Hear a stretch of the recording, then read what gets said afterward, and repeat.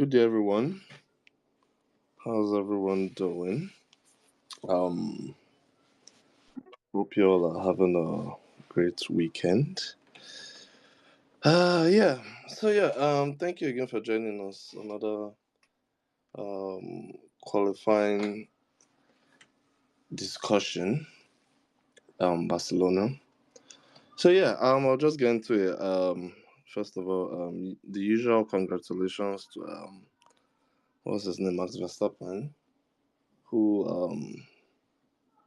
took pole. I'm not sure anyone expected anything less coming in this weekend, except you're expecting miracles. But I personally wasn't expecting any serious miracle. Um, Checo.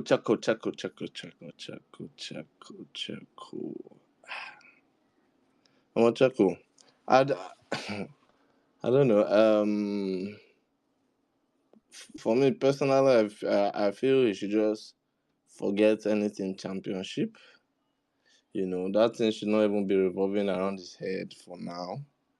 Until he's able to get his acts right because had a very horrible weekend in Monaco. Coming into this weekend with obviously a regular traditional track. Um, you would have expected him, to put up a tidy performance. Though practice, yeah, he was some tenths behind his teammates Max, but qualifying, which is one of the main events, he has failed to turn up, which is quite I don't know whether to say it's sad or I just feel he has so much pressure on him now, because the championship currently seems to be slipping away as Max keeps setting the benchmark. Looking at the times today, he's probably the only driver in the 112s. If I'm not okay, yeah, him Sainz and yeah, probably him. Okay, yeah, so him Sainz and okay, so the top six are in the 112s. But yeah. He set a serious benchmark, and sometimes I wonder, is it the car or is the driver himself, which I believe is a combination of both, because Max himself is an incredible driver, no doubt. But yeah, Science, similar situation to for Ferrari, similar situation to Red Bull. One car in Q3, the other one out in Q1. You know, um, Leclerc, I don't know, it's just very unfortunate. This his whole Ferrari run is just a strings of bad luck. Series of bad luck here and there. And personally, um, I don't know what to, I don't know what to say to him, or rather, or even if I'm even going to advise himself, I don't even know the advice to give himself because the whole mistakes are just getting too much. But yeah, um, Norris, Norris. Coming in this weekend, I'm not sure anyone. I know McLaren. They've done some technical restructuring. Fired some people here and there. But coming in this weekend, I didn't expect them to or rather Norris to put in such a good lap. P3. Best qualifying of the season. And if I'm not even mistaken, his best qualifying in this new aerodynamic regulations. But yeah, someone can correct me if I'm wrong. But um, incredible Q3 from Norris. Piastri as well. Piastri not necessarily of the pace. Both cars made it to Q3. which is good for them as a team. Yeah, Mercedes. Okay. Um, I'm sure we all saw the final moments of Q2 with both drivers coming in contact. I look forward to more contacts, because I'm in for violence. Not that I don't expect anyone here to carry out any form of violence, but yeah, on track violence, I encourage it. I missed 2016, so if those of us that have been watching the sport for that long, you understand. But yeah, hopefully they can get a better car, to give us more on track violence. But um, in that situation, George Russell was definitely at fault, because I know if Hamilton had tried to go towards the right, I'm sure he must have seen that, there's a car there. So the best option was that gap where Russell tried to block. I don't know what's wrong with Russell. I don't know what he was thinking. It's not why. I don't know. But yeah, unfortunately I've never had time to listen to what he said because I've been mourning a team, a football team that does not know what they are doing. But yeah, that's that. Uh Alpine. Well, I personally don't necessarily want to say much. I just look forward to their race performance and how they perform because Alpine, yeah, they had a podium, but Mercedes seemed very confident of their race pace against tomorrow. So I don't think Alpine will be able to hold the Mercedes, but who knows? Possible podium. But yeah, I guess that's it for me for now.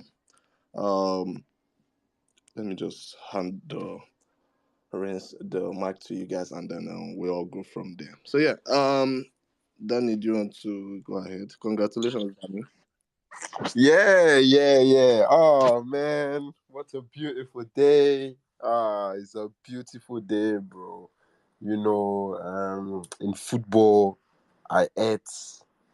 In Formula One, I ate. It was good. It was a great qualifying. I don't think we should be talking too much about Verstappen. He did what he had to do. Yemi talked about it yesterday. He said some things are just supposed to be done, so just do it. He just did what he had to do, and that was great. I remember. I think the first lap in Q3 when he did his lap and then Hamilton did his lap and there was 9 tenths gap and Toto was like, I don't know, there was a camera on Toto and he was just like sighing, raising his eyebrows, and then I was like, yeah, bro, like I feel like they definitely have a lot more pace in that car. I don't think they use. I think they just use enough to win. They just need to use enough to win. I feel like when more cars will catch up, then we'll start seeing them going faster and faster and faster. Um, P2, that was Sainz. So Ferrari. Well, it's something about Ferrari, man. I don't know, but as you said, a lot of bad luck. I think they went very wrong in the setup because I remember I when I watched his lap in on board and I was listening to what the commentators were saying, the back end was very twitchy. The car, has been unpredictable already, but yeah, very twitchy. So I don't know. Probably they will change it because if he's P19, I expect them to change it. Like you might as well break park Fermi, start from the pit lane, or and have a good car, have a chance to go up, or than just starting P19 with a very bad setup. I mean, P19 is very, very, very, very bad. So yeah. Apart from that, P3 Lando, team on the come up, you're on the up, McLaren. I remember you guys were cooking me one race like that ago, and I told you everything after Baku. that's where we're gonna come. You're gonna see us, and bro, we whack. I mean, if you think about it, that's a McLaren in front of Perez, in front of Charles, in front of a lot of great people. So yeah, well done. Let's see how it goes tomorrow, and yeah, excited for the race, man. And oh, Hamilton, I forgot to talk about Mercedes. Right, that Mercedes Russell thing. Yeah, Russell is our fault. I don't think we need to go back on that. But I think that tomorrow is gonna be a very, very, very good race for Hamilton. I don't know Mercedes. I can't tell from Mercedes, but Hamilton himself, I feel like he had a lot more pace. So let's see tomorrow, man. I really expect a podium. I think he can get there. So yeah. Thank you very much, Danny. Okay, let's hear from Adini, then we'll have Ridwan, please, then Tohib. Good evening from here anyway. I hope you guys can hear me. I hope I'm not talking to my chickens alone. No, we can hear you, So, bro. uh, Clearly. okay. First off, let me start like my predecessor. About unlike him, in football, I did not hit. And in F1, I'm looking for my plates because network was all over the place. So I missed virtually the whole thing. But I'm happy for Mercedes because at least we found something to work with. And it's good, excited right? Because I had to be here. So yeah, that is that. I really don't understand what happened with that Russell incident anyway. Because he was driving like driving downfall in Lagos. But the whole thing was just funny anyway. Uh, I was left to talk about yeah, Leclerc in 2019. That was like the shock of the day. I could not just get it out of my mind. Oh, yeah, I can't say much, but I was definitely surprised about that. And like I said before, I missed the OT, so I can't say much apart from the Russell Hamilton incident that I actually had to go and look for videos and all. And that all said win until they disappointed me too. Today is a very tough day for me. If you know any Man United and Mercedes fans, check up on them. They are going through a lot. So I'm going to yield the mic here. Adini is well, sorry, you're not having any dinner tonight. So yeah. Okay, Ridwan, please go ahead. Okay, so good evening, everyone. Can you hear me? Yes, sir. Okay, so that was an interesting quali, like Max Verstappen. For Max Verstappen, it was just he had to do what he needs to do because there's no one that can catch him on the grid right now. There's no one because the car is good. It's comfortable with the car. The man is great. Like like everything is just when you say man and machine into one context. That's Max Verstappen. So he just had to do what he had to do, and he did it. So that's just for me right now where he can improve. Where if I'm asked that where can Max improve, I would just say I would tell them is one lap pace, and I think right now when he has a fast car, he needs to start pulling out that one lap pace, and he did what he had to do. That's great for him. P1, we race from there tomorrow, and I'm expecting nothing less than a win tomorrow, except something happens to the car or anything happens. Yeah? So, but a win tomorrow, so that's for Max.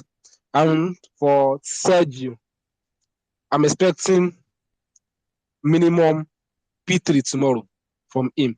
That's just where I will just stop. If he doesn't, I don't. That's when I will have to say something. But today, I won't be saying anything about Sergio. That's just. But tomorrow, I'm expecting a podium from him tomorrow. So that's just for Sergio. And for the second team, that's Ferrari. Sainz, I think Sainz did a very good job today. Like this weekend, I not really watch most practice, something like that. I'm not really that well. So Well, I watched Collie. So, but I think there were upgrades on Science car or something like that. So I think Science did a great job while the other driver didn't. Something must have happened to his car because I know Leclerc is not that kind of a person that wants to be able to like throw in a banker lap or something like that. We all know this is Charles Leclerc. So something must have gone wrong with the car. And him starting P19 tomorrow, it might be hard for him with that Ferrari's horrible race pace.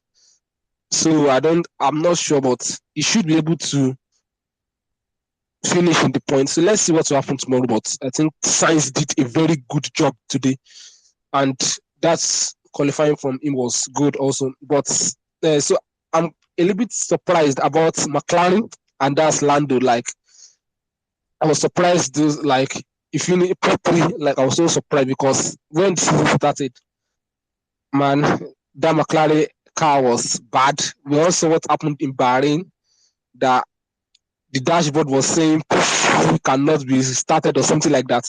So like but today I think even the McLaren team they told us that at the start of the season it will be quite tricky that but when the season goes on that you will see the performance of the car. And I think we already seen the performance of that car. And Lando also did well also today. And for the Alpine boys, I think their car, and I'm not sure about their race pace, but I think that car is improving. Like the car, like they are improving with I think the last 3 races or something like that. I think they've been good. So and both drivers too have been driving very well. Not like the start of the season. So I think they've been doing very well. So I think that's for McLaren. So that's for Alpine. So for Mercedes, for me, I have a contrary opinion to what everyone has been saying. I think both drivers are at fault of that incident. I think both drivers are at fault because why will you be both drivers are starting a flying lap? So why are you guys so close to each other? Number one, and it is the team's fault for not telling Russell that someone is behind because I can clearly see Russell opened his DRS. Hamilton opened his own DRS. Both of them were on a flying lap. So they were just too close to each other. So there's no how there will be contact. And even in a slipstream there's no how there won't. And Hamilton was closing so fast to Russell and there's no how you can expect Russell to be looking at his mirror when he's starting a flying lap. So both drivers were at fault. That's my opinion about it. So, and for the other teams, and I think I've talked about the other team, and I think Piastri also did well. I think P10, something like that. For the Aston boys, we'll see tomorrow their race pace because qualifying wasn't that good. Maybe I think Lance Stroll did well P6 and Fernando, I think because of the floor had damage. So it wasn't able to do well. So I think he did well also. He did let's see tomorrow's race. So, but the tomorrow's race will be quite interesting because like 6 teams in the first 3 rows, like I'm expecting something good tomorrow when Red Bull are in the distance. So let me use the mic to others. Thank you. Rido, I have one question. Okay. You said that because he's on flying lap, you don't expect him to be using mirror. Yes. I'm sure you drive. When you're on Third Milan Bridge, you don't use mirror.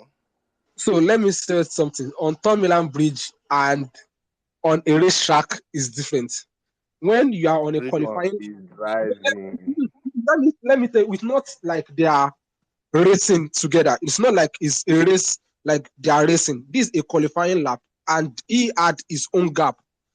There's no way there will even be distraction when he wants to put in a qualifying lap, a banker lap. There will be a distraction for him to be looking sideways, looking at his mirror. He's focused to put in a lap at the front, or except someone is moving out of the way. That's when but from the back, there's no how you can expect a driver to be looking at the mirror, at both mirrors when you want to put in a qualifying lap. So I don't think both of them were at fault, and I think it is the team's fault for not telling both of them the gaps in between them. So that's it for me.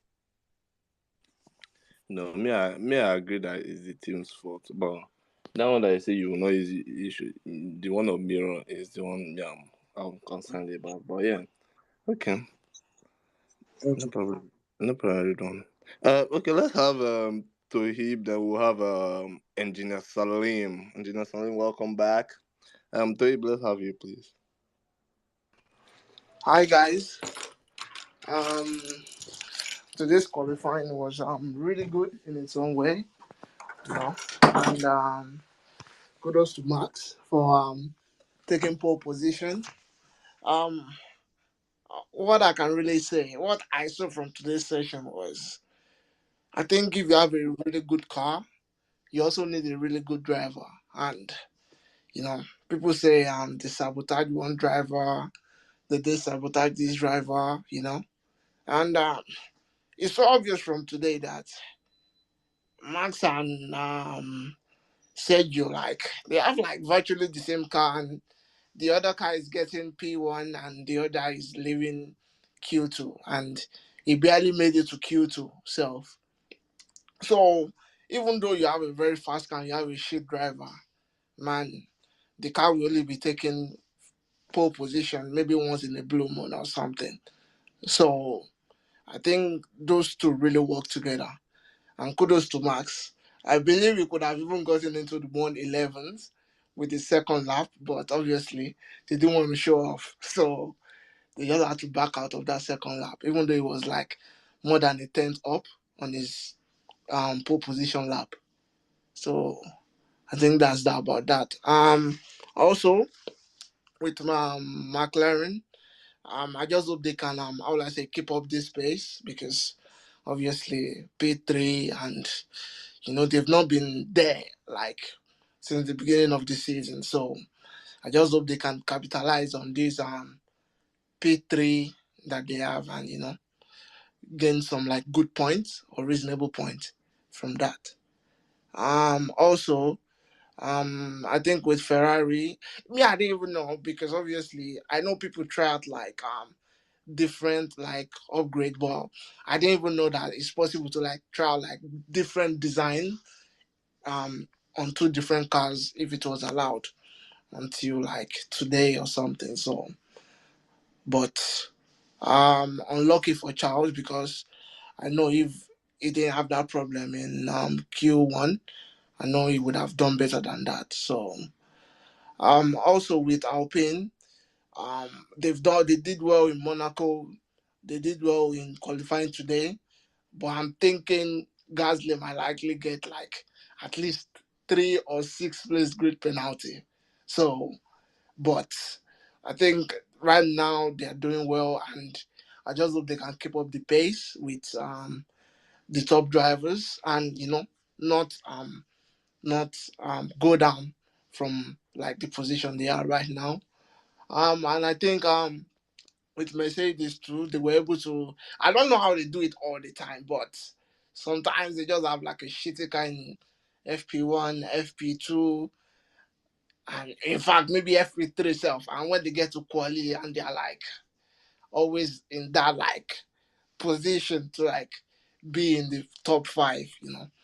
I don't know how they do it all the time, but I think I had that Schumacher went back to Brackley to do some setup simulation work basically. Then he came back this morning and they had to do some setup changes, which really like helped. And in terms of what happened between George and Hamilton, I believe I I think I support what Ridwan said in terms of that, because I think it's the team's fault, and like he said in terms of the mirror, when it comes to qualifying, I don't think any driver checks the mirrors, because even if you look at their, I think their visor cam, you can hardly see any driver looking at the mirror, or they keep like, because they need to be like fully concentrated on how to hit apex. That's why they look for clear tracks to put the drivers so they can they don't have to concentrate on that rather than getting the maximum from the car.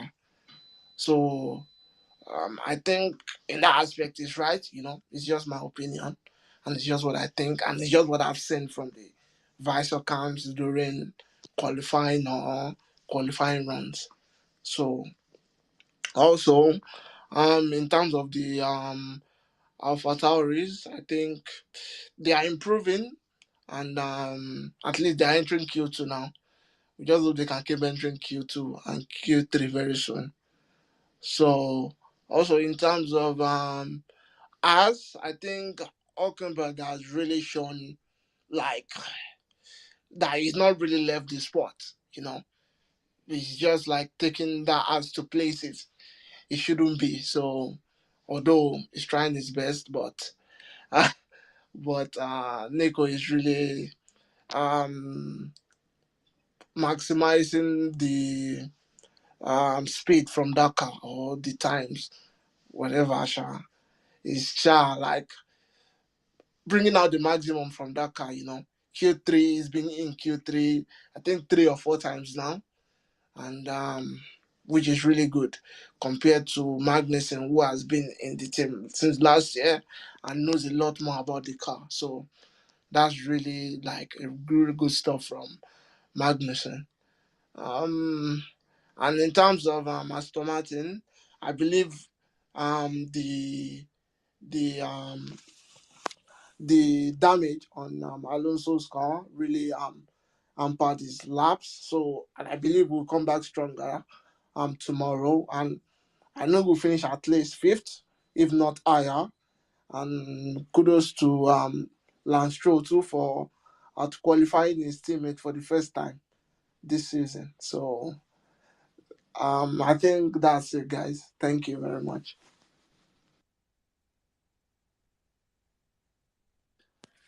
Thank you very much, guys. Okay, let's have Engineer Salim. Then we have Mister. Yeah, yeah. Salim, please go ahead.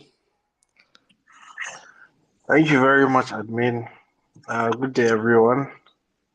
It's uh, it's very good to be back. I think after a very long hiatus, it's been a while. My day, how's it going?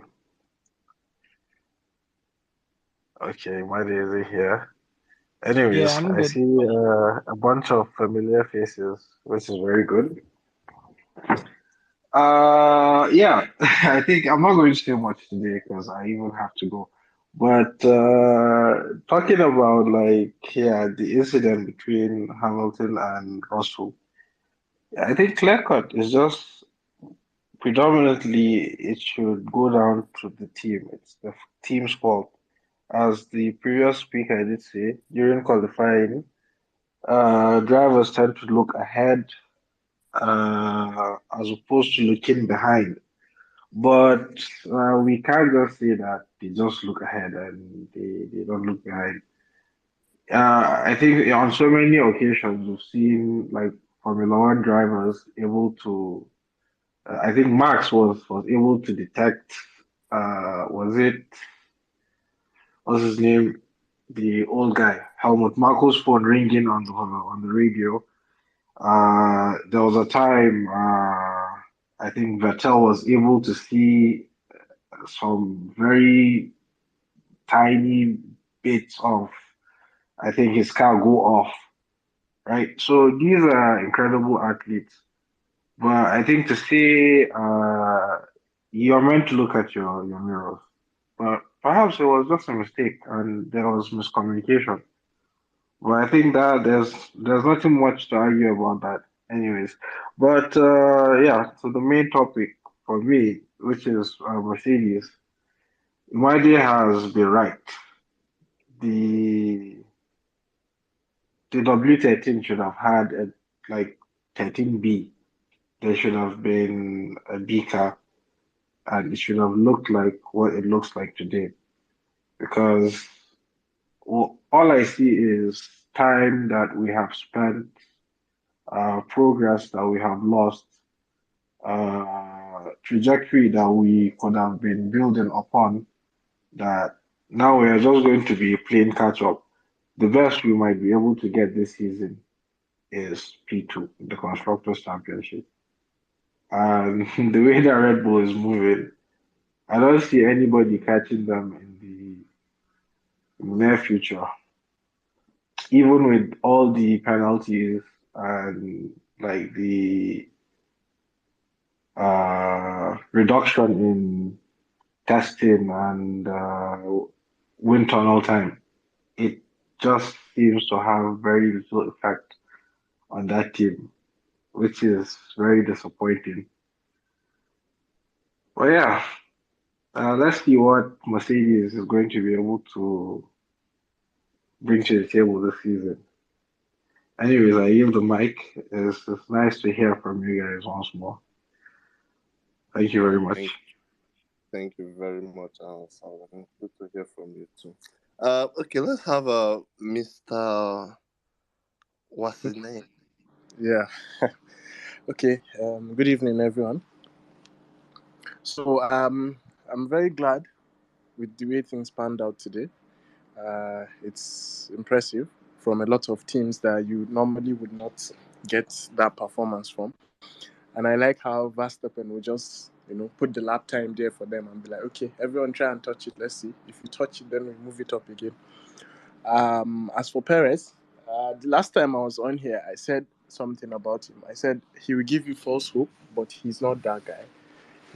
He cannot handle the pressure, and that is what he's telling. It's not about his driving ability or the car or anything. It's just a mental thing. So he's not handling it well.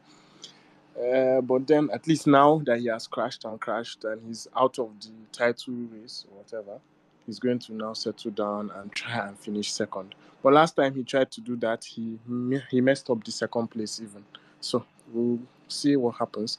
As for Leclerc, I'm always eager to throw shots at him, but today I feel like it was out of his hand. Just two different setups and two different cars between him and Sainz. So they got it wrong with him, and I hope I hope he's able to salvage it. But if he doesn't, that's even better for me. And as for Mercedes, I feel like we're going to have a very Hamilton is going to perform very well tomorrow because his car is looking like it's built for the long haul, for the race at least. And the collision with Russell, well, we won't call it a collision, but then what happened with Russell is it happens because both of them were trying to move on and get in a flying lap. But as usual, I'm going to blame Hamilton, please. I don't even want to hear the rest of it. But they could do better. Then lastly, I think Alonso is going to move into the top 4 positions, at least. But then I am envisioning P3, podium, 3rd place for him. I think Perez will move into the points, but I don't see him making podium, Gaskia. And that's it. So it's Verstappen, Hamilton, and Alonso for me, top 3. I think that's all for now. Mr. Sainz Uncle. No podium? He's not that guy. Oh. Okay. Okay. No. Even if he doesn't fuck it up, the team will fuck it up for him. So I don't think he'll make it.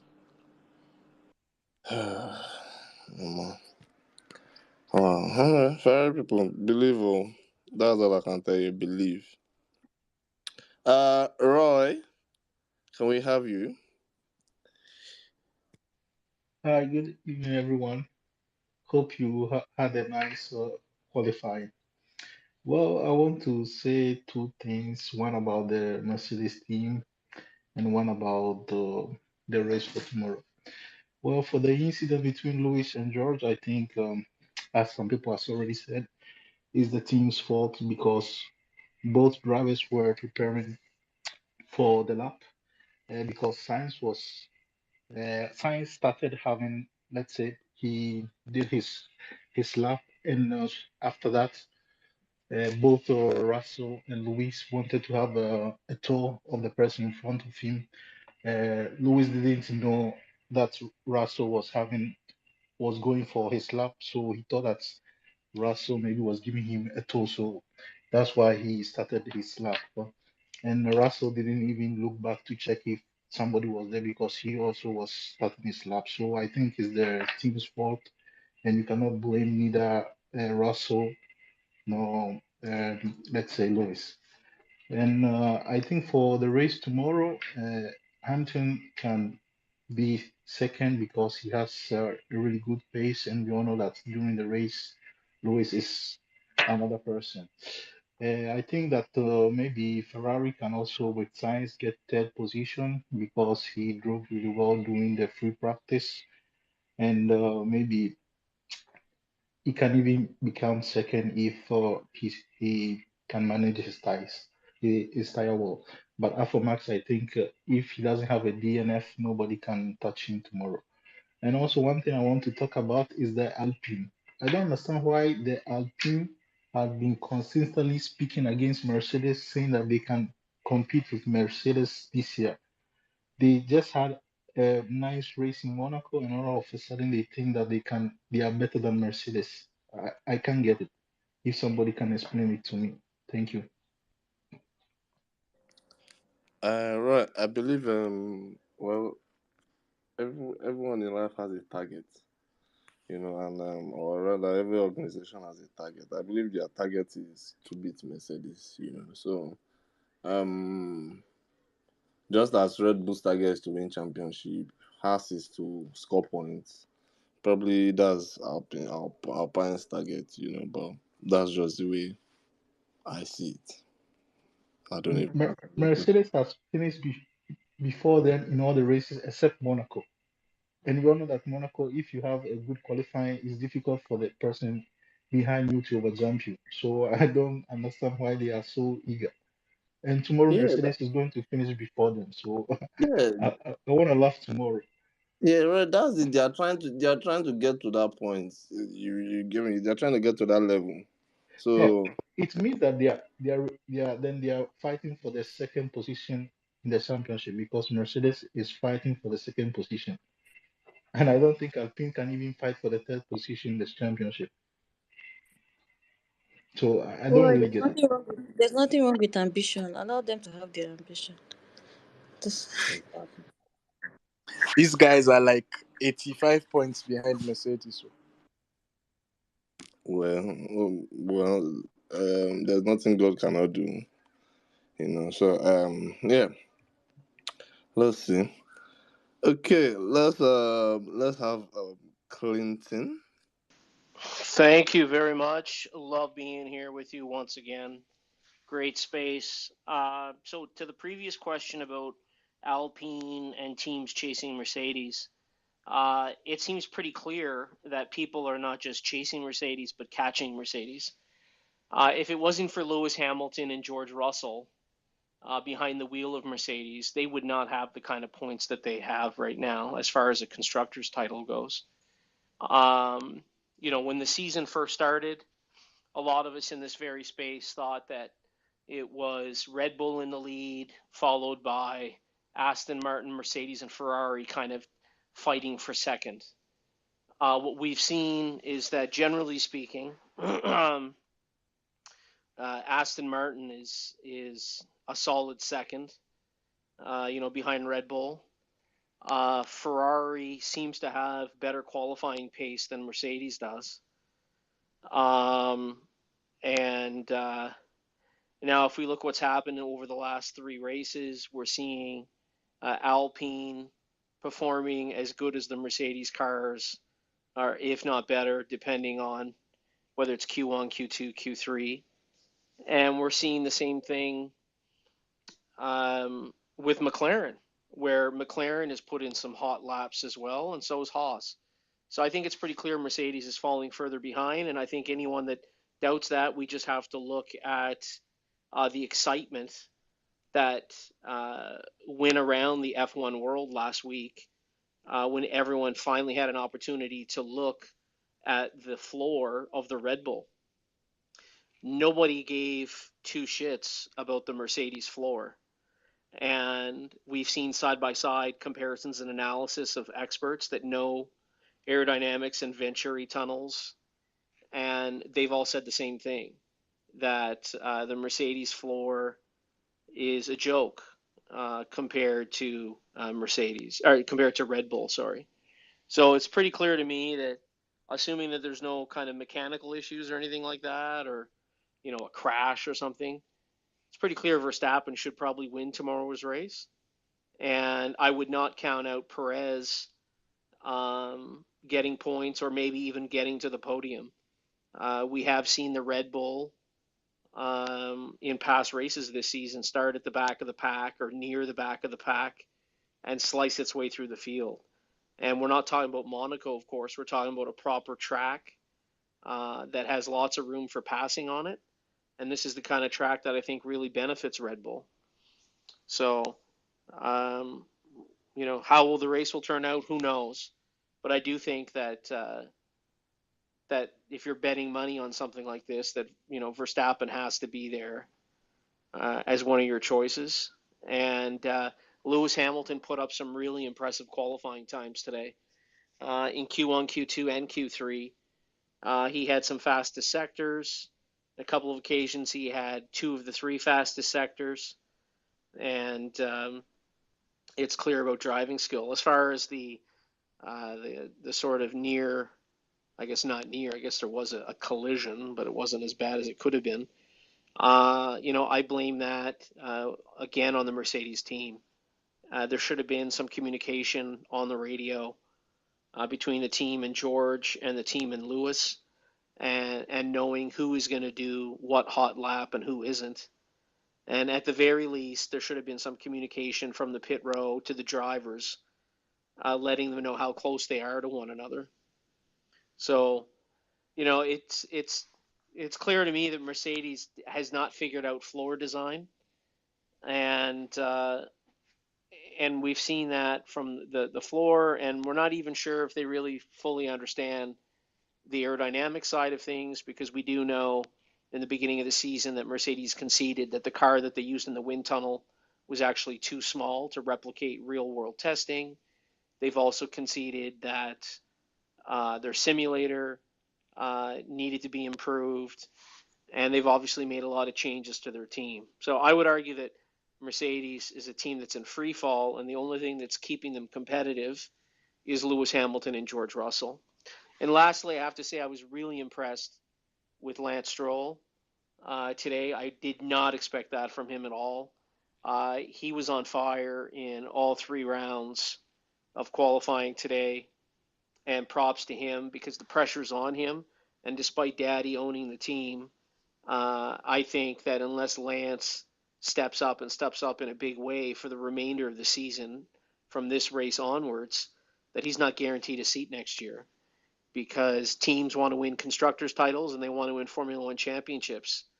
And so Lance is going to have to step up and start racking up some points and putting on some dominating performances. So we'll see what happens tomorrow. Anyways, love what you do, Ninja. Keep it up. I'm going to sit back and listen. Thank you very much, Clinton. Much appreciated. Clinton. Yeah. Clinton, let me bring you back up because I'm sure you might have to answer some things shortly. Clinton, I don't know. Did any? I'm not gonna lie here. If I was a Mercedes employee right now, I would be. I would just feel so sad. The way Clinton has like Clinton, come on now, come on. You can't just say it's just only Lewis Hamilton and George Russell. You understand? I believe a lot of hands go in to develop the car. Obviously everyone doesn't get it right at or every time. Yeah, but I don't think I don't think it's fair for you to just say it's just George and Lewis, because without those engineers, there's no car for George and Lewis to drive. So yeah, that's just my take on that. But yeah, Imade, please go ahead. Then we'll have more. Yeah, good evening, everyone. I actually wanted to just to pick up from what he was saying. I don't disagree with him in saying the Mercedes is in free fall. Like, I know I was one of the first set of people that called for a change of concept and all that as far back as last year. But they've done a very good job in trying to in trying to um in trying to get make sense or at least get something from the wrong they did last year. And despite all that, you can say, oh, maybe it was a wrong setup for Red Bull, it was this, whatever you want to say it was, they still got a win last year. After the technical directives of 39 kicked in, if Ferrari got a win, I doubt.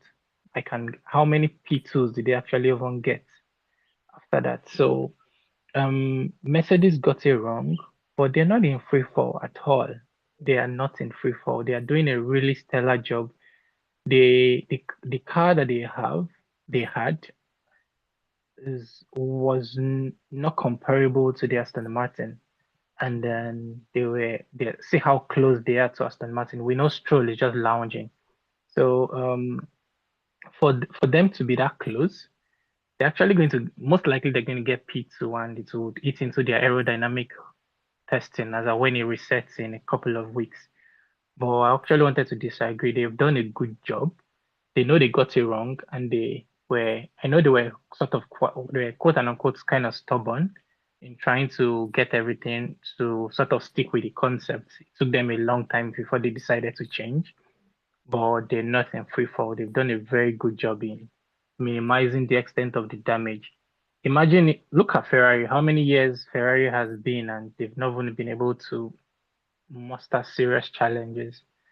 So yeah, that's what I wanted to. Then second thing I wanted to mention was which Stroll was on fire. I don't know if we were watching the same qualifying. The Aston Martin is the second best. The Aston Martin is the second best car, and sorry, a call is coming in. That's why I'm cutting it. I'm sorry about that. The Aston Martin is the second best car, and Stroll is expected to actually perform and be where he is, or be better than where he is. He was sort of lacking all through the weekend, and he managed to pull out the lap. If Leclerc didn't have whatsoever issues he had, if Alonso didn't damage his floor, if Alonso didn't damage his floor, I think Stroll would have still qualified lower than normal. So I don't think Stroll was on fire, but everyone to his own opinion, sure. Yeah, thank you.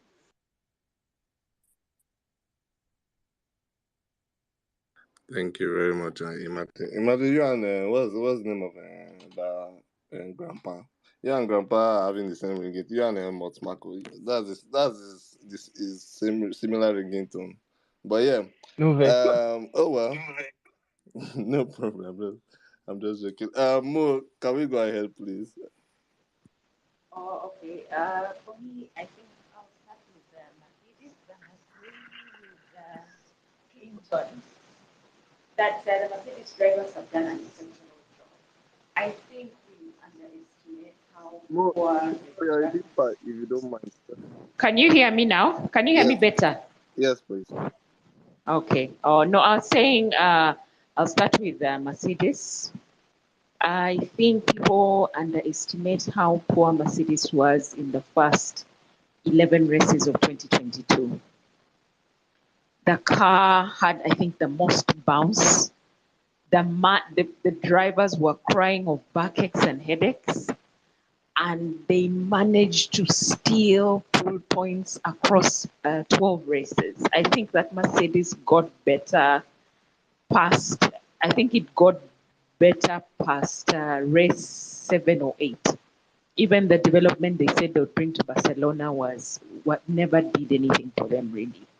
So it is true to say that that driver pairing has been able to drag Mercedes into performances that at some point people said, okay, they will be P2 or P3. And I think barring the DNFs and of Hamilton last year, they probably would have beaten Ferrari to P2. Now, this year, they were leapfrogged by Aston Martin. Aston Martin, of course, the driver pairing is wanting. The driver pairing is wanting there, but Lawrence is not going to fire his own son, save for the investors calling him into a board meeting and giving him an ultimatum. His son is pretty secure, but obviously Alonso is getting older. So they're probably not looking at him for 2026. So they have to really make some decisions. Because from what Lawrence has said, he wants to win championships. He wants to dethrone Red Bull. I mean, why not? So they have to dig deep there. So I don't know who damaged Alonso's floor. If he damaged it himself, then of course Lance Stroll did a good job. I don't think that the team damaged its own floor. So if Alonso should not crush the Spaniards' hearts tomorrow, he should be able to pull out something. For Mercedes, I'm glad the concept has been changed. Probably it's 1.5 years too late, but better late than never. I don't know about those claims of Alpine to be able to race Mercedes and Ferrari. So let's see if they live up to that claim. But and everybody brought an upgrade to this position, which was basically the starting point for Mercedes with a new concept. So if they can pull something out of the bag tomorrow, and Lewis can get P2 or P3, and George can definitely pull away from P13, I think we have a competition on our hands, and Aston, probably Ferrari, Alpine will be threatened out of thinking they can be P2. And probably we could do something on Red Bull from one of these sprint races when their setting is not good. Red Bull, what Red Bull does every day is confirm that Lewis has had the best driver pairings across his period in Formula One. I mean, the man came in and he had Alonso for a teammate who was a two-time world champion. He moved on to, I think, he moved on to Jenson Kovalainen. He moved on to Nico and moved on to Bottas. I mean, Bottas made Q3 all those 5 years they were at Mercedes. The time he probably missed out are countable, if any. On a good day, he beat Lewis. So this Perez excuse is beginning to get old. I know the cars are probably different, but that's what it confirms. And for some reason, Red Bull has not had those 1-2s because they never have a strong driver pairing. And so even when people say, oh, it will be competitive, which part and when? Because right now you have a car that is easily 5 tenths ahead of everybody. You should be able to compete in that mode, form, and fashion across the season. So I think Mercedes has a very strong pairing. It has from inception, and that's why they've been giving us very good racing. Ferrari, I don't know what happened to Charles. I hope he's not losing confidence.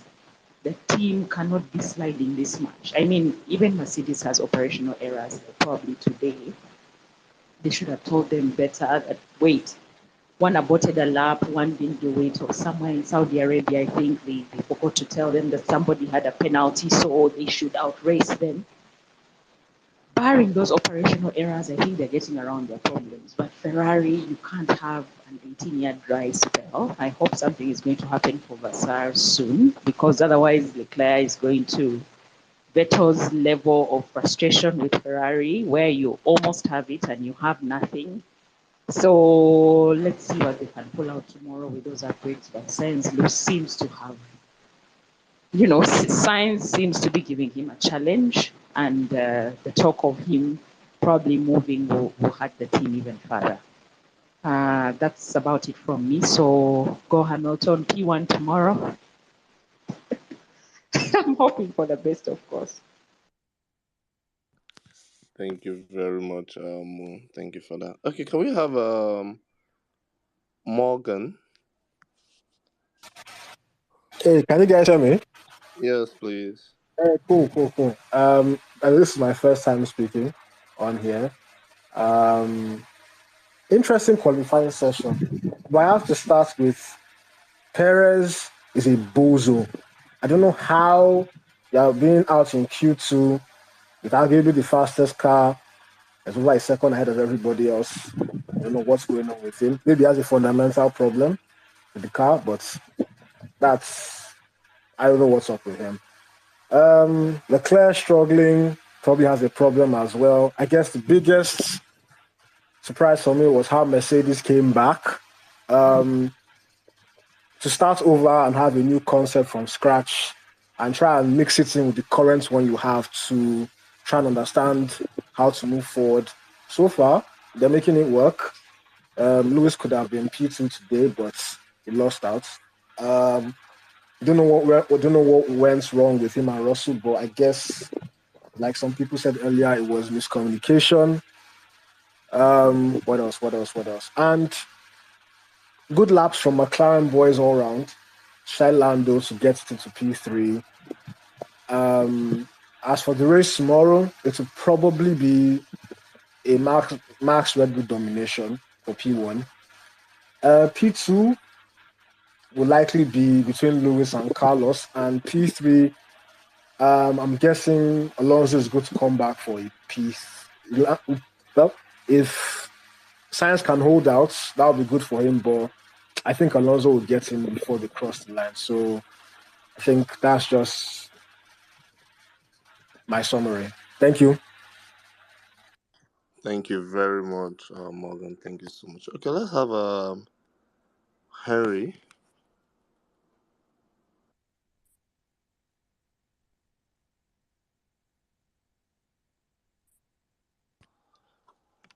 Okay, Henry is not here. Let's have Miss Catrock, please.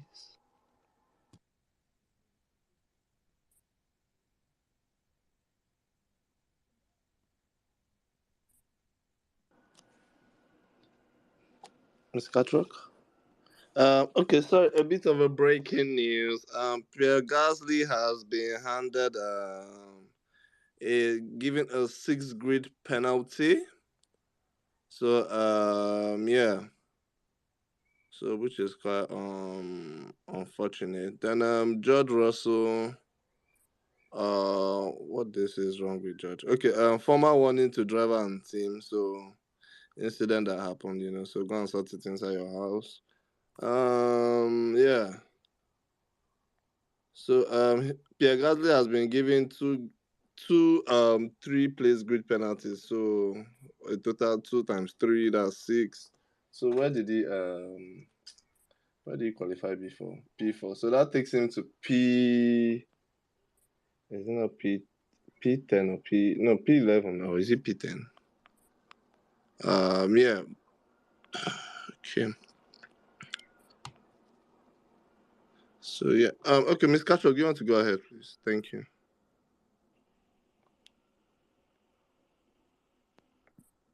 Miss Castro, we can't hear you. Hello, can you hear me? Yeah, now. Yeah, we can. Oh no. Yeah, we can hear you now.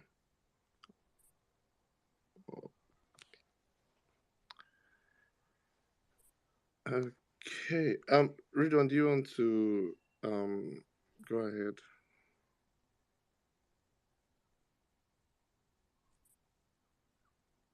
Ridwan? Not really, nothing. I don't have anything for now. Oh, okay. Oh, you don't have it. Okay. So okay. So unfortunately, it's quite an unfortunate situation with Pierre Gasly. That I put the blame to the Alpine team, because they should have given him much more information. But yeah, so I believe it starts P10 tomorrow. Pushing Piastri to what do you call it? Pushing Piastri to P9 and then Hamilton up to the second row. So Hamilton on the second row with Norris. So yeah. Interesting. Okay. Henry, do you want to go ahead? Thank you. Okay, yeah, thank you. I'm really happy for McLaren. I think they found a good rhythm in their car now, even before the big upgrade coming in Austria. I think they are making a good step forward. And speaking of Gasly, they've given him 6th place penalty, right? What about his penalty points? Because that guy should be missing a race by now, I beg. What are our penalty points? I'll be Hellfire don't scam. I think His I think license was renewed in May, I think. yeah, So that one it has passed. Oh, okay. But I thought it was 2 that removed the May, not. I think if 2 removed the May, should be on 8 by now. Then the 2 he has now. No problem. And again, for Williams, I beg, who saw that Williams flaw? Who saw that Williams flaw? I don't know. I don't know for that team. Whether they should give them expulsion letter or something. Because that design is not even a team serious to even score points or anything. Having a flaw that smooth when you are seeing your mates with so many designs, so many this thing. No. Even the person that snapped himself would have been laughing his ass out as in. And again, talking about Haas, I think, I don't know, one driver getting to Q3, another driver going out in Q1. That is peak Haas. I think they've been doing it almost every year, apart from 2021 though. And I don't know. Magnussen said they gave Hulkenberg high downforce. That was what helped him, something like that. I don't know for them. Let's see. But tomorrow, I think race pace will come into play, tire deg, and so many other things. Just praying for Lando, Sha. She just get a good start, maybe P1 by end of lap 1. Then she hold everybody back and win. That will be peak. Thank you, everybody. Thank you, Henry. Thank you so much. Okay. Anyone, do you want to say anything? Not really. I don't have much to say. I think. I mean, it's just. I think what everyone has said is probably like most of the things people have said is probably what I just wanted to echo. But I'm just looking forward to see where we Mercedes end up tomorrow. I'm hoping for a podium, whether that be second or third, I don't know, but I'm just hoping. Now we're starting P4, so let's see. Maybe we finish P2. I don't know, but yeah, I think Barcelona has shown that the upgrades do work. But I guess George probably struggled, a bit more than Lewis this weekend for whatever reason. I'm not sure. But yeah, I think as a Mercedes fan, it kind of just gives us hope that in for the better, which is why I was a little surprised when Clinton was saying, stuff about Mercedes going back. But yeah, anyway, that's just all I wanted to say. I'm pretty excited for the race tomorrow. Just waiting to see how we perform.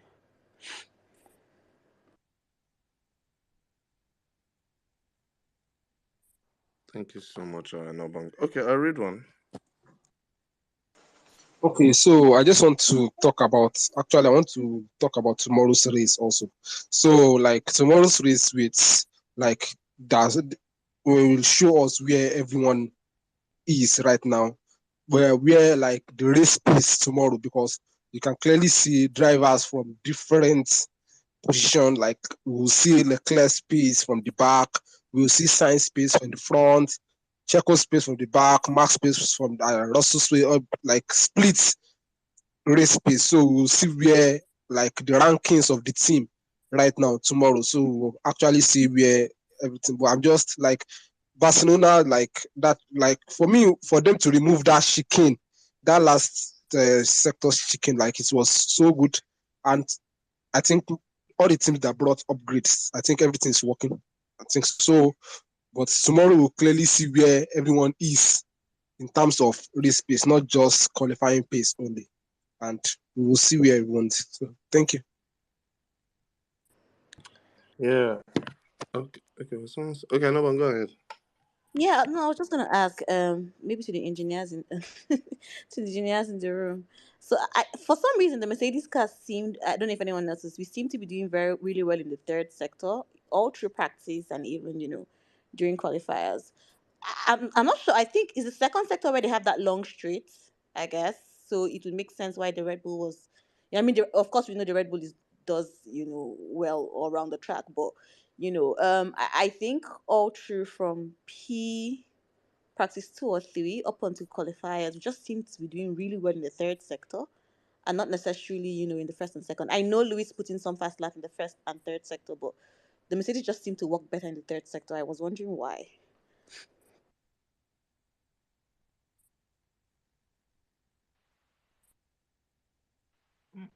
Okay, for that, me personally, I personally put all that good work to Lewis's ability himself, because Lewis is, if I'm right, I think Lewis is one of the few drivers who have driven this configuration of the track.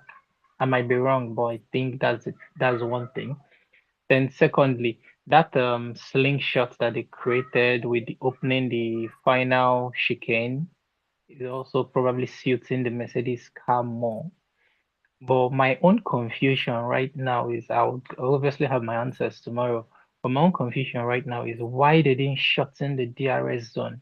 If they opened up that chicane, whatever it's called, if they open it up the way it is, and then you're having a higher speed into the straight, they could have as well shortened that chicane.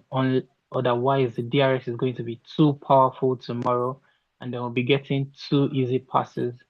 But we just have to wait. But to answer your question, I would say I'll put it down to that chicane, because I think Lewis made a statement at the start of the weekend that that last chicane, the previous configuration, has also really not suited the Mercedes previous cars before. So probably what is suiting them right now. And we'll have our answers tomorrow. So yeah.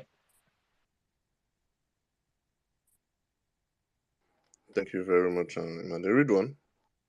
Okay, so I just want to talk about what Imade just talked about. So the thing is that Imade, if the maybe F1 or the FIA, if they shorten the DRS, it is still the F1 fans that will still complain about it. So that's just let them just leave it at it. It's just like that for me. That's what I think. So because when they shorten DRS for almost it's not 2 races, everyone was complaining because they never knew the reason behind it. Everyone was just complaining, and they left this one. So I just feel like maybe it's just another direction that they are taking for this one also. So that's it. Interesting. Okay, let's have Sir Regis.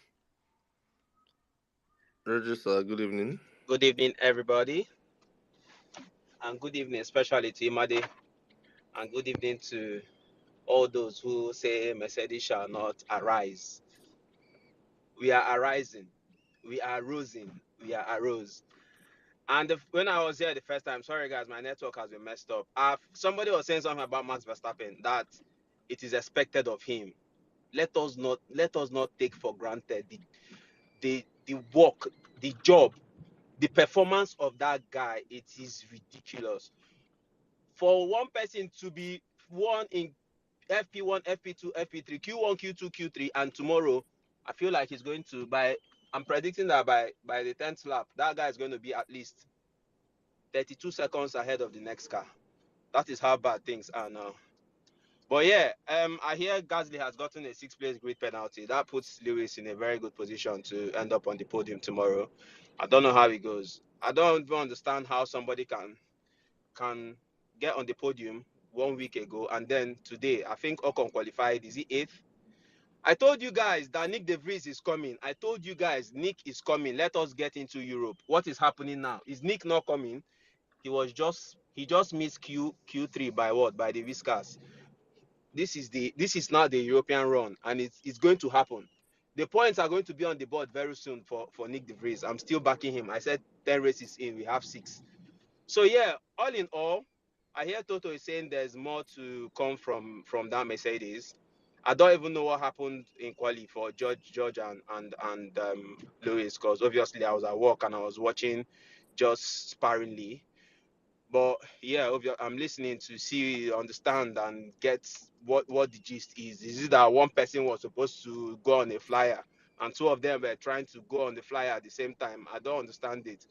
But all in all, Yeah, so Regis, so sorry, let me just quickly like respond. So what the story is that Luis was about to go on a flying lap, right? And he didn't know that George was also about to go on a flying lap. The team did not communicate that to either drivers, to George that Luis was behind him or to Luis that George was, ahead of him.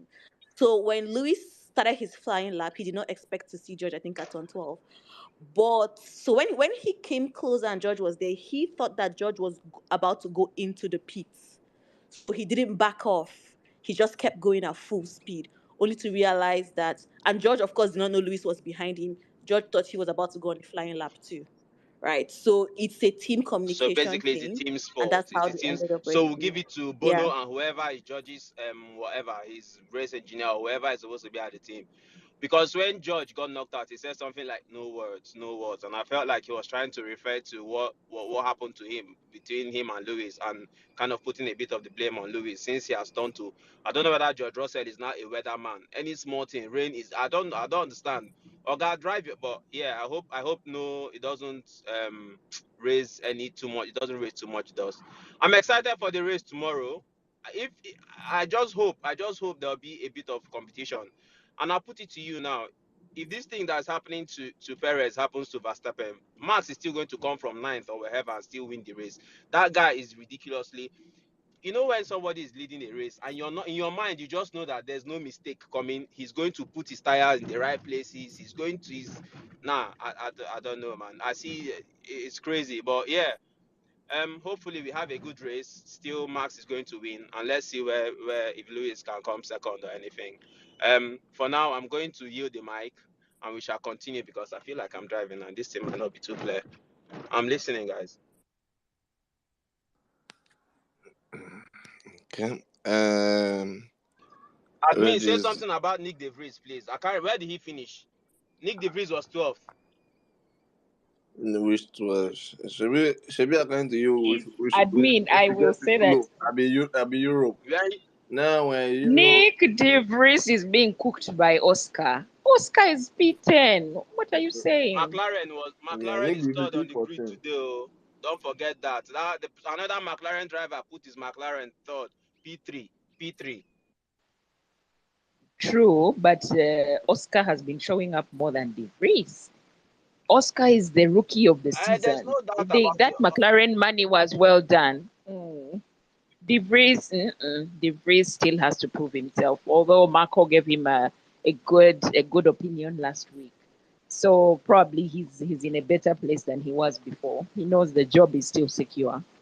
So yeah, he still has a couple of races. How many? Probably another 17 races to prove himself. So he still has a way to go. But Oscar is worth his money. I think really they should even give him a bonus at the end of this year. Regis, has De Vries scored the points this season? How many times has he gotten into P3? I mean into Q3. Imade, You shouldn't be praising he'll soon someone score. for He'll soon potential, score please. points. He'll soon score points. He's coming close to it. You said 10 races, so we have 4 more to go. Don't worry, we'll be here. Regis say he will soon score points. So Regis, now we're looking at future predictions. Okay, interesting. What was his best lap time today, Seth? 1:14. So anyway, and Joe 1:14, 800 or so, and Joe that finished P13, 1:13. So yeah, hopefully now that. Okay, now, well, Regis, I hope he's able to replicate it when they go to Canada, because Canada is the next one. We're leaving Europe, so there will be no excuse in Canada. You understand where I'm coming from, Regis? So if he does not know that track, he should go and know it now, or after tomorrow, he should go and know it. But yeah, okay. Where were we? Does anyone still want to chip in on the top four? Please, can I So that ask we a have question, please? Sorry, guys. Please, what yeah. happened? Because I didn't see the final runs. Why? How did Lewis move from? Because when I looked and Max was first, Lewis was second. I think after the first runs, whatever in Q3. So what happened on the final run for the? How come he ended up in fifth? Like even Lando Norris and who was fourth again? Somebody, who is that? Because Lewis finished fifth, isn't it? Gasly. Yeah, And so yeah, Gasly, Gasly was fourth. Well, I think yeah, Lewis didn't Gasly was just fourth. he wasn't improving. So That was was his the last He stop just didn't have a tidy lap.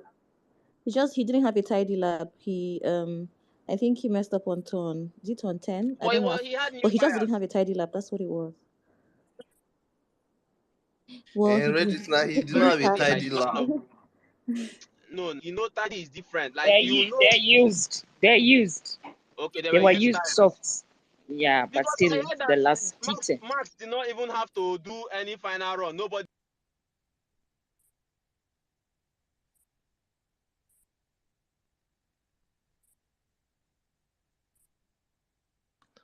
Regis, we're losing you, but no, I think they were actually new softs, because yeah, they were actually new softs. They were for the last run of Q3 though. They were new, yeah. Yeah, they were new softs. So yeah, it's Verstappen that they even put in a lap on his softs at all. But yeah, okay. Quickly, let me even chip in on Aston Martin and Stroll. That Stroll, I believe. Regis, I think okay, I think Regis is having a bit of a network dilemma. But yeah, what was that? Stroll and Aston Martin. So this weekend, I know, was it last week? Yeah, last week in Monaco. You know, I myself, I actually said that Stroll is coming, as far as coming to this uh races just to relax, you know, and not necessarily not necessarily challenge Alonso, you know. But this weekend it looks like it took what Sky Sport and everybody has been saying to heart, you know, and decided to show us that yeah, he's capable. You know, it would have been interesting to see where Alonso would have finished on his second run. But at the end of the mistakes are made, and then any mistake made is your fault. You know, but yeah, it's quite unfortunate. But I guess it is what it is with Aston Martin. Does anyone want to chip in on Aston Martin? You know, does Stroll's performance surprise you today, or you expect better?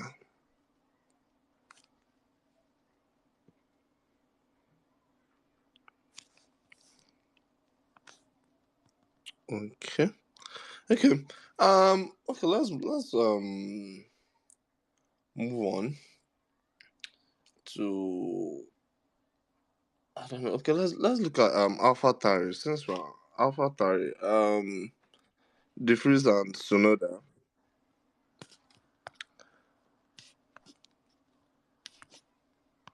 So yeah. Let's look at AlphaTauri. De Vries and Tsunoda. Earlier in qualifying and this weekend, it seems AlphaTauri, they seem to have gotten their car together.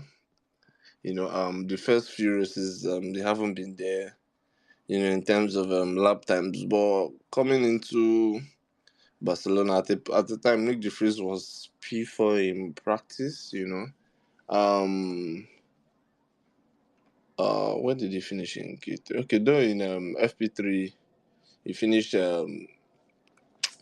P12 and then so okay, yeah, P12, P16. But yeah, it feels they've got the car is much more better, and they seem to be understanding it. And I feel now that for someone like Nick, now that we're in a more relatable track like Barcelona, as we can see, his performance has improved.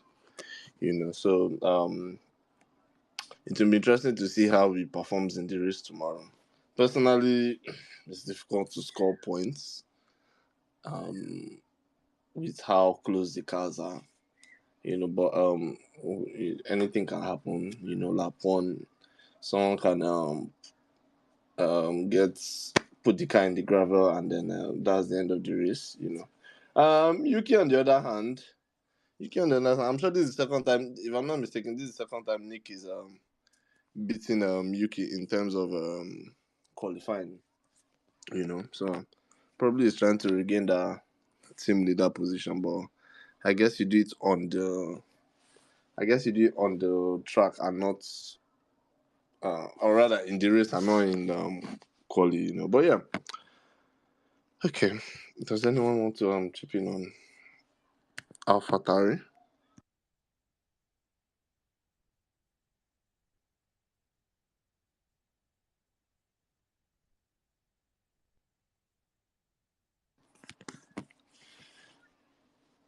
Okay. Sorry, can you guys hear me?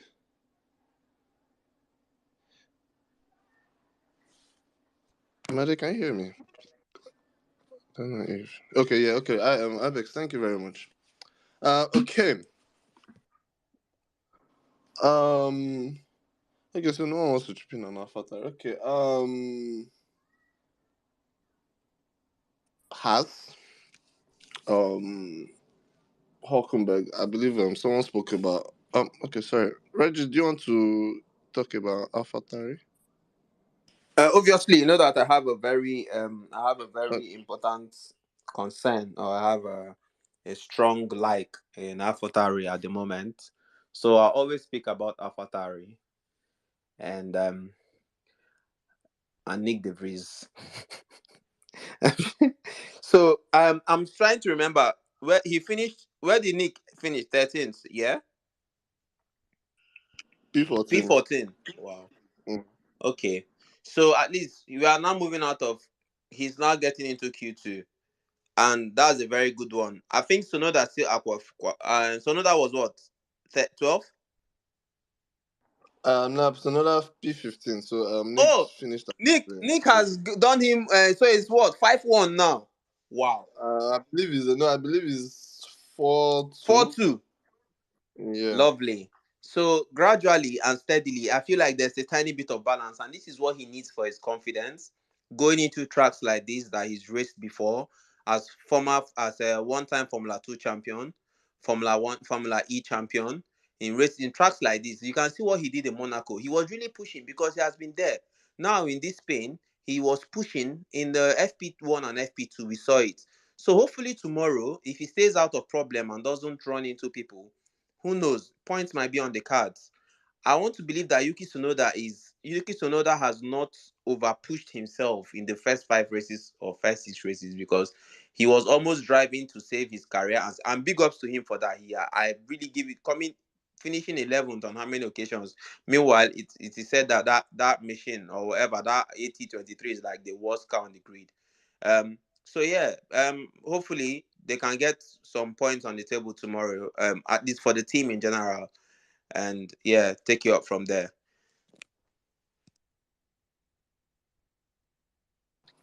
Thank you very much, Regis. Okay. Hopefully, as you said, but as I said earlier, I don't think points are possible for AlphaTauri. yeah, but we can never be too sure. Depending on how events. Regis, did you watch FP 1, 2, 3 and qualifiers? I watched FP1 and he was pushing really well. Okay. That guy spun maybe like a million times in He the wasn't only he USDC. wasn't the only one spinning, so He spun a it lot. wasn't only he was in that was FP3, wasn't it? That they were all spinning or something. I don't know, or Q1. Okay, well, I mean, let's see tomorrow. He spun a lot, but let's see.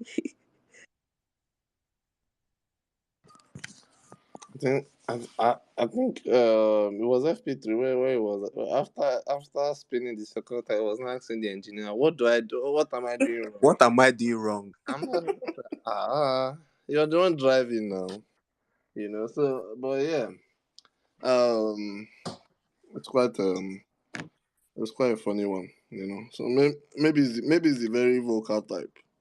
But yeah, I feel a little bit bad for him, and I'm really rooting for him and hoping that he picks things up. I just feel a little bit bad because this is his one chance to kind of prove himself in Formula One. Bearing in mind that he's not as young as other drivers, I'm rooting for the guy, to be honest. I hope that he finds a way to turn things around because it's really, I think it's sad.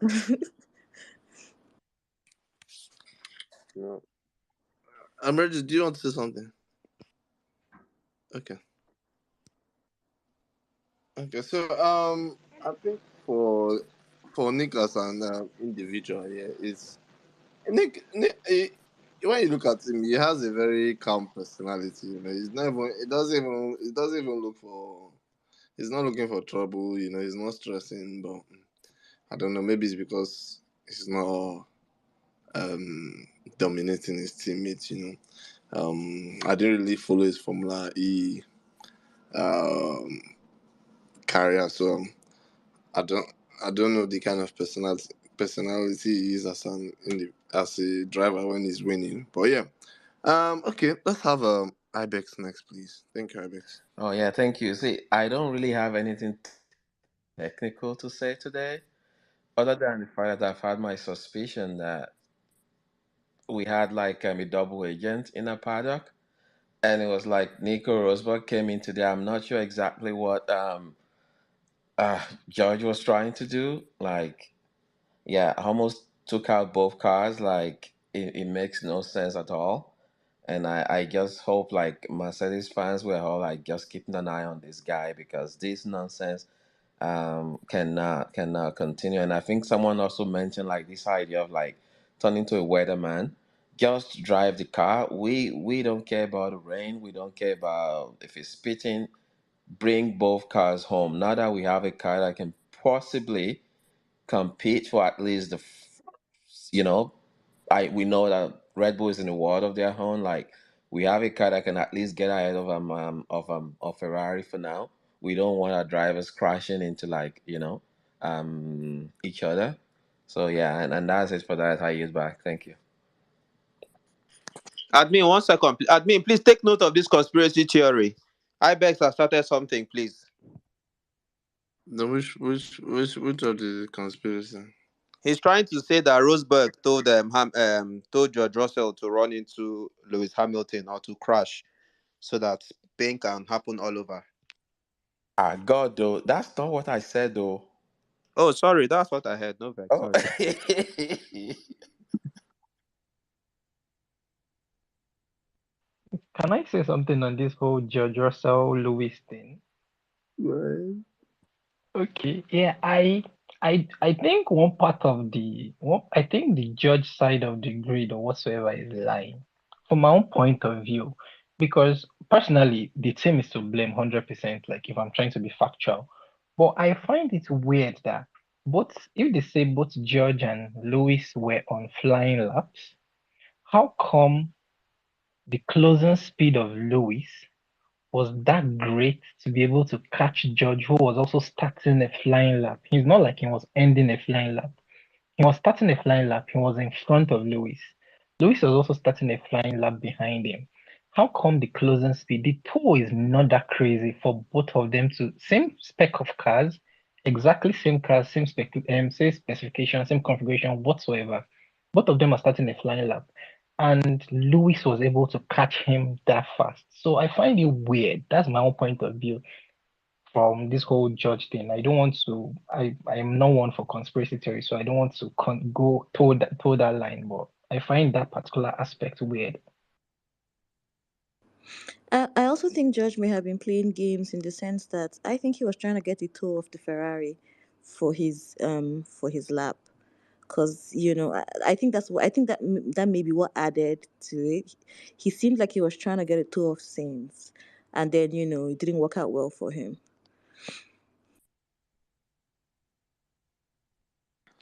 Nah, Shebi, if you are trying to get to, you use mirror now. She will below you. No. Toyib said that most drivers don't check their mirrors. Okay, let me follow Toyib's this time, no problem. Ridwan, do you want go ahead? Okay, me, I have conspiracy theory that I want to drop. Should I drop it? Brother, go ahead. We are here for it. Okay, so what Imade was saying is that for me, if it is that thing, it is what Lewis Hamilton used to do. You can clearly see it when you were at Miami, when he wants to start his own flying lap. I don't know, he used to climb on top of the person ahead of him. He used to climb their head. That's what he was doing today also. I believe he was getting a top from Russell. He now want to climb on Russell's head.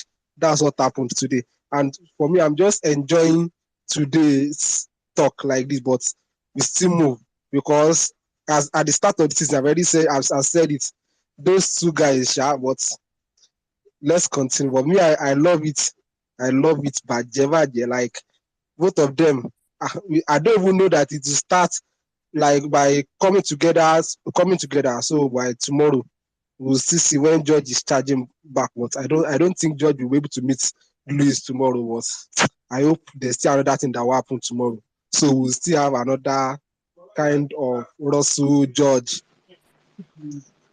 Maybe it is Red Bull used to Red Bull that used to like do something that used to have number one driver, one like the other one should allow the second one to pass.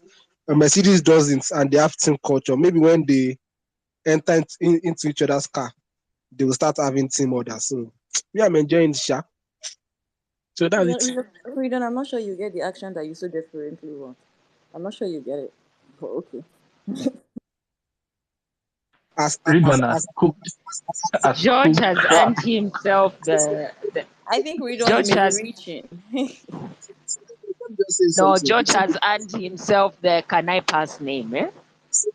He's not doing well for his trust right now. Can I pass in Bahrain? Can I pass in? He's slowly becoming the "Can I pass" man. So people are actually making memes of him saying, "Can he pass from P13 to go to the podium?" It's gotten that bad. I mean, really, what was he doing in Monaco? That's why people are finding it hard to believe him now. If people should read, if you're Christians, read Matthew 7:7. Ask and it shall be given unto you. Seek and you shall find. Man, George is out here being the team engineer, strategist, past champion, team order man in a race. So I see he has no pace. Can I pass him? You pass him. You're being packed by Stroll and you're busy saying, I have pace, I can pass him. So people are beginning to be more on the the nagging side of George, and it's not looking good.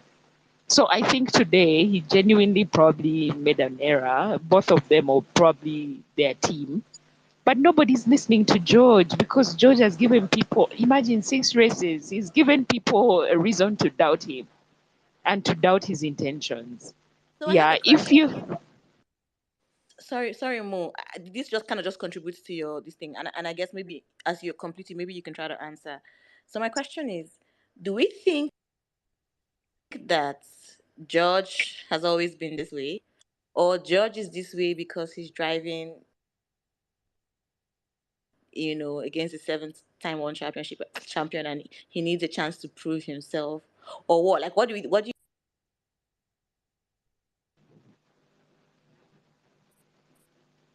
do you think the issue For is? me, I think that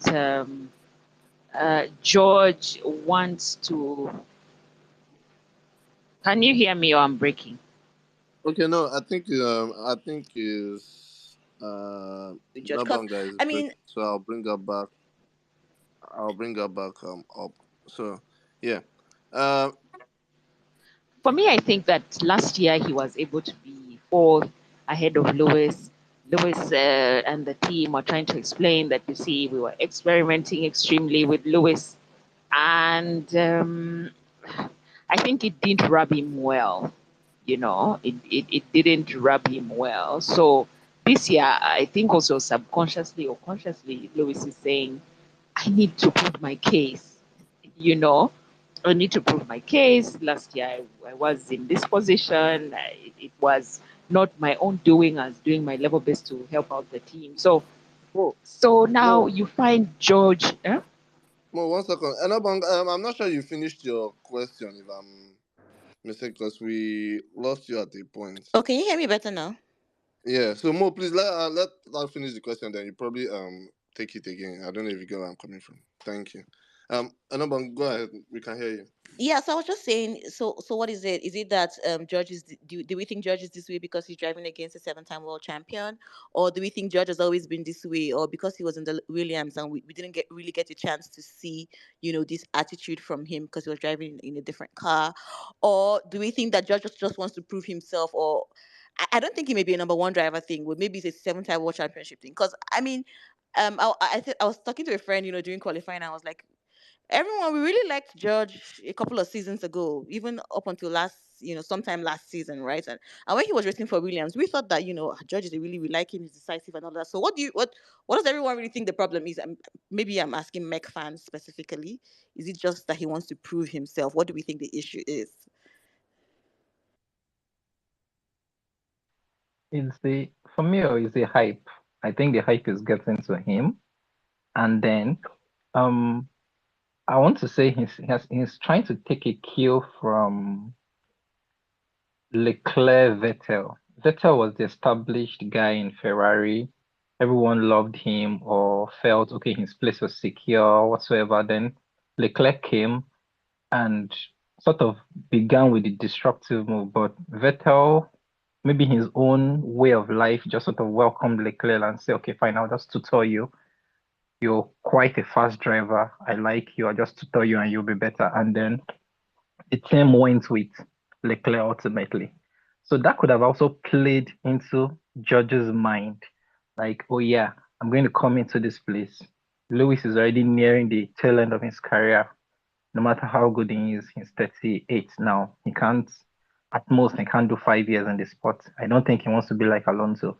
So George might be coming with the mentality of one, okay, I'm just coming as a disruptor. I'm going to try and stake my claim and my place in the team. Then the whole Sky Sports hype, the whole British hype, the whole Mr. Saturday. By the time you combine all that together, is a recipe for someone to just try and not, quote and unquote, I don't want to say know his place, because I understand and I appreciate when people stand for themselves in a team. But when it seems like you're now overdoing it the way he seems, then I just feel it's a combination of multiple things, not just the one thing that is making him be that way. Then secondly, I also feel from the FOM who broadcast these routine radios, they're also contributing to this thing in a way, because I'm 100% sure multiple drivers report the rain or report whatsoever is happening on the track, the conditions of the track, gravel, whatsoever it is. But why are they always playing George Russell's own every time or most of the time? He's his own they pick to play. So I feel the FOM is also contributing to this thing, because if today they pick Russell's own, yesterday they picked Leclerc, or they picked Gasly, they picked whosoever person, reporting same conditions of the track, I don't think people would have this sort of burden, would I say grievance towards George at the moment, especially when it comes to his track reportage. But yeah, that's my own opinion. But George has been quite unique in his phrasing and his lines. I mean, he creates this own hype on his own. Who gets knocked out and goes, sugar? Who? I mean, he's creating these phrases himself. Or who goes, oh, blimey, crikey. That's the That's so British thing. British. That's a That's the very British British. thing. George That's, is Yes, yeah. exactly. So I don't know what FOM can do. I mean, Gasly has not said, oh, blimey or oh, crikey. And the fans pick up on it. They start up as these cheeky positions, and then, sugar. I mean, who does that? Nobody. today. He And said then, fuck. He said fuck Nora. And brother, who is Nora, man? Who is Nora, brother? Jesus. exactly. I mean, Maybe so what? is his ex in high school. And he's such a politician. Oh my God. People don't like Max Verstappen, but he was right when he said, he says all these nice speeches. Because listen, the guy is a GPD, he's a head of the drivers. So, of course, he has the right phrases, he has the right presentations. He's doing all those comms on his own. No one is busy doing gymnastics with words and phrases from I don't know where. That's Oh, why even guys came up with a meme of George is the type of guy. How do you think nobody got those lines? So he's responsible for his own radios. but Maybe, let's not get it wrong. Let's not get it twisted. George Russell is a world champion but I material. love, yes, he's definitely He, world champion he's material. a champ, He's and he very has race it in him. aware. Maybe I the like way, it. yeah, the way he's going about it now. Maybe he doesn't know that Lewis still has a lot of fuel in him and thinks the team is going to start tilting too much towards him. And I can't fault him for trying. In this life, anything you have to back yourself 100%. Yeah. No, What by gave no me means am what I gave me saying he's bad. I'm saying he's very, very race aware. By the way, I like that about him. yeah, And yeah. at some point, yes, he's pushed his team to make better decisions. Like in Zandvoort last year, they should have put both of them on a different tire. They left Lewis out to fry. And he was very frank with them and said, guys, I think the soft is what's going to do. And I like that about him. And I wish, and Lewis used to do all that before, by the way. I wish he goes When back you to get doing older it and get again. more matured now, you chill out. I think this is his time. But made me really happy, like when after he said that thing in Monaco, I don't know whether it was Lewis that was just marking his time. The moment he made that comment about he wants to pass and blah blah blah, I think Lewis now opened close to 5 second gap on the next person or more. And I'm like, bro, where was this space? So whether he had that radio communication and like He it's like didn't. He didn't. Even Bono didn't tell him. I but think he was probably gathering himself to make sure that nothing happens because he got an opportunity. Him and Ocon got an opportunity to pass Russell, who they would probably be behind in the event he didn't have that error or didn't slide off. So for me, I like that he's very race aware. He'll tell them, why didn't you tell me this one was 5 penalty? He say, that I like. But the idea that you think you should be entitled to pass somebody, he keeps making those snide comments, and that's where everybody mistrusts him. Like, fine, if Lewis is slow, overtake him. Do not ask the team to tell him, is he saving, or is he managing, or he actually doesn't have the pace. I mean, don't add those snide comments. Be about your race and outrace the guy. Don't try to be saying, oh, because I have 5 penalty points, can I pass him? No, you go and race the guy. Like you say, where am I losing to Lewis? I want to catch him and save myself the penalty. The other snide comments sound quite condescending, honestly, and very mistrusting.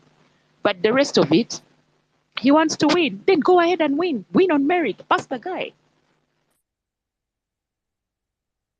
thank you very much. Okay, let's have a read one. Ibex then Mr. Roy.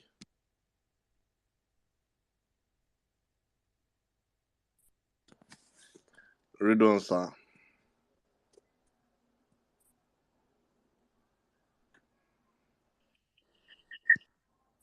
Okay. Okay, let's have Ibex, please. Yeah, looks like Ridwan is gone fishing. So, See, with this Mercedes situation, I don't have any problem with drivers asking for help. At the end of the day, we're in the same team. But if the help comes in like, hey guys, is there anything we can do to protect my lead? All of that. Lewis has got better tire, probably in better position to defend.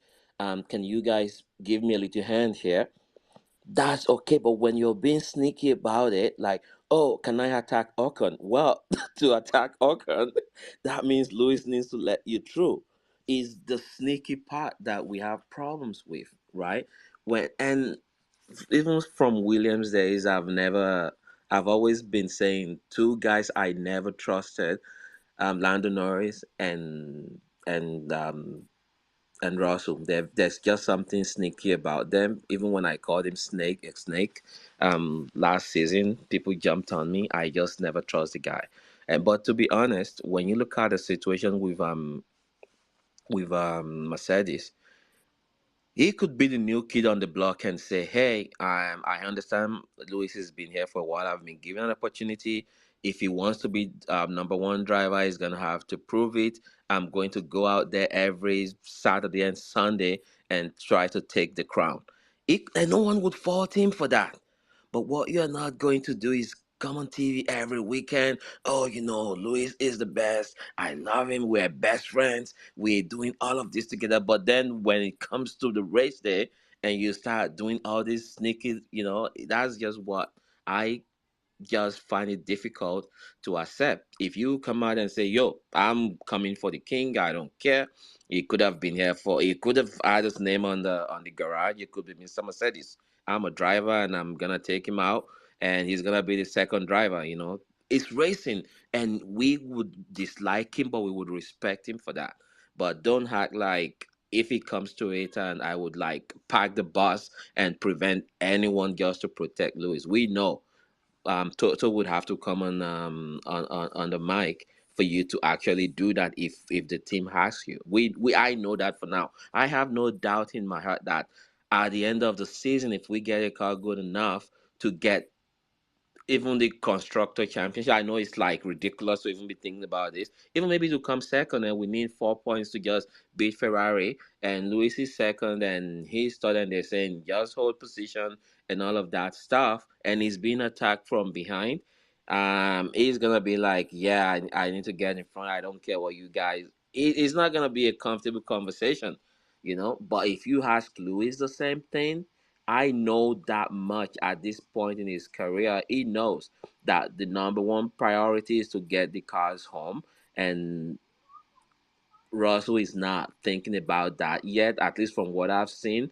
For him, it's always about me, me, me. And it could also be because he's new to the team, lots of pressure on him.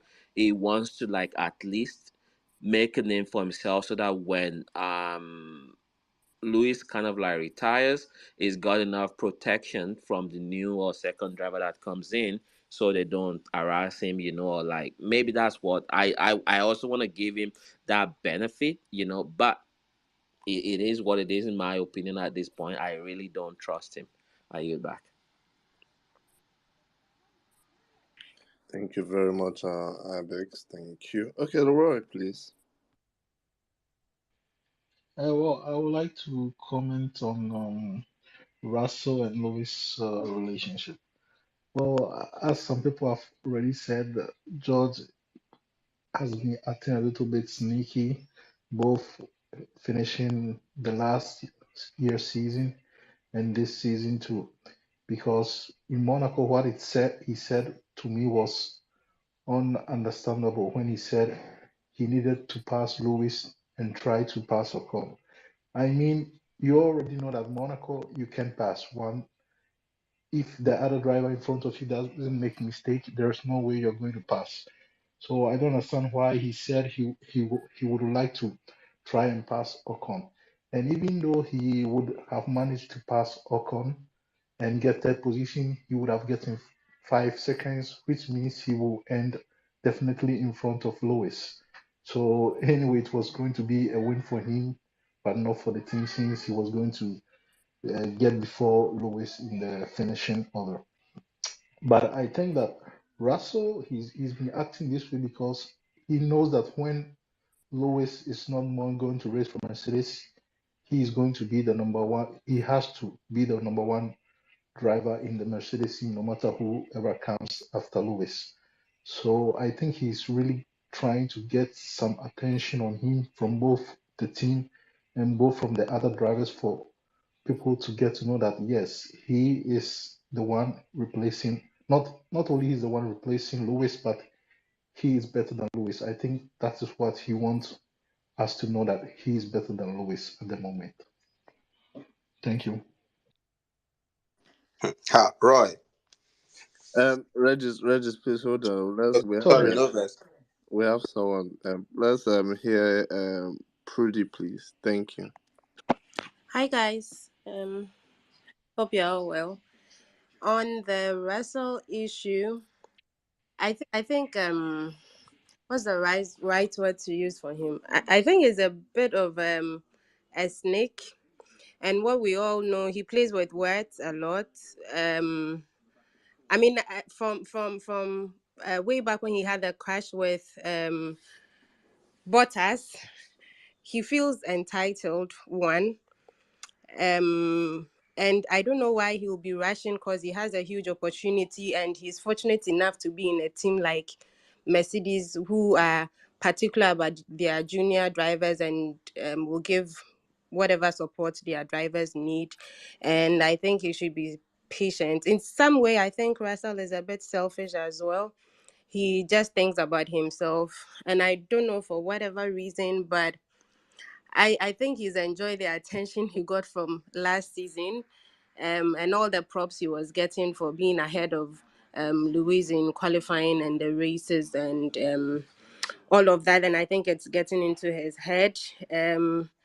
But yeah, we all know that he was getting that chances because Lewis wasn't comfortable with the car, and for some strange reason, I think because of his experience with Williams, seeing the under of the Williams today, I think I understand driving such a shit car and then coming to Mercedes and getting that car, even though the car is not good, it would probably be a step for George. So it was a bit easier for him. But yeah, from all I've seen, I think Russell is just about himself and will not put Lewis ahead or sacrifice anything for Lewis. And I don't know what will make me change my mind, but that's it. And even from today's crash, he didn't step on the brake, so his DRS was still open. So it's like, yeah, we've crashed, but I have the car to go, so I'm moving. And then he was focusing on his race. So it's always about him.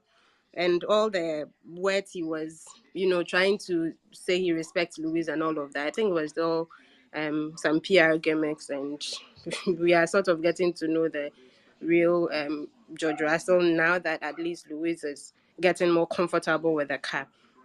And then again, I don't know if you are talking about the race in general, but the person who had a stinker, the Checo, I don't know what he's up to, or I don't know if it's his side of the garage or whatever, but is he driving the fastest car on the grid? Because at this point, I think Stroll is even doing better than he is, honestly, and it's upsetting. I don't know, I don't know what he's doing in there, but yeah, I think those are my key troubles for today. And yes, I'm excited that of all races, Stroll came alive at the Spanish GP and sort of beat Alonso in the qualifying. And I'm happy for Carlos as well. I think that should be his best performance, P2. It should be an exciting race tomorrow, so I'm looking forward to it. Thank you.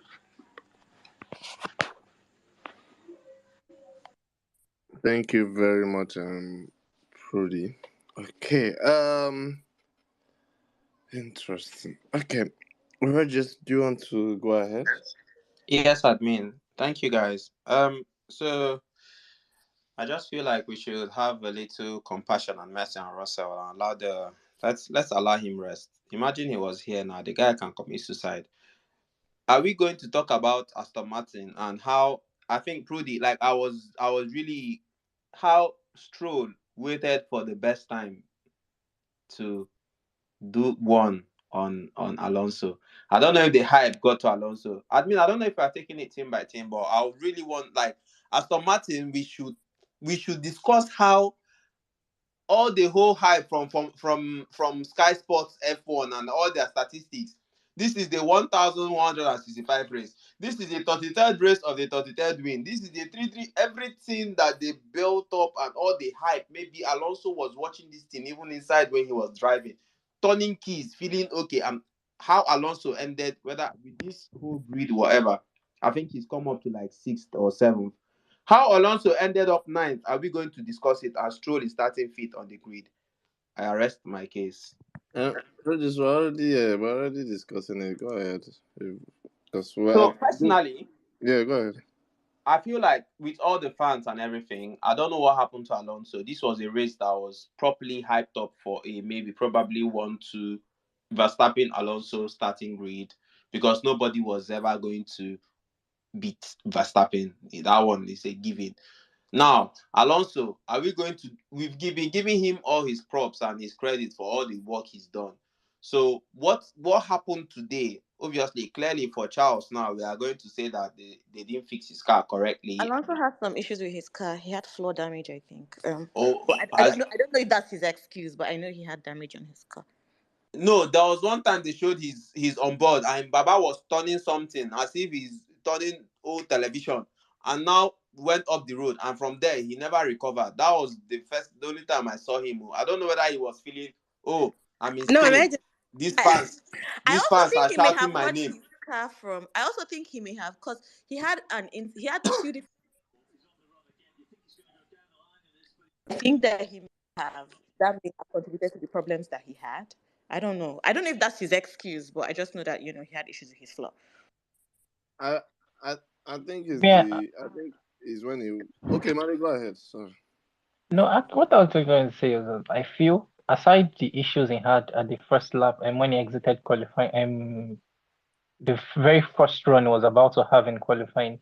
Personally, I think the Aston Martin update that they brought to Barcelona didn't work because forget what happened in qualifying to Alonso. We know he would extract the pace from the car whatsoever, but from the build-up FP1, FP2, FP3, you could actually see that the updates were not working.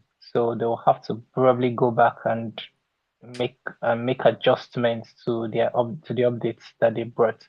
But for Alonso specifically, he had floor damage. You could see them taping the floor with duct tape and heat sealing glue. They were doing that multiple times. So that was Alonso's issue basically.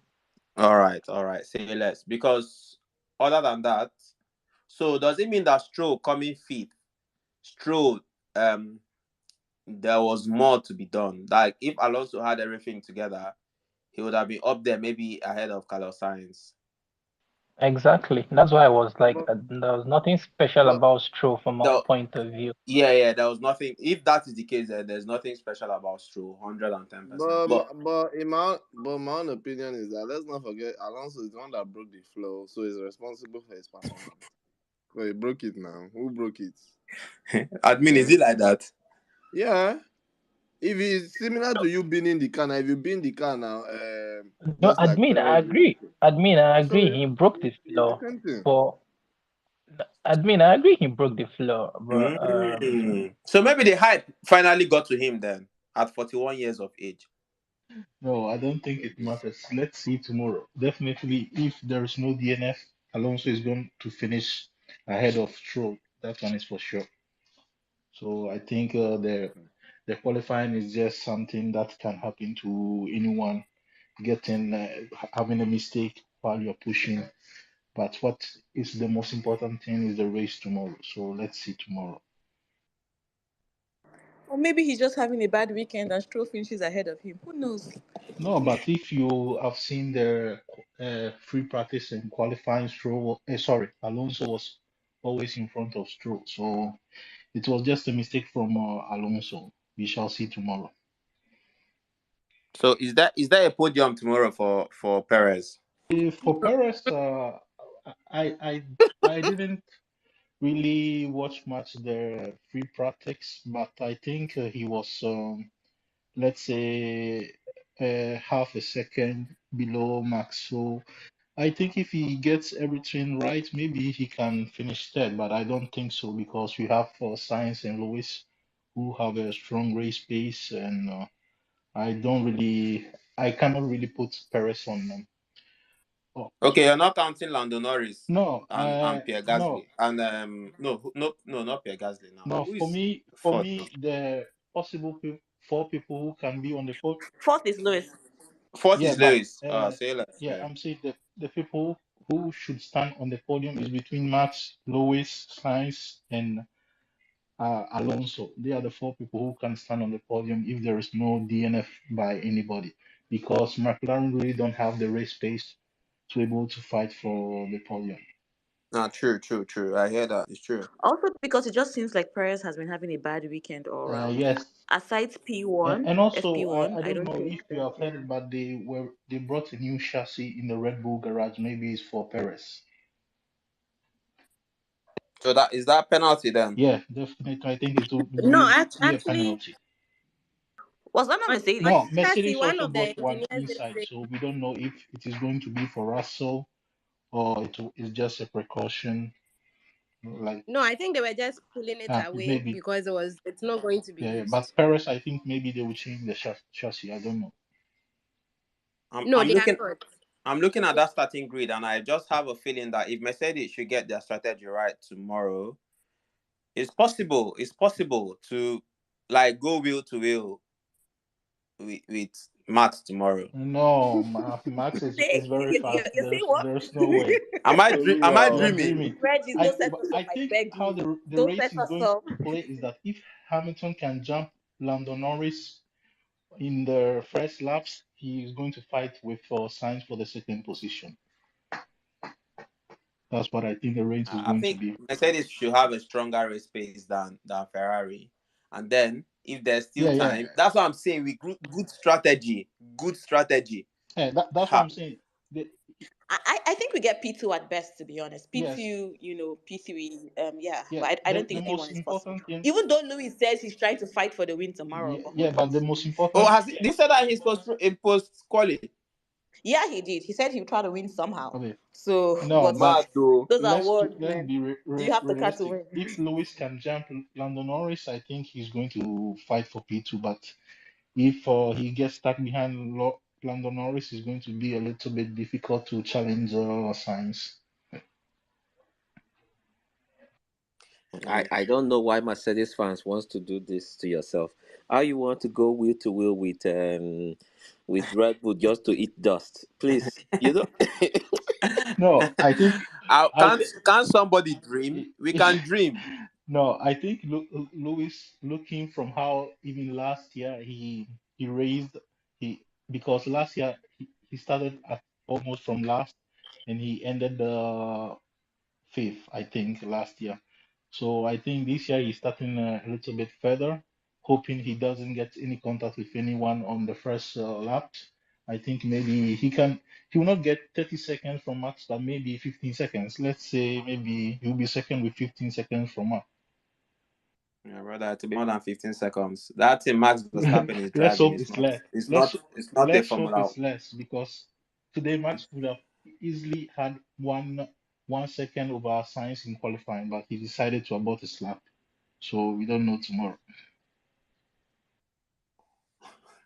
Max Verstappen, thank God. Okay, Imade, please go ahead.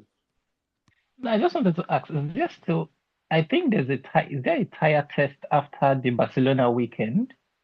Yeah, next week.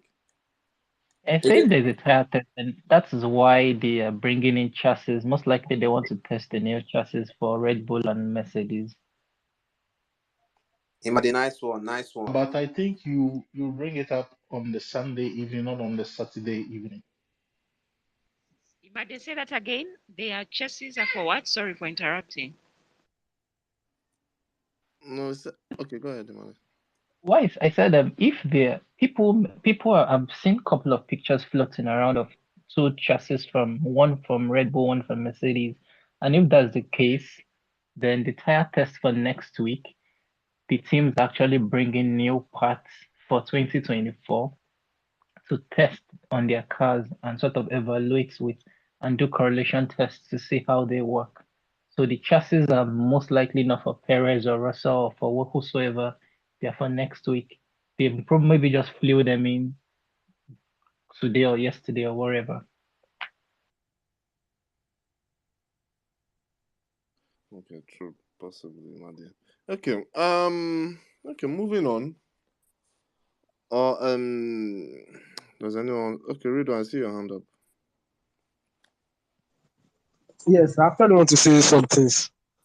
So, like from where I was saying. So, I think for that chassis, I think it was just like precautionary because I heard that it's going back to the it's going back because when this Red Bull's engineer that's on Twitter, he said that they are not needing that they won't use the chassis for anyone this weekend. So it's not for Perez, it's not for Max, it's not for anyone. And for the tire test, I think the tire test is for Mercedes and Ferrari only. They are the only one doing the tire test next week because I think that's what I read. Because they are just the only two teams that are doing the tire test. So I don't think other teams are doing it. So I think that's for that. And to those that are hoping that they will catch Max Verstappen, I think, as Reggie said, that it's good to dream, but sometimes it's not good to dream inside a dream. So I don't think it's not that good. So if nothing happens tomorrow, I think you knew, even if everyone like the rough pace of that Red Bull of Max,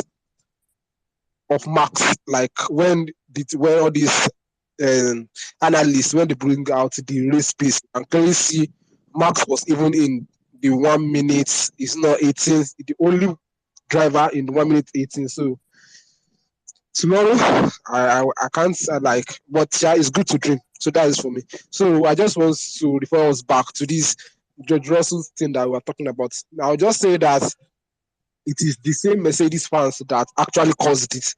They were the ones that actually hyped him to the extent that the hype got to him because that hype was quite too much.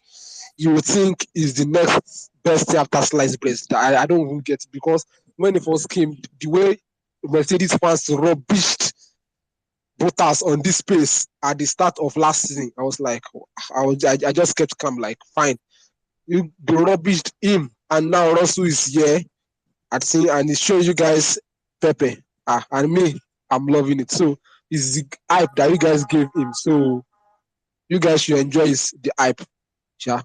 Because We you don't guys rest said in Jesus' name. Rest.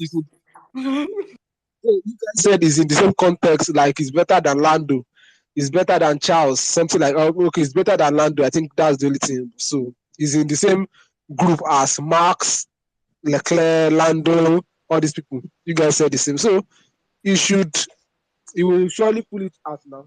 They're asking for team orders tomorrow. I can't wait. Thank you. But read one. Let's not lie. I dislike George, but George is a good driver. Let's not lie. I dislike him, but he's a very good driver. So he's in the category of Lando and the others. Yeah, he's a very good driver. I can't even deny that one, but I absolutely dislike him.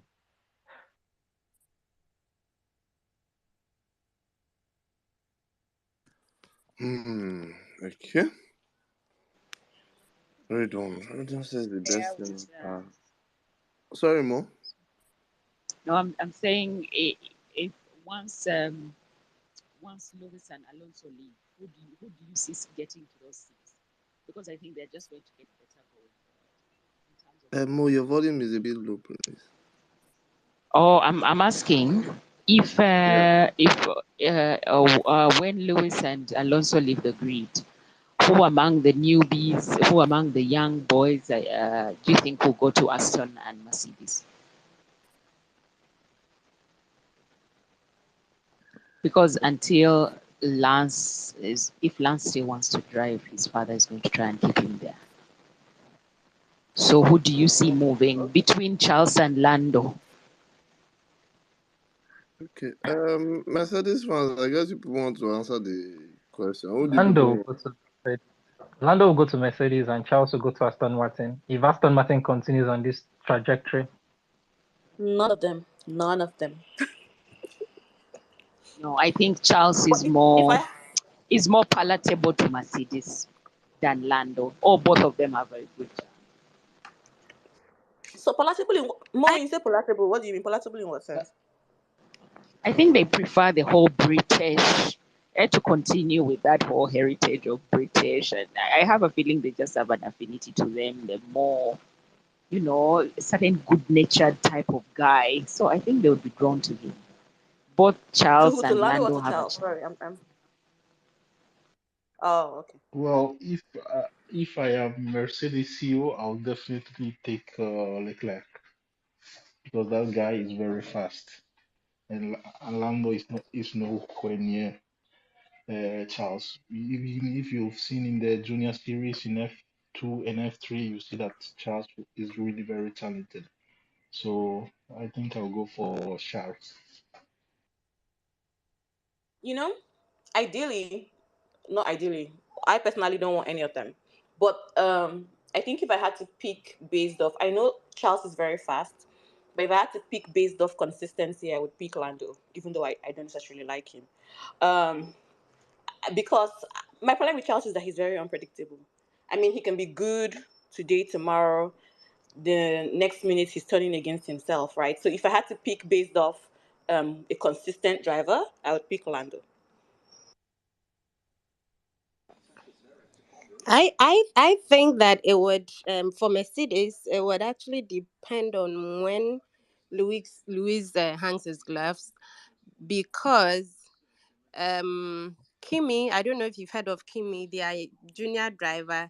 That kid is good, and knowing that Mercedes promoted George from their juniors and the way they pay particular attention to their young drivers. Red Bull also does, but Red Bull is so fast to cut their drivers off. Mercedes have that patience. So I have a feeling they would promote one of their junior drivers. Vesti is not that sharp for me, but I mean he's gaining grounds in F2 as well. So depending on when Lewis retires, I feel they would draw from the pool of their young drivers. But given we have to choose from the grid, I'm drawn towards Lando more than Charles. I'm with Eno on this, and I love Charles, but he's just not consistent. I mean, the guy can kill himself by his own hands. But Lando, given his naughtiness and all of that, and my dislike for him, he's a good driver. He's a consistent guy. You sort of always know what you are going to get from him. So if I had to choose from the current grade, then it would probably be Lando. But I have a strong feeling Mercedes would promote one of their junior drivers, depending on when. As to who it is, would depend on when Lewis is actually going on retirement and who is good enough for the seat. Okay, people should not kill me. Just hear me out. Ocon. I agree. I Well, agree. actually, Ocon. I agree. well, Yeah. If Toto is also Ocon's manager, to be honest. if So I Ocon mean, should try it, he's never going back to Paris. I'll be Lafont. what about Mick? Is Nah, that who's a never. that? Come Who on. is that? driver? Mick. Oh, Is that a driver? Mick needs to go to DTM. He's actually wasting time. But Mercedes fans, you guys have to give credit to Mick because it's Mick that puts you guys in the position you are in today. So No apparently, way. Which part? I mean, I They said he was in the simulator. let me finish. So he ran back to I say he ran back. He flew back to Brackley yesterday and then was in the simulator all night. They said he had 30 minutes of sleep. That's coming from the communications director's mouth, not my words. And then he flew back this morning to Barcelona, and on track. So I'm sure if you saw Mick today, he was looking a bit dejected, not smiling. But So, yeah, admin, what you mean is that Mick was doing what a reserve driver is supposed to do. So he was doing his job. I mean, we are grateful to yeah, him, but he yeah. was We doing have to his give him job. credit now. No, what I mean is he's doing his job well, because if the data from the simulator, if it's not positive result, then I'm not sure you guys will be where you are today. But yeah, so as you said, he's No, doing but his did you job. hear what he said about Mercedes also? He said the work ethic here is crazy. What you did last week is not good enough, and what you did 2 seconds ago is not good enough. So it is no coincidence that he's better even in the simulator, because they're not playing. He said a debrief here is like a lecture from the center of your head to the tip of your toe. And that's what James Wolves was also saying. He said what kept us leading was because whatever you did last week was not good enough the next week. So while that is true, eventually he'll have to sit in a car and drive it, and not the simulator. Real life is not simulated. So I think he should go to DTM and try other series, because I don't see anybody giving him a green light.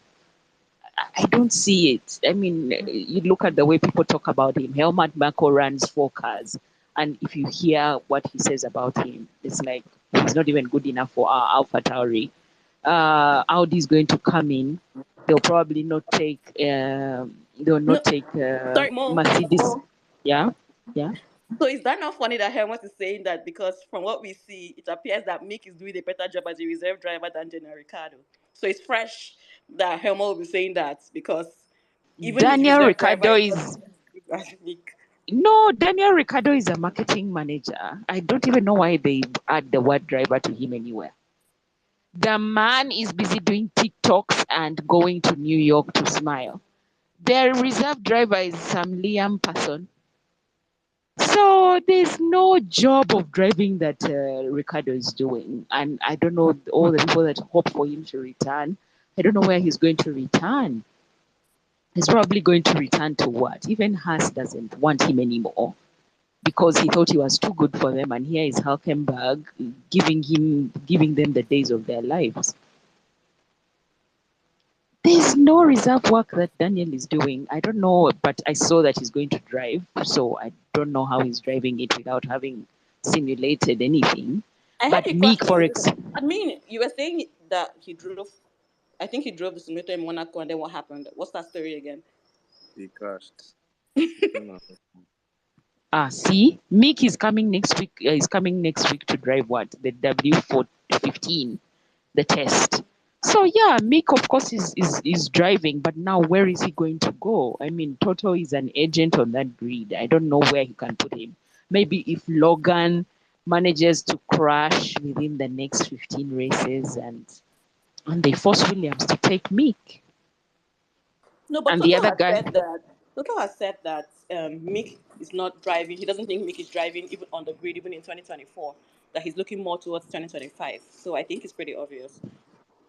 exactly. You see how far that is. Unless they kick out Bottas, who Toto manages, or who's Zoe, maybe if Audi says we want somebody German and they kick out Zoe, or what's his name, Franz Tost was hoping that instead of De Vries, they should have brought Mick, but he's out.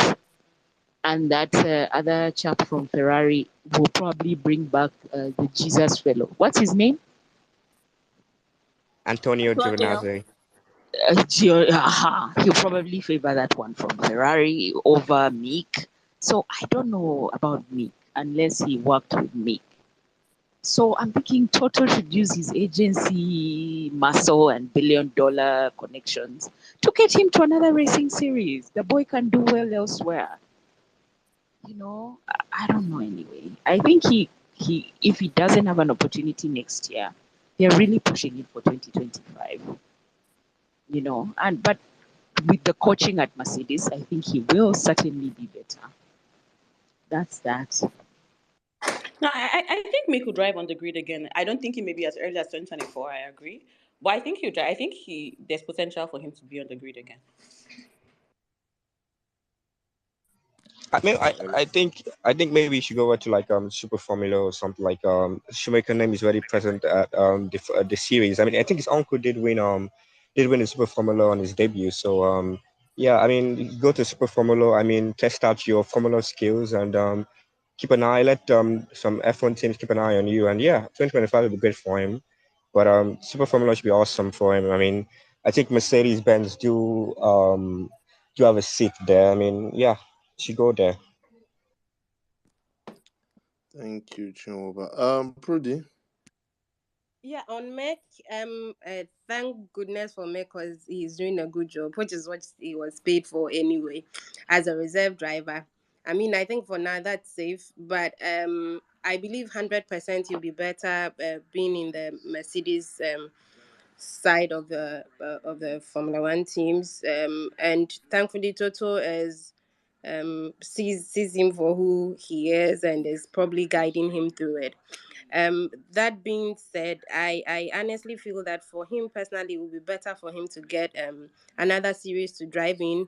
I don't think he will be in a Mercedes seat, but it's possible for Toto to get him a drive.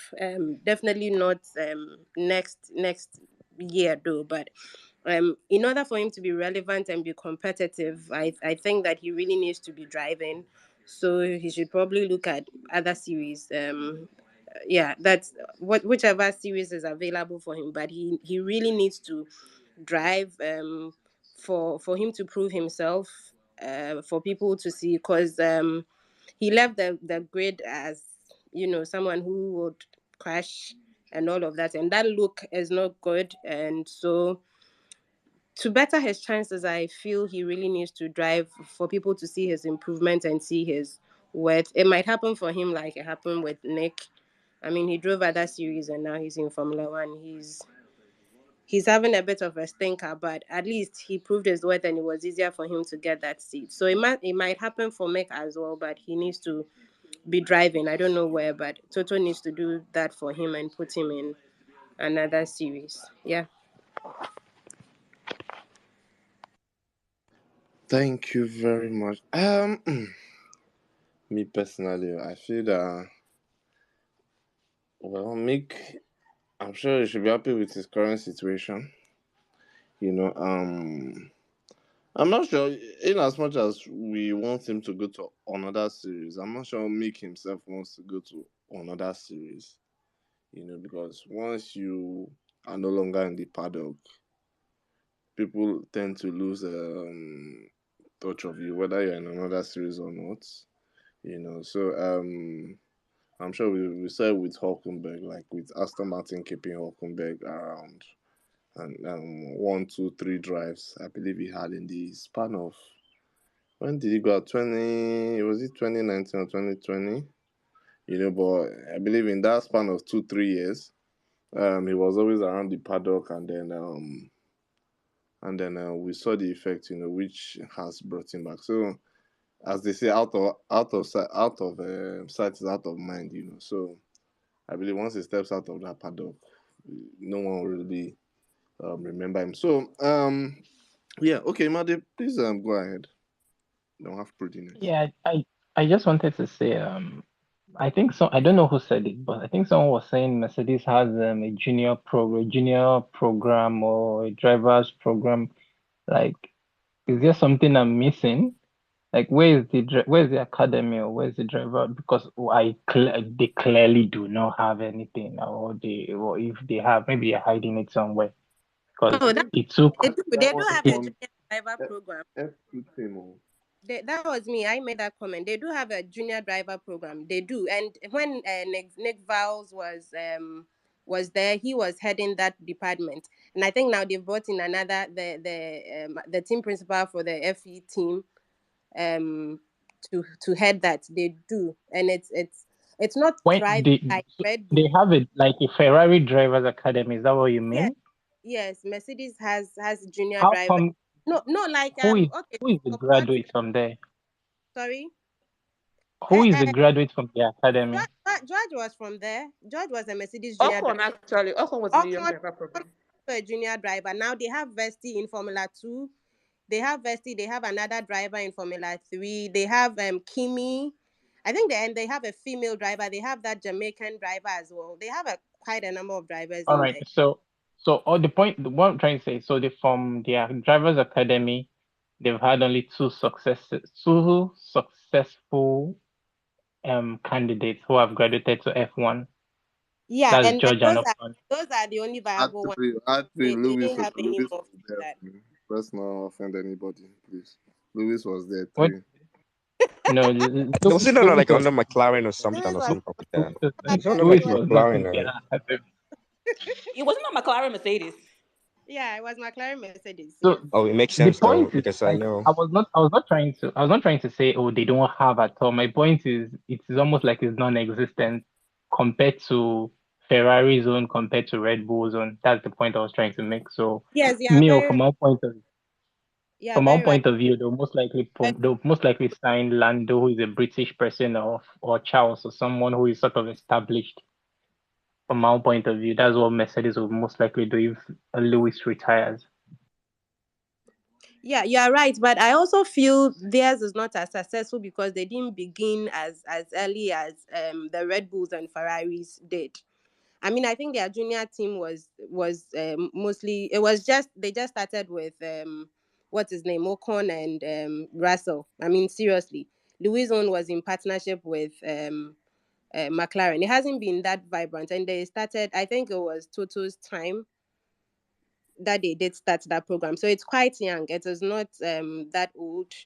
So yes, I'll put Red Bull and Ferrari ahead of that, but I think they are doing a good job now to even allocate personnel to the junior drivers. It's great. So let's see what the future holds. But yeah, they started. They can't be on par with Red Bull and Ferrari, because Ferrari and Red Bull started this journey way back, but they're just pulling in. So we'll see. That's why I was saying that depending on when Luis's hangs his gloves, I'm sure they'll pick up from the team, because the way they cycled around George filling in and Ocon as well. But unfortunately, I think Ocon's timing wasn't, because then he had signed for Alpine and all of that. But so I feel that they'll be heading towards the Red Bull and the Ferrari line, where they'll give their own junior drivers a chance before they look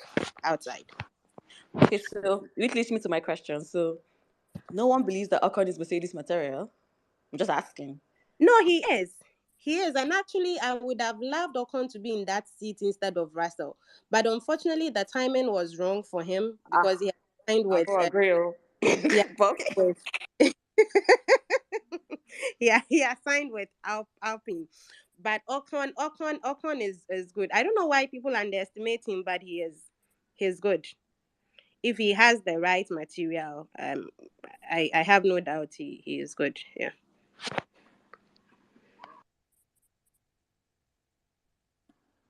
Okay. Okay. Ridwan, then we'll have Clinton, please. Okay, so on this, who would replace? For me, what I just want to say is that maybe they might promote their reserve drivers. For Mercedes, it might be Mick, and for Aston Martin, it might be Felipe Drogovic. But we don't know exactly what those guys want, because if you look at how Aston Martin has recruited their drivers, most times it is Lance Stroll against someone older than him, not someone younger than him, because you can clearly see Sebastian, you can see Fernando, all those kind of drivers, like well-experienced drivers. So we might even see maybe Lewis Hamilton. So I'm not sure. It's not like an agenda. I'm just saying maybe, because that's how they've been moving around. For Mercedes, I think Mick Schumacher will just be the next, because unless they want to go and sign Charles Leclerc, because even right now, I think Leclerc's contract will soon end, something like that. So if they do not sign him now, then how will they be able to sign him in the future? And it's really before Ferrari will be able to release him. I don't think they'll be able to release him like that. Yeah. Then who I think else is Mercedes on? can buy him out if they mean it to be honest. I can't hear what you just said.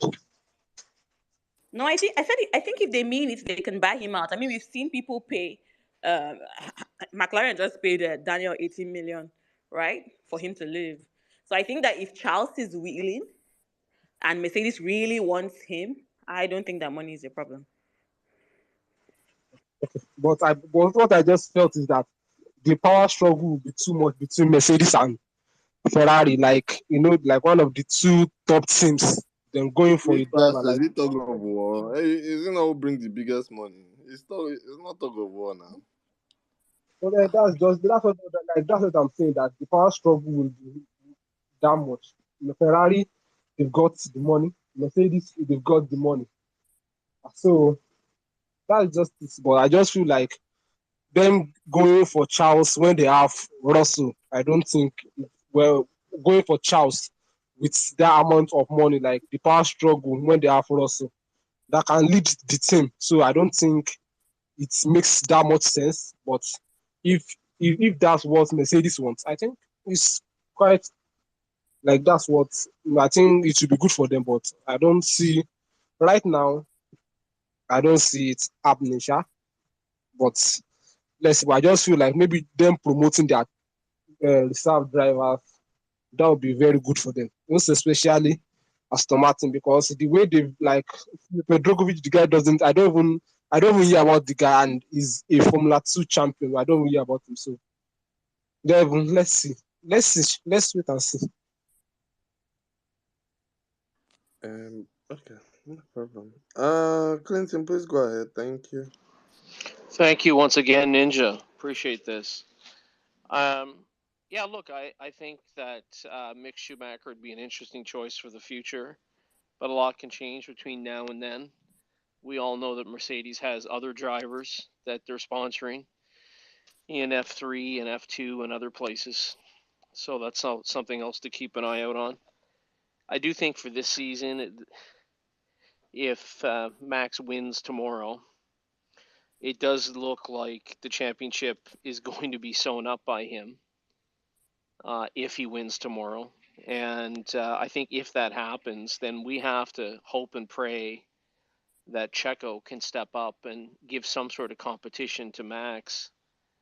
Otherwise, Verstappen could be looking at a third consecutive championship. And that's not good for competition, especially the way that he's doing it, where he's just walking away. So we really need Checo to step up, and he's got to show that he belongs. Whether he will or not, I don't know. But yeah, and just something to throw out there, I do think it'd be interesting for Formula One if they could form a formal partnership or some sort of a merger with IndyCar in order to use that as a junior league for Formula One. Because there's a lot of great Formula One talent that's in F2 and F3 right now that has nowhere to go because there's only so many seats in F1. And wouldn't it be great if we could take some of that talent and foster it and allow it to mature in an IndyCar so that when spots open up in Formula One, they could fit right in potentially. So just an idea I thought I'd throw out there. Clinton, the IndyCar competition will be very angry with you now if they were listening to you. For them to be like a junior to F1 when they are trying to claim the sport for the pinnacle of motorsports, no. And you know that the thing between the America and Europe, that fight won't be on. Sorry.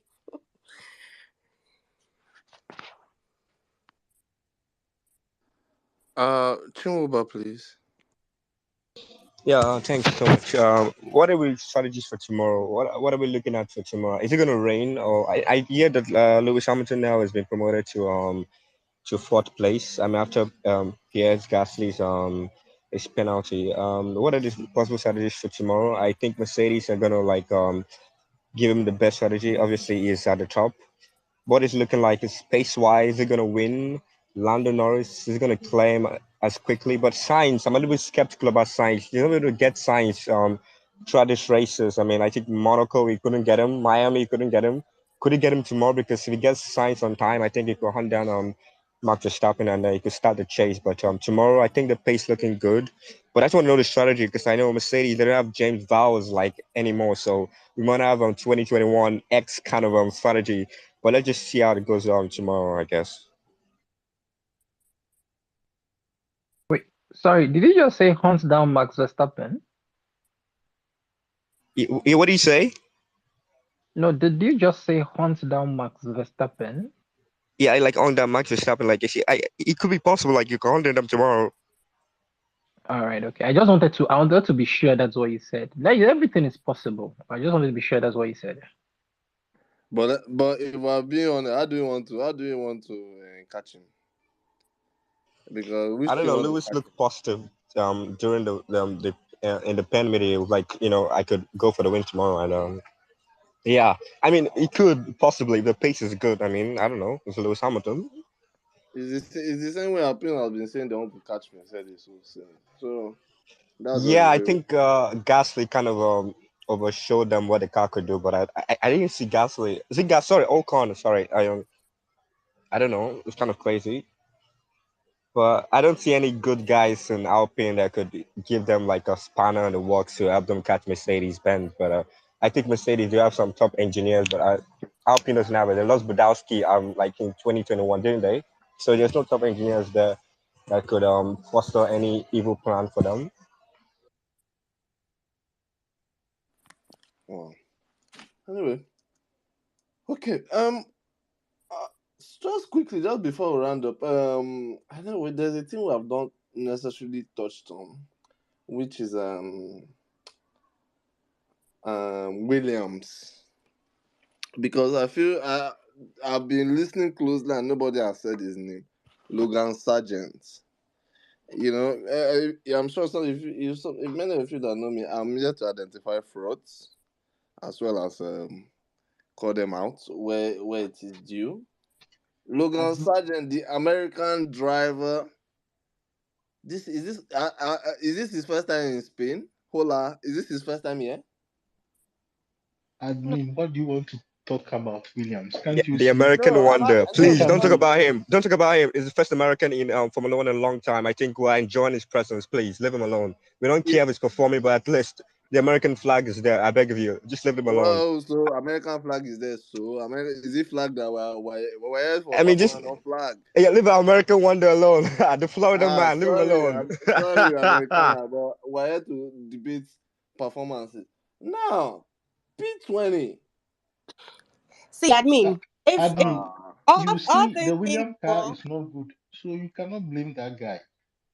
How are you supposed to blame You that can't guy? blame him. Look at the flaw of that car. I mean, like his Look even basics. at I mean, Albon. Albon Albon is is just he started good the season, but now he's trash. So it's the car. You cannot blame them.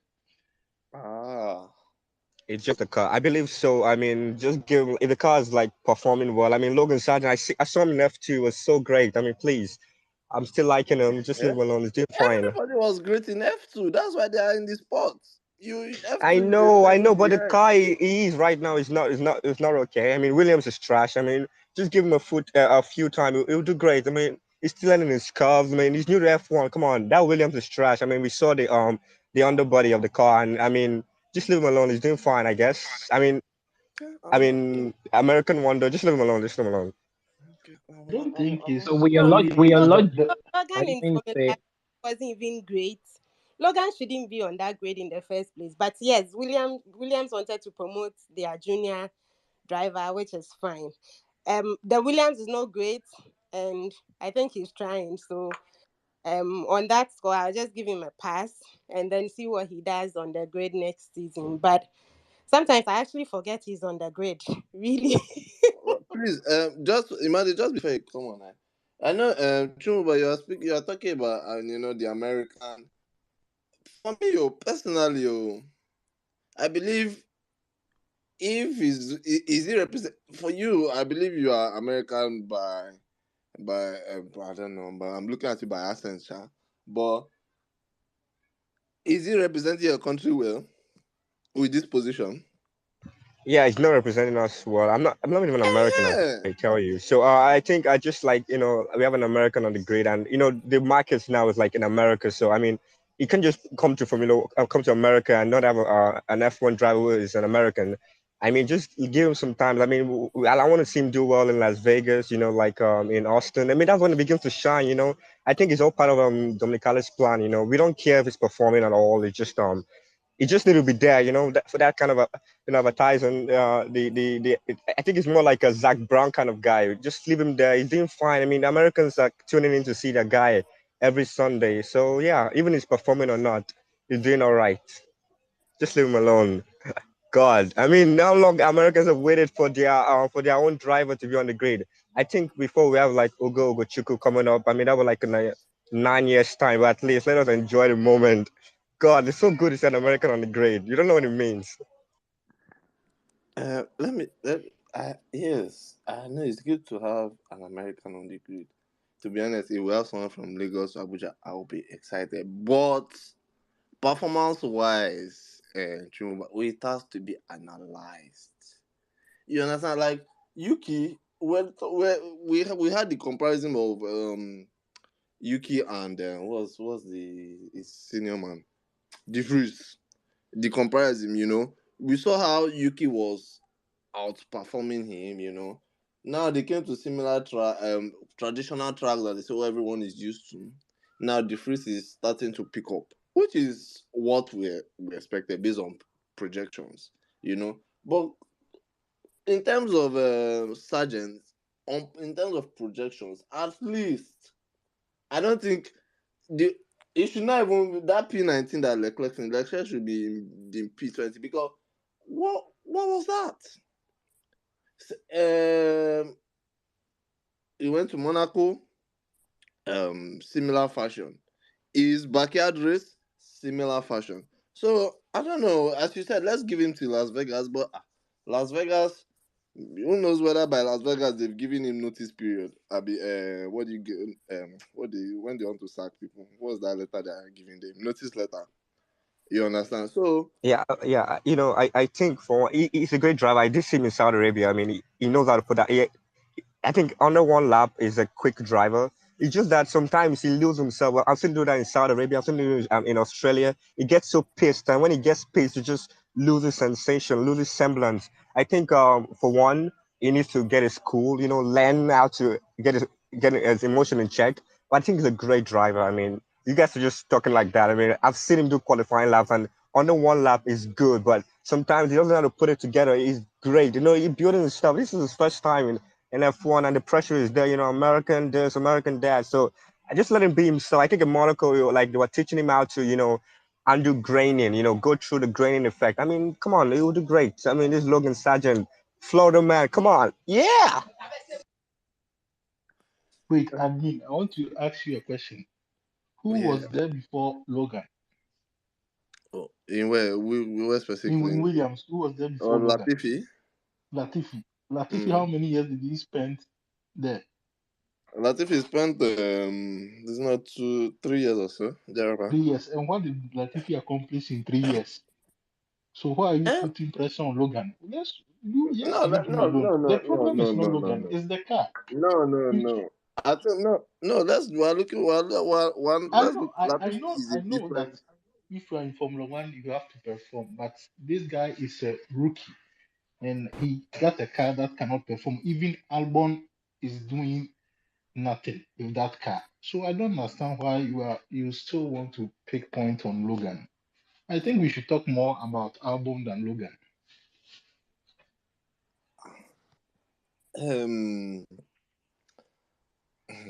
First of all, Latifi is a different situation. Why I say Latifi is a different situation in the sense that if Latifi's father didn't have Latifi, as we was a paid driver, with his family having investment in Williams.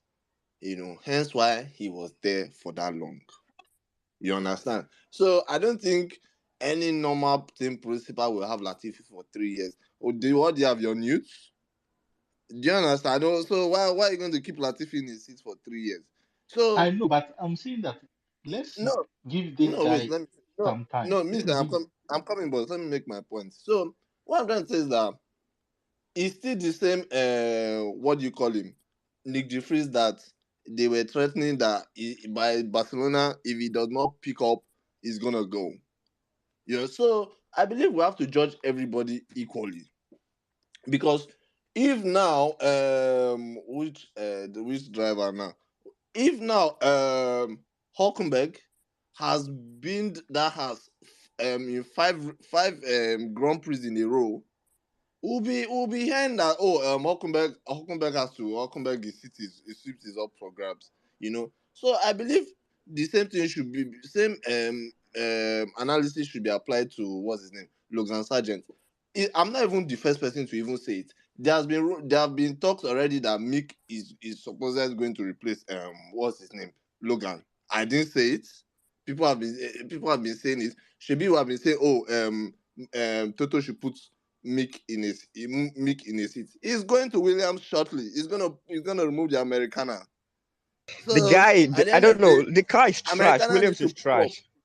I mean, he will pick up. Just give him some time. I mean, he will pick up. Come on. So now He'll pick up. He'll pick up. Yeah. so He's now Williams learning. will He's pick up. learning. I mean, come on. He's learning. And again, I think because of his number 2, he having like Stoffel Van Dorn vibes. When I saw him choose the number 2, I was crying like, God, this guy's gonna have Stoffel Van Dorn vibes, and he's definitely showing it. But it will wear off, and just give him some time. He'll pick up. I mean, come on, give him some time. Admin, I'm not saying we should not criticize him, but what I'm saying that if you see his teammates Albon, what he's doing, he's not doing anything better than him. So I think the main issue is to be attributed to the car, not to the driver himself. Definitely, he's not performing well, but I think it's something that we should leave for the moment and talk maybe when we reach half of the races. Definitely, maybe they will replace him with, or how do we call it, with Mick. But for now, you can't say too much about him since his teammates is not really doing much. Okay, interesting. No problem. We'll be here. We'll be here when they will cook him on Sky Sport. Is Logan Sargent today that they said that rain was falling? Crofty said that is his tears that we are seeing on TV. No problem. We'll be here. Yeah, No, Crofty will I get know, fired very but soon. I mean, why are you if you talking are so talking bad about on the Logan, American like I'm that? not. I'm saying what is actually happening, and you guys are defending it. It's actually you have your own opinion, Yeah, but funny enough, I mean, Sky Sport haven't said anything about Logan until recent. That's today. I mean, I haven't mentioned anything about American. I mean, they are like trying to be conservative, but I know he will pick up. Just give him some time, but he's learning. I mean, all drivers, tend differently. Albon had the Red Bull and to cope with. I mean, that's why he has some experience in F1. But this guy is new. I mean, guys, give him a break. He will catch up. I okay, mean, guy, he'll catch up. Come on. okay. Sorry. Let me ask you one question. Piastri is not new. Piastri is an F2 champion. I mean, you can't compare that. I mean, McLaren is a better car. I mean, it's a better car than that of the Williams. So yeah. I mean, I'm not being biased or anything. Just telling you that Logan would do great. I mean, I see him as a potential a Grand Prix winner. I mean, let him win some races if I say as a champion. But yeah, he would do great. He would do great. Come on. Okay. Chinuba, I'm okay. No problem. I'm not. I think this Logan conversation is done. We'll be here when. In fact, let's wait till Silverstone, because Silverstone is traditional track. So our God keeping all of us alive, we'll be here and we'll come and discuss this thing again. And Sky Sports, now that they've started today, they will continue. We will all be here. Imade, please go ahead. Yeah, on this whole Logan conversation, sorry, I know you want to move on from it, but to be honest, there's a reason why there are steps to get into F1. One of the safeguards is super license points. they quote and unquote found some way to rush that and get him super license points. You have to pass through F2, F3, F2, blah, blah, blah, and get to F1. So yes, while he's learning, while he's a rookie, it does not stop people from criticizing what they are seeing at the moment. And what they're seeing at the moment is, oh, can he improve? When we know the car is trash, but when Judge was with the car, and it was, I'm not trying to compare both of them, but we could see Judge's performances. He was making mistakes at the same time, but we could also see his performances and okay, fine, yeah, it's something this guy could actually excel in a better car. So it doesn't stop what the admin is doing, criticizing, or anybody who is criticizing Logan's performance.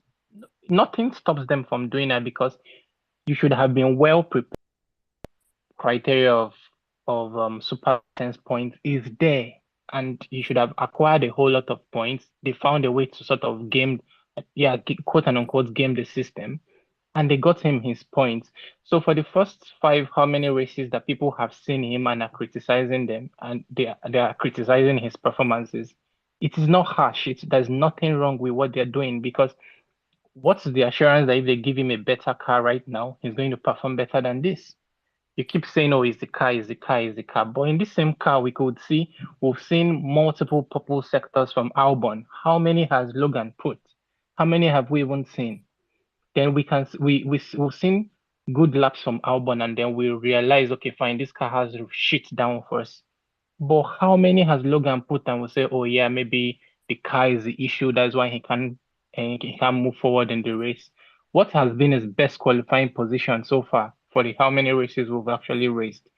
So there's nothing, from my own point of view, there's nothing wrong with people questioning his performances that they have seen. Yes, he is learning, and will most likely conclude at the end of the season. Yeah, thank you. Ibrox, please go ahead. Yeah, sorry. He said he hasn't put any purple sectors. He did put in Saudi Arabia and Australia. Just that he lost. He got cocky and he lost the car. He's quick though, but he can't. He doesn't know how to control himself. But give him time, he'll do that. If Verstappen also if Verstappen didn't lose the car in 2021 Saudi Arabia, would have also been on pole. My point is there are many ifs everybody can put, but only until people see the performance from you before they actually give you that credence. True. Yeah, but Logan needs to do better. But in time, is learning. Like I said, let's wait till Silverstone. Yeah, Silverstone doesn't do greatly. I mean, we could throw him out of bin, but we need to know that he's still learning. And let's not forget that he's the key to the American market. So whatever you guys are saying, whatever anyone says, whether they speak trash or not, that guy is the key to many more American races. So I think we're going to get New York added to the calendar sometime. So yeah, I mean, it's all part of Stefano Domenicali's ultimate plan of taking America, getting into America as pinnacle motorsport. You say Logan is the key to American races. Even if it's the key, I know, Bong, sorry, please. Even if the key to American races, as long as if they're going to give us if they're going to prioritize entertainment over the racing, then please, that key should get lost if that's what they're going to do. I don't want him to be the key to that. They should just give us pure racing. The key should not get lost, because if Sargent is the key, that door ain't opening. Simple and short. That's just my own thing. I mean, for now, it's Ugo we have. I mean, Ugo is like 9 years away before McLaren sets him up or something. But it's the key now to more American races. So I don't know why some people are getting pissed about his performance. I keep telling them the guy is there, he's learning. But let's also remember that it's the key to some American races. I mean, the way he got into F1 is, if you look at it, I mean, we all know that he was not like performing well in F2. We all knew that. I mean, they gave an ultimatum to win that race. I mean, get up to like 6th, so you could call that super license. We all know that the FIA had to do some things to make sure it got on the grid. So I mean, it's the key to more American races to come. So yeah, I mean, Americans do watch him. I mean, ESPN is the reason. ESPN has been like, how many viewers do ESPN get just to see Logan Sargent? They don't care about the race. They watch his onboard. God, it's only his onboard we watch. They watch his onboard of him coming last every other race. They are not well. at some point, the Williams Racing will now decide whether are we going to do this American thing or are we going to think about our team. Because personally, if you ask me, I think that's the first guy that will lose his seat. I'm not going to talk about him because he's a rookie. He did nothing. He didn't set the world alight in F2. I know he's just there based on pure vibes and American hype. But at some point, the team will be like, Omo, it's being. This guy is not working. You have to move. Let us move on. And then you draw the line.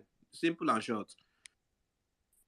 Okay, but if we can give Nick the Vries 10 races, I guess we can give Logan. No, we'll give him 15. That's why I don't talk about. I will give him 15. Nick De Vries is a former champion. This guy, I learned he's maybe second or third 2 times in Formula 2 or so. I don't even know his story. He's not. He's a pure vibes and insha. I feel like if he has a car, he'll drive. Omo, they drive. Oh, see driving. He's that type of guy, but that's not. He's not technical. I've not seen any technical. He just wants to drive on the race and do violence. Omo, relax, man. So that's why I said, guys, you should leave him and talk about other people because that guy, he's definitely not for F1, but they have placed him there. So let's leave him in peace. I agree. I don't think he is. I agree. The kind of race he's racing is the race of, oh yeah, let's go and drive. Like, I'm gonna take you on, mate. Like, bro, show some tactics, show some skills here, man. Nothing. I also have like a conspiracy theory. I think the number 2 is the reason why he's not performing well. Back then, Stoffel Van Dorn had the number 2, and he had some stuff, some crazy. He wasn't performing well. It was like Belgium. Belgium was like happy. They have their own first driver, and I think it's the number 2 that is affecting his performance. Lewis has raced with number 2 before. If I'm certain, we're not gonna do that. Are we really going to?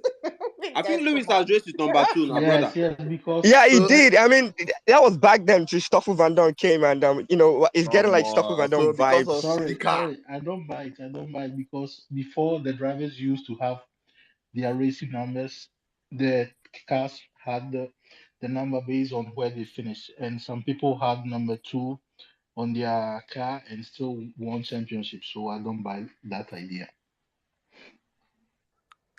Okay, let's have Ibex and Jibola, please. So, I've been waiting patiently because some conversation, as much as you want to try to avoid them, you just have to be honest. This driver is shit. I don't see. I've been watching Formula One for how many years now? I've never questioned any Formula One's driver's credentials, right? When you have a guy who spent time in F2 and they had to teach you about graining, like, I want you guys to just take a second and think about that, right? And we're saying, oh, some American market or this, like, who gives a shit about, like, this guy? You guys just wait until there's a gear problem and they're trying to tell him, like, hey, you have to uplift, bypass gear 3. He's not going to be able to do that shit. And he would have to send the I tractor. agree with you, Ibex. 110%. And they would have to send a tractor. That guy is just driving.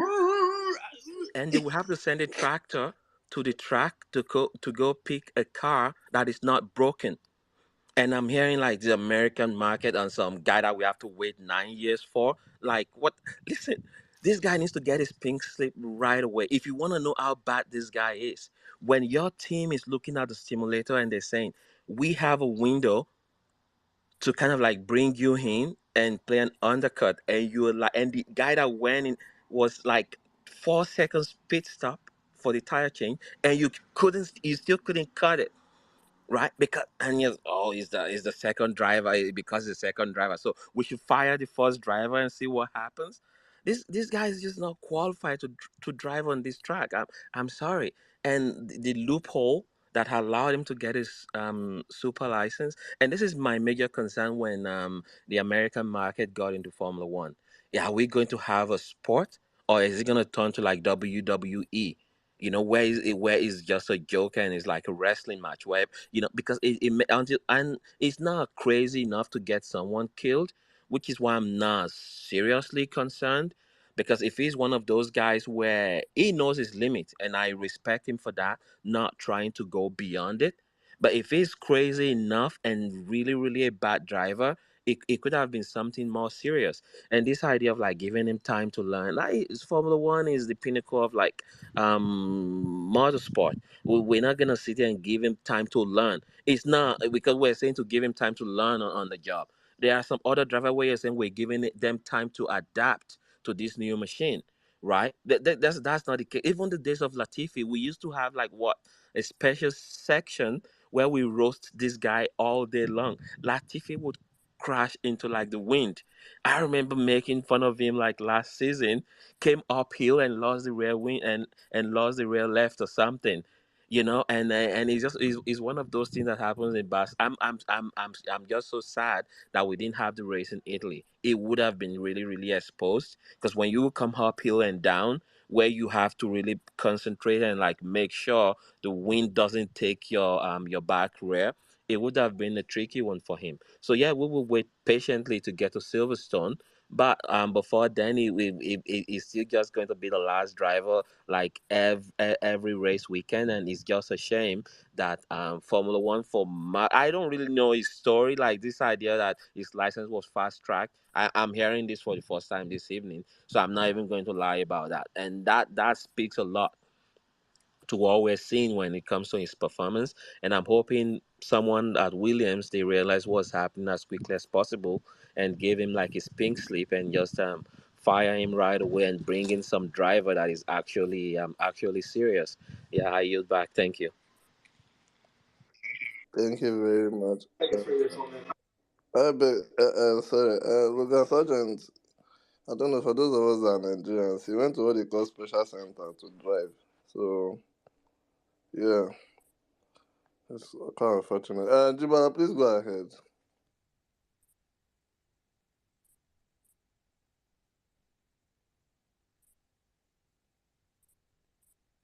Jibola.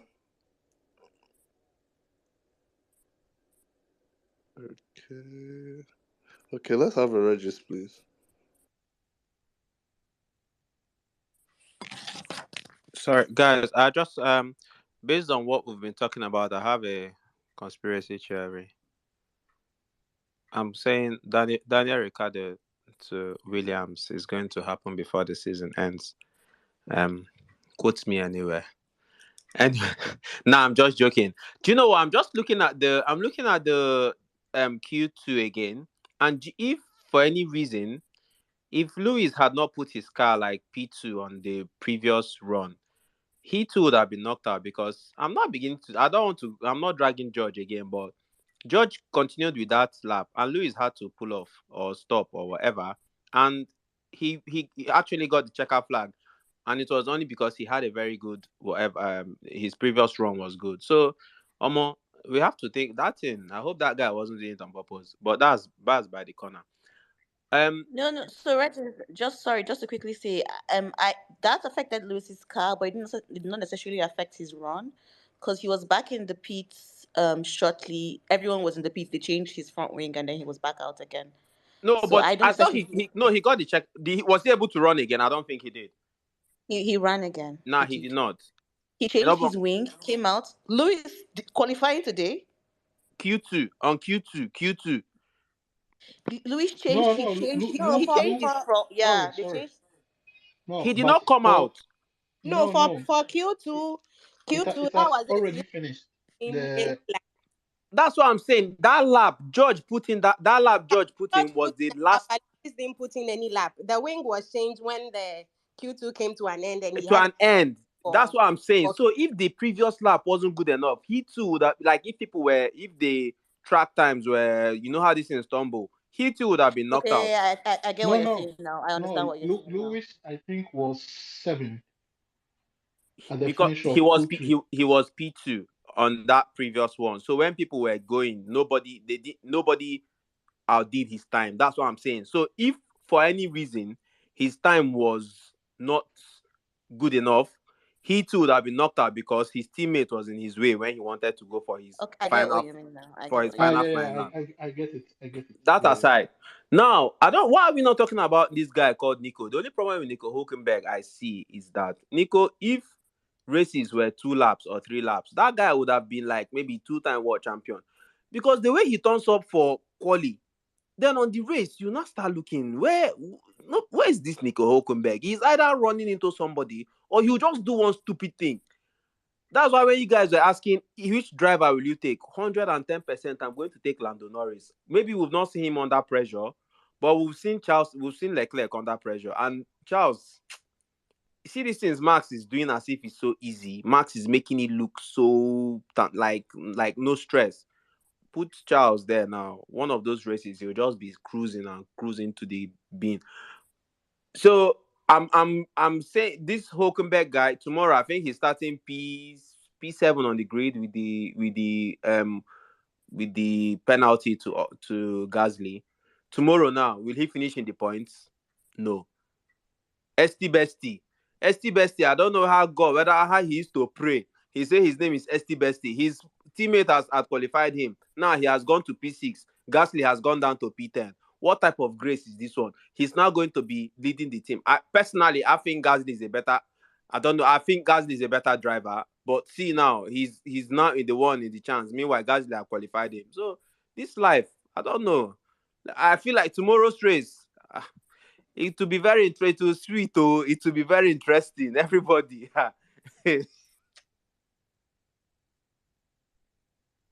Well, I think between Ocon and Gasly, if you ask me who I would take on my team, I think I'll tell you Ocon because we saw what he did in Force India. The pink, no, he didn't drive the pink Mercedes, but he was fighting with Perez in every race. Whilst when Gasly went to Red Bull, he couldn't even match Verstappen's pace. So I think Ocon is better than Gasly. But Gasly did very well at Toro Rosso to get him promoted to Red Bull. I learned he was setting that Toro Rosso. I learned he set that whatever. He set it on fire, and he's got pace. Maybe long distance, Ocon is better. All these drivers that if you drive 2 laps, you don't tire. I don't know again. No, ST best. I think if you asked me last season, I would say that Gasly was a better driver than Ocon. But seeing both of them side by side in the same team, I don't even know, to be honest. Or is it because Ocon knows the car better? Well, I don't even. It could play a part. I don't know. Maybe I don't know what it is. Or maybe it's Gasly being in a new team. I really don't know what it is. But if you asked me last season, I would pick Gasly. Even though I rate like I've always rated Ocon, right? I would pick Gasly. But seeing both of them side by side in the same car, I mean, Ocon really has been pulling his weight. And Ocon was pulling his weight even from last season. He was challenging Alonso, right? But yeah. you know that in that Formula 1 Yeah, that's the reason why Ocon is improved a lot. I mean, you can't go up against Fernando Alonso and not learn 2 or 3. So yeah, that's the reason why I think he's strong now. So I think he's a team leader now. But see a day like today, Gasly has out-qualified him, but he's going to start ahead of Gasly. Why is life like this? I mean, sometimes in Formula 1, you just need luck. I mean, Ocon talent is not enough. But Ocon was doing well all weekend, so really we can't take that away from him, right? I understand that Gasly out-qualified him, but Ocon has been doing really well all weekend. And can someone explain this Formula 1 to me? That how can somebody put his car on pole for 2 seconds or 2? I think he was on pole in Monaco for a little bit, and this guy has come here.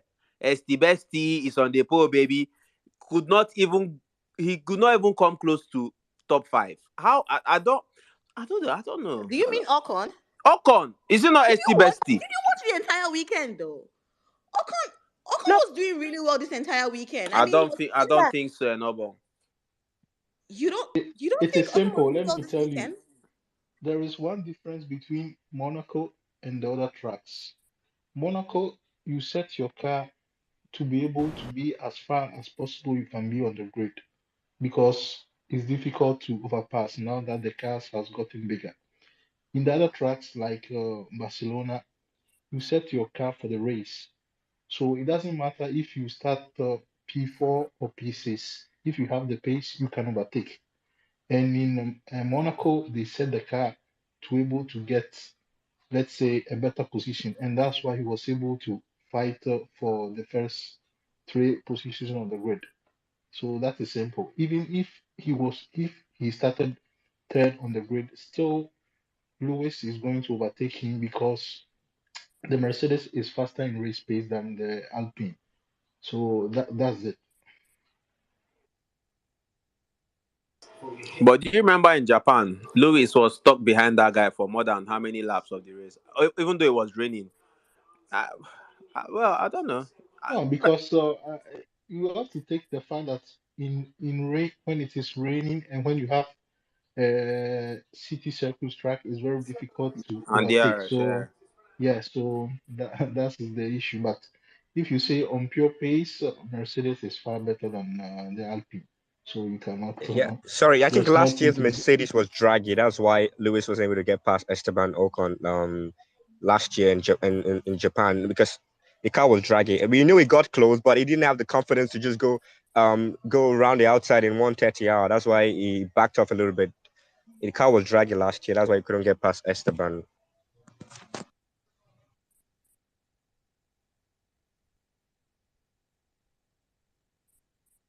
Okay, read one. Okay, so like what everyone has been saying, like so for this Gasly and Ocon, to me, if I'm to pick a driver from last season, I'll pick Ocon because guys we drove for my team and I knew what happened in that team, so I'll pick Ocon. So that's for that. For when Regis asked about Nico Ocon that about like tomorrow's race, the thing is that you can't compare a qualifying pace with a race pace. That's just it. Your car might be very fast in qualifying and rubbish then during the race, just like the Ferrari's car.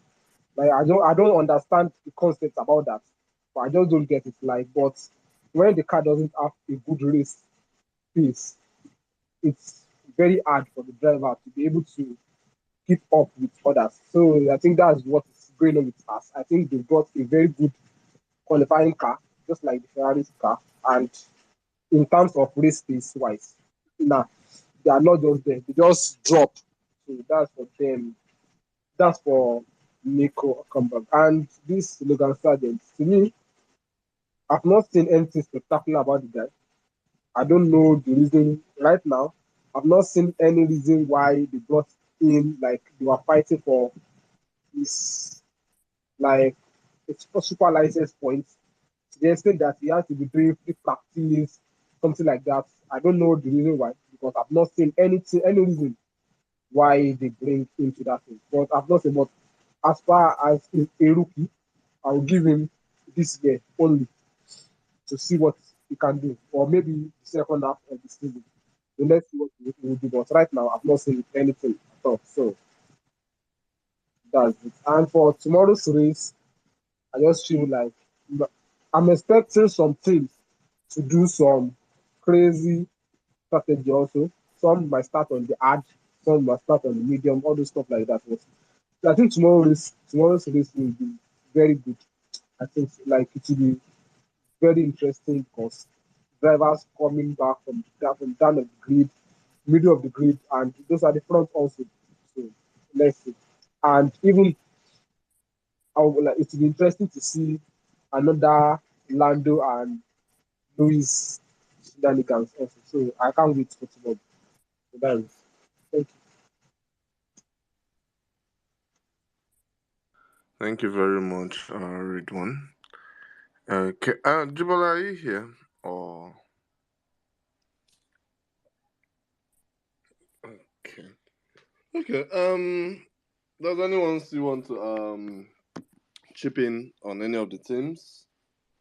Just before we round up for the evening. Yes, I want to say one thing. Please, why don't Can you I talk guys rate about Carlos Sargent Sainz? real quick? Yeah, it's like Bottas. He gets flashes. I mean, no one cares about. I mean, I don't know. I think it's like Bottas. He gets flashes at times. So I mean, today was flash.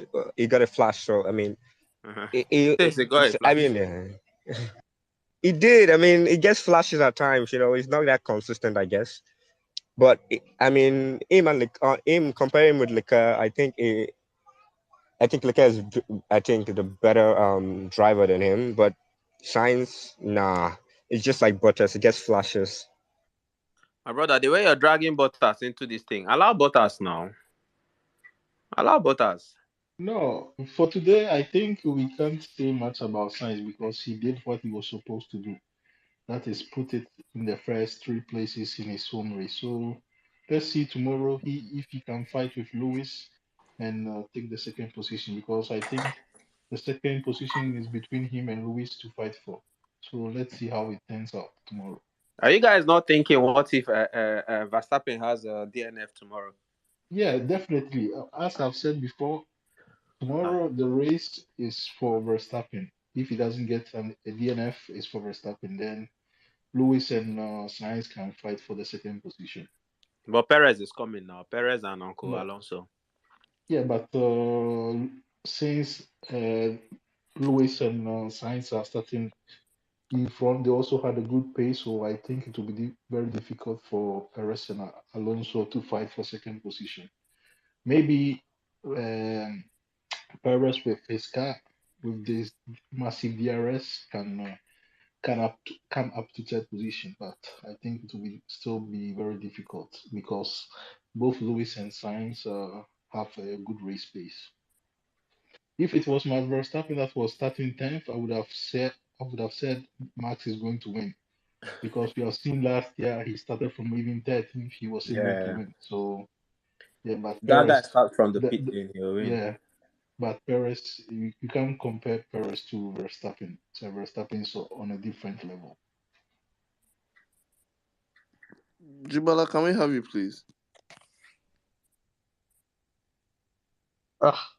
So sorry, I was having a lot of network issues, but I just wanted to chip in on the whole Sergeant thing, right? So first, unlike Ibex, who said he's never questioned the driver's credentials, I've questioned Latifi's credentials. I questioned it for 2 years straight. I gave him that 1 year as a rookie, and the remaining years I just know this guy was shit. So I've questioned about his credentials. But for Sergeants, I was thinking about it the last race, right? That is this guy the new Latifi? The only difference I see is that he doesn't bin it as much as Latifi or as dramatically as Latifi, right? So he's still a bit better off for now. But I think he's the worst driver on the grid. And I mean, we can say, oh, he's a rookie, he's this, he's that. But like I watched him in F2, right?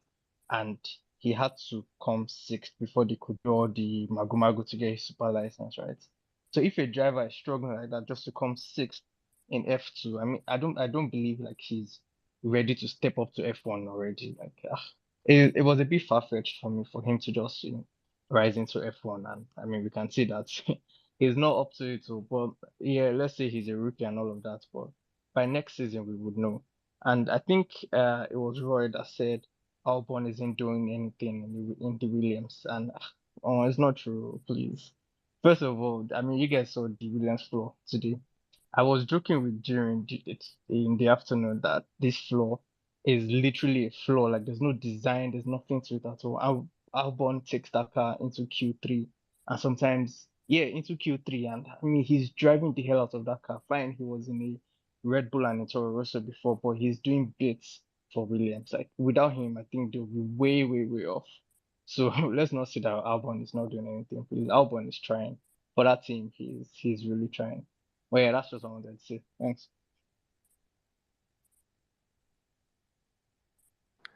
Thank you very much, Jibola.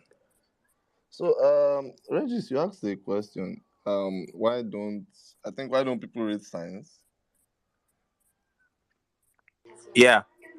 I personally, I don't know. I think one thing about science, all his career is had this underdog personality in the team.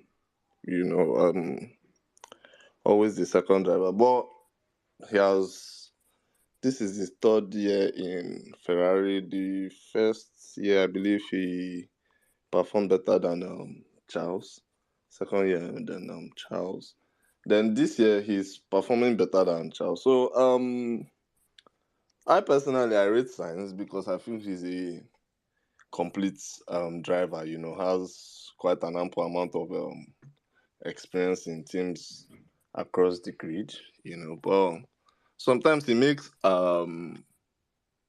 mistakes, which sometimes is not necessarily expected of him. But yeah, he's a more, for me personally, I feel he's a more rounded driver than Leclerc, and that's just my opinion. But yeah.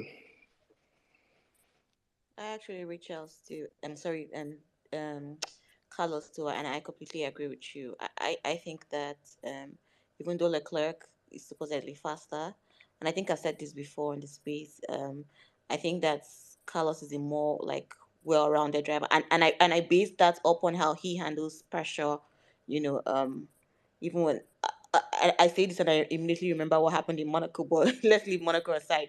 But I think that he handles pressure better than Charles does. And I think he's a little bit more, I don't want to say a little bit more consistent, but he's more predictable than Leclerc is, and this is totally my opinion. So I rate the guy, to be honest. And I've dabbled with the idea of him being Mercedes fans don't come for me, but I've dabbled with the idea of him, having a Mercedes seat. Just yeah, I think that he would be a good fit, if he gets his act together. But I rate the guy. Yeah, I think Mercedes 6 will not be good for him. I think that Audi wants him. I think Audi wants Sainz. I think that's why Sainz is looking good for Audi. I think him and what's that guy's name? If Joe Guan Yu could continue his pace, I think him and Sainz for that Audi seat. I mean, it's not going to Mercedes. Everyone knows that Audi's going to snatch him up. True, but why is it not good for Mercedes? Or what's the reason for that, please? I tell you. I actually want to hear why. I want. I mean, you look at him. You look at his driving abilities. You look at his driving characteristics. You know that he's not he's not a Mercedes driver, not a Mercedes caliber of driver. You see the way he drive. That from driver, that desire of Mercedes Benz. Him is not. I mean, how they should go to Audi. I mean, This is what we are saying. So you don't rate the guy. That's exactly what he said. I don't really rate him. Like I mean, he gets flashes just like Bottas does. I mean, sometimes you get a flash you're like, hey, yeah, you do sometimes it's not that all round of a driver to me. I mean, personally, Okay, I don't know what question. How do you feel about Charles? Charles, I think Charles is a great driver. I think he just needs to get a control of the car himself. I think Charles is that kind of driver you want in your team because he knows what to do. He can extract the most performance out of the car, even if he's going to be in the car. At least is doing the job. I mean, that's why it's in Formula One, taking the risk. I feel like Charles is a better driver, a consistent driver, though. I mean, yeah, don't get me wrong, though, but I believe Charles has the potential to be a world champion, though. I think that, I'm sorry, guys, this is my opinion. I think that if Charles had maybe Ferrari is also the problem here, but I think that if Charles had potential to be world champion, last season was a really good chance, and he should have come really close. But I kind of feel like he fell short. And to be honest, I will not put that completely on him. The team too. The team had their own fault in all of that. But I think that last season was one of Charles's best chance, at the championship. And I think that, he kind of just fell behind. And what that did for me personally was I, I don't know. I think it just showed me how unpredictable Charles Leclerc is, which is funny. I think it now depends on what you'd prefer, what driving style you would prefer as a person, like in a driver. So I would rather a driver is more consistent. I mean, I understand that we are here to win races, but I would rather put my faith in a more consistent driver. That's Max Verstappen. Yeah, sorry, in a more consistent driver than someone who is at risk of being in the car, and that's just me. So that's why I was asking, how do you feel about Charles? I know he's fast, but at what cost? Anyway, but yeah, we can discuss all of that. I think France made us realize that Charles has he could break. He has a break point. Yeah, I mean France was so stupid of him. I think that's the only mistake he made last year. I think all was Ferrari's fault. I mean, the strategy call, and he just got bored and I can't win anymore. So I think Charles, yeah, you said he's quick. Of course, he's a fast driver. I mean, one of those generational talents, but he still needs to hone his skills. I think in them promoting up into Ferrari that early, I mean, kind of hurt his performance a little bit. He wasn't able to learn and make that kind of mistakes. You know, like in the Sauber, he could throw the car around, get some feel, know when to push and know when not to push. That's the problem with Charles. He doesn't know when to push, doesn't know when to stop. I think till he But gets to we've talking understand how he about does Charles that. honing his skills for over 3 years now. When does he get Yeah, around to?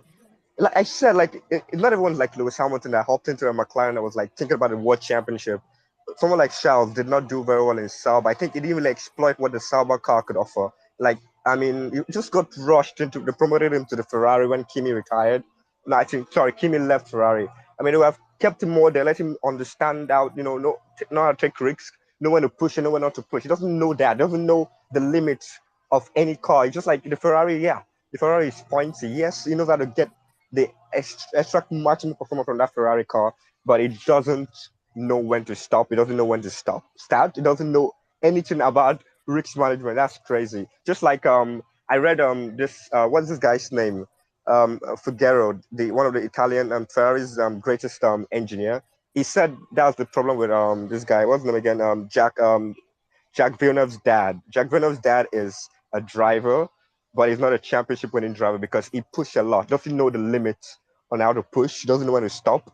That is why he never won a championship. That's Jack's dad. Jack Villeneuve's dad. I think he died. Is it Gil Villeneuve? Yeah, that's his name. Yeah, that's what he said. That was his verdict on him. I think Charles needs to know when to push and know when to stop. I think that's his problem.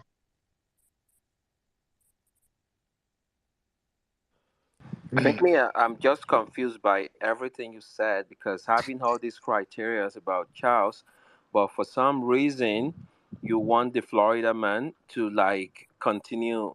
I just don't get it. I would just go back on mute. Sorry.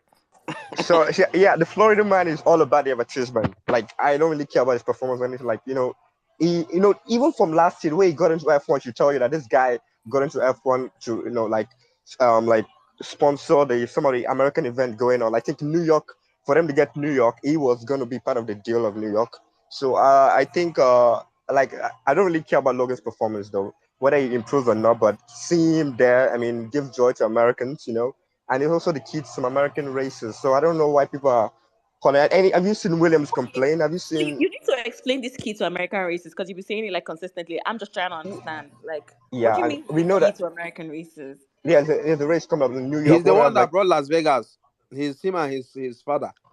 yeah, they brought Las Vegas. No, Las Vegas was already on the calendar. New York, of course, New York is going to be on the calendar very short. Like I heard that And that's Logan because of was. Logan. Yeah, Logan is the reason why we're gonna have New York. I think it's gonna be like FE also races there. It's gonna be like FE race in New York as well too. That kind of track, that kind of segment. It was the reason why we had his mom. Do you know his mom? His mom is like is a badass. So I mean, yeah, you want to underestimate Americans like Ibada's that. what? Ibada's what? Of course.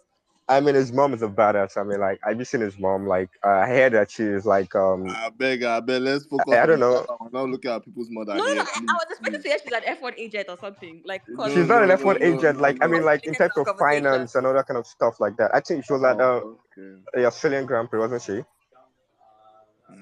Now you see why when I say we don't need American people to be in F1 because they are not here for racing, they are here for the show. And Formula One is not Exactly. That's why we have Formula drivers to One is survive. no, we don't like that Exactly. one. Formula One is not for show, it's for racing. It's for innovation, it's for engineering, it's not for show. We don't want that. So you guys have to wait for like 9 years for Ugo Chico to show up because that's the only hope American have on a pure performance since Mario Andretti. So you just wait till 9 years time. Ugo will soon come up on board for the American. But for now, he is the key to American races coming up. So yeah, just leave him No, alone. So if listen, it is there's only that there's one, also a good then chance. There's also we a will good take chance. America from the calendar. If See, it is for that one, we take America from the calendar. We don't want it. there's also a good chance that this Ugo you're talking about is going to be working at Burger King 6 years from now. So this is sports. This is a fact. And this idea of like, do you actually like this sport? That's one question I have. Do you truly love No, they are Formula here for One? the entertainment. They are just here for the No, I entertainment. do They love are not Formula there. One. I'm here for Lewis Hamilton anyway. I mean, I started watching Formula One because of Lewis Hamilton. I mean, obviously, I love F1, but technically speaking, Logan is. But you're here for But Louis. every You've been twerking for Louis all day. You've been yeah, I twerking mean, for yeah, like of course, Logan yeah, all but day. Like, what the heck? no, I'm just talking like Logan. Like, I want you guys to understand that don't judge him on his performance. Like, he's not basically that kind of guy. You want to see him, popping sectors up and down, like getting to Q3. He's just here for the advertisement. That's Please, we are all. not judging a Okay. driver in Formula One based on his performance. What are we judging him on? Why is he here? He says you judge him on advertisement and marketing. Dress is not dressing. Did he That's wear why I'm clothes? saying that we have to take America from the calendar because It's those even people are not judging it interested in based racing. on assumption. He say, "Oh, New York will come." He started well bringing in New York. Judge him for what he's doing now as a racer, not because of him, New York will come. I don't understand. Whether New York is going to come or not, I don't think Logan Sargent has anything as to Yeah, do with his and let's team. don't forget Liberty Media owns F1, and also F1 is trying to spread their wings into the American market. You hear about Dominicali talking about America. That's why most people are not really concerned. Chiruba, let me ask you one honest question. Do you by anywhere have an affiliation with Liberty Media? Because the way you are on about this American market, promotion, marketing, all these things, so that at least me, I'm asking so that we can even work with you, Seth, so that you know. But what's your affiliation first? Well, I got no affiliation with them. I just want you guys to understand. Yeah, you guys talk about Logan, the performance. I just want you guys to know that he's not here for the performance. If you kind of judge him for performance, you're just gonna waste your time. He's just here, basically, just to make Let him Americans leave the happy. sport for people who are here for performance. I beg. Yeah, You not because bring racers are looking for speed. Chuba, See this guy. I think Oh my God. I think we're getting the whole concept of sports wrongly if you are saying, oh, it's not here for performance. Because my understanding of sports is that no matter any sport, whether it's table tennis, shot put, lawn tennis, badminton, is all is performance related. Yeah. So What I about don't Latifi on the years? Was he basically there for performance? It was just there well to have fun, like Latifi was there A for Canadian spoiled vibes, brat bro. wanted to have some vibe. No, Yeah, exactly. His dad is a billionaire, so yeah, he wanted to just have some vibes and know Latifi's what it feels like to but that's drive an F1 different. car. That one is different. Please. Latifi's case is a more different situation. Latifi's case is a similar situation to Lance Stroll. You understand? So I don't think you can also say the same for Logan Sargent.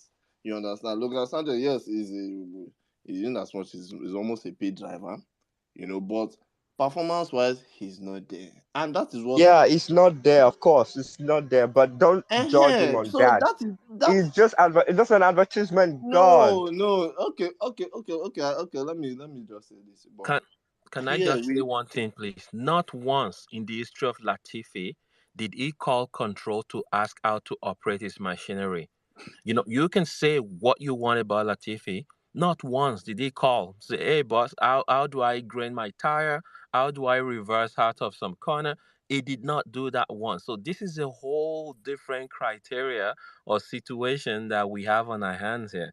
And if we're not careful, these guys are going to turn F1 into wrestling. I'm not even kidding. They will turn it into WWE.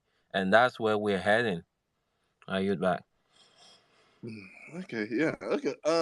I think Logan Sargent will have even spent so much time on himself as a man, as a driver, because I don't expect us to. I just wanted to highlight his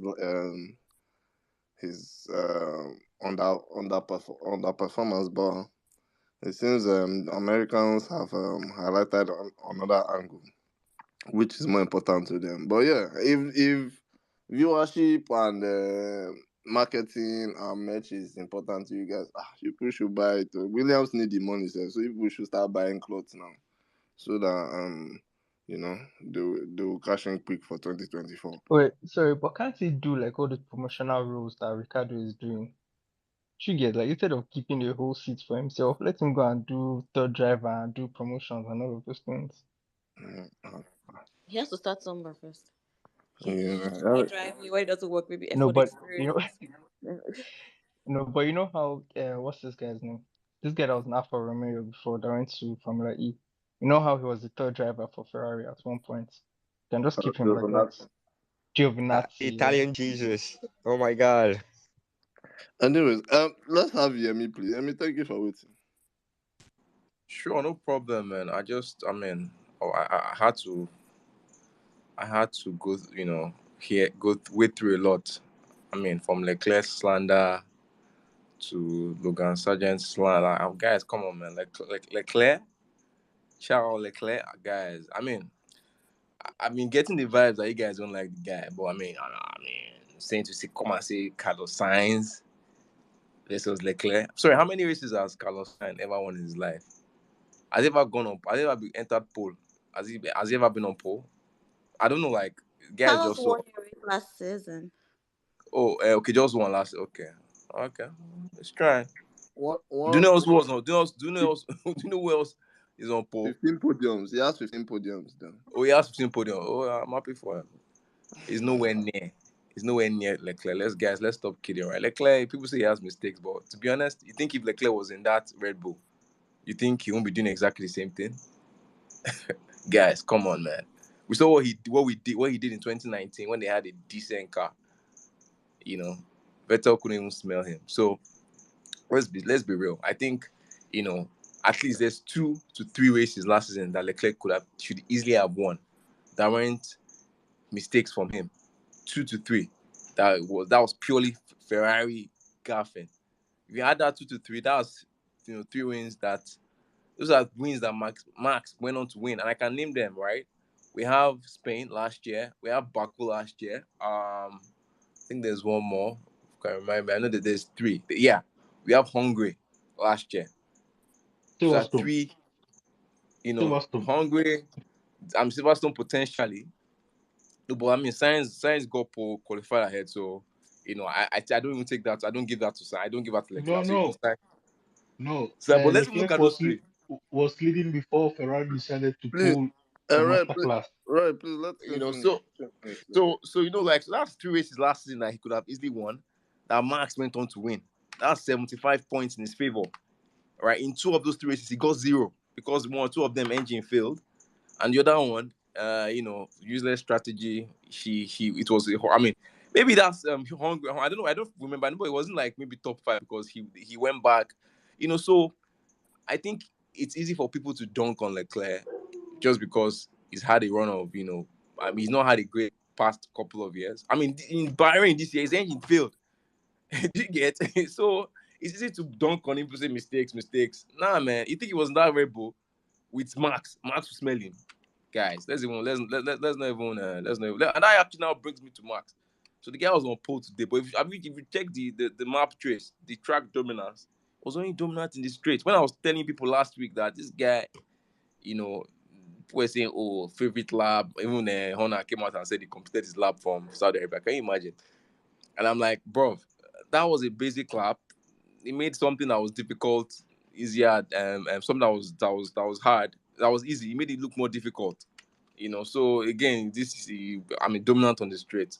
Anybody can drive on the straight. You get. So, anyways, let me not stress myself too much.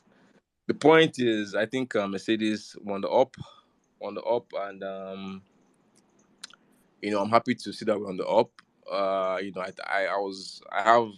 I'm confident that the team with the new suspension that they have, like just new package, right? It's more balanced, it's steadier. The driver has confidence.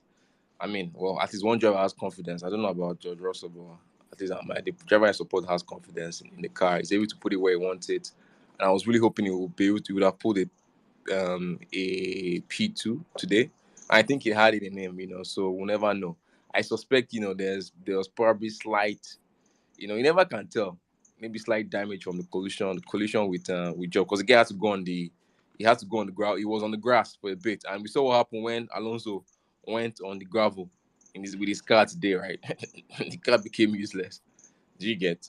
So clearly, these cars their underbodies are very, very sensitive. Any small It could be, who knows, maybe any small dirt or something like gets stuck in there, and then performance, they lose some little bit of performance, just enough to not, or to make the balance off. So I suspect maybe that's part of it. But whenever, in any case, I think P4 is a good starting position for tomorrow. That gives us a good place to fight. I'm hopeful that we can convert that into a podium or something better. Who knows? Also, I mean, we are beginning to see Mr. Saturday. We're shouting Mr. Saturday, Mr. Saturday. Look at the guy now. This is the second time this season that he's been he's been disqualified from or he's been knocked out of Q2. Come on, man. That's up. I think he should be doing better with that car.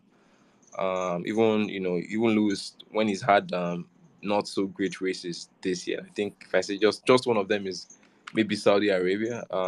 He still managed to not get knocked out of Q3, so of Q2. So I mean, George should be doing better.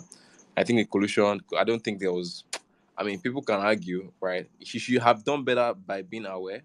You can't say he wasn't aware. But I think ultimately I'll blame the garage. They should have communicated to them. That look, this is what's happening. Also, but I mean, so it's I think it's water under the bridge for me. Ferrari, I think Sainz, good job. I don't know why. I mean, why is it that it was just Sainz that was wearing the upgrade? Is it like the number one driver now or something? I don't know. Like maybe that's why Enobong is cooking Leclerc. But anyways, I feel like, I mean, the upgrades seem to be working. I think we're very close. I think all the cars are very close. Tomorrow's going to be a very interesting race. I'm actually very, very. It's going to be very, very interesting. I hope it is. They say it's supposed to be rain, so it's going to be a very, very interesting race. And I don't think Max totally has it. It's one of those races where everybody thinks, yeah, Max will easily win, and something can happen. Not because she's not fast enough or anything, but something can just happen. And so if it's wet conditions, it's going to be very, very. Could be a very spicy race, so I'm looking forward to it. I have very high hopes for that race. At least minimum podium for Lewis, hopefully.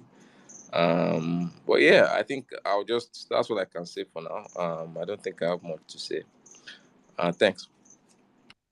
Thank you. Yeah, I mean, can I just quickly say, so yeah, I mean, the reason why I don't personally, I mean, I rate Charles, don't get me wrong, right?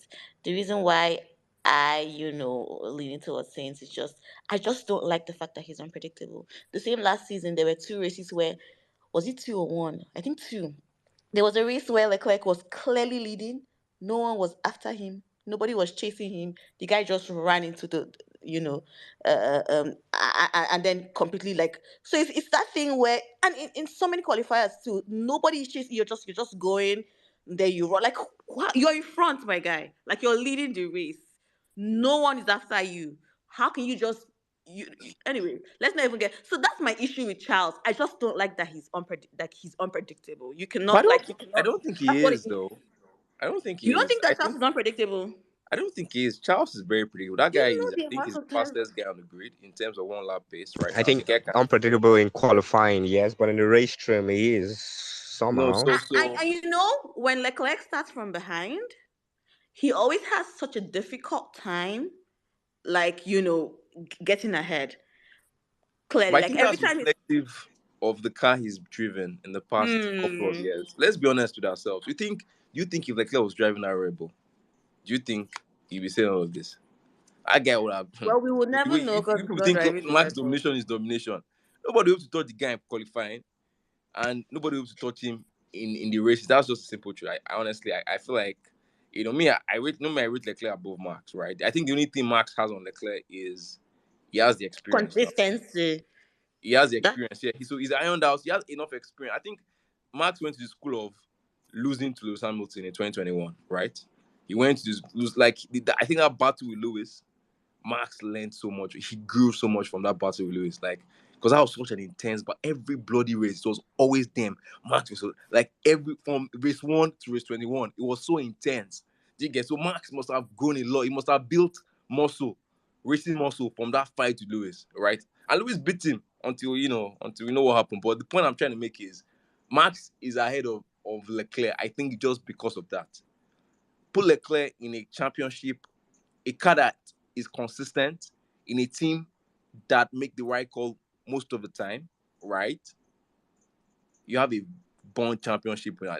Leclerc is a beast, But you there's get. also the chance that he would be leading and then he would bin his car He's and not lose going to points. do That's that. my He That won't only do that happened problem. in for So his France. That only career. happened in France. That only happened in France. That He was only last happened year. once in Was France. And do that was you France, watch? France? It's well, let's he not even was, go. Let's not even go and in back and forth. France, I just and hold know. up, hold up. In that France, right, there were circumstances, right, in the sense that he was actually under pressure. Max was It putting Well, wasn't Verstappen under just pressure. thank you France, so for it's not coming only back to France. my point. I did say that the reason why I don't necessarily, I don't, I would say that Sainz is a more rounded driver is because I think that But Leclerc Max used to crashed, win it before now, crashed under guys. pressure. No, we're not. We We're Max called talking him used to about Crash win it Max. before Tappen he Max, came, before. before right? he Crash ironed it Tappen. out too. Max used to bin it unwarranted, man. The guy will just bin it or crash into you. Max was a very mistake-prone driver. Let's be real. He ironed it out. So, anyways, but I mean, you're entitled to your views. Like, to be fair, if you say you like Sainz, I mean, I don't know why anybody would like that guy, but I mean, if you say you like the guy, man, I can't hold you. You get over Leclerc is fine, man. Yeah, I think I'm a Leclerc guy, and I get you. He's unpredictable. I don't think he's as unpredictable as you say he is, but I think if you really look at it objectively, there's been circumstances. Like, Sainz is just not that guy. Let's be real. He's Let's not even count it. in Let's even any count the way number that of guy. times that Leclerc has binned his car in either practice or qualifiers since last year up until this year. I mean, anyway, I have nothing against him, to be honest. Like, last year I was really rooting for him. Like, I began the season hoping that this guy was going to. I like Charles, don't get me wrong, as a driver, and all that. But I'm just saying that when it comes to, a well-rounded driver, I'm more likely to lean towards Sainz. Doesn't take away from his ability. I just don't like that he's unpredictable. That's all. Yeah, let's hope he ends out. Let's hope that he becomes more predictable so I can like him. He's a great driver, trust me. He's a great driver. Anyways, thank you. Thank you, guys. Let's have Roy and Miss Catrock, please. Let the miss go because I wanted to talk about Charles, but I think it's better to move on.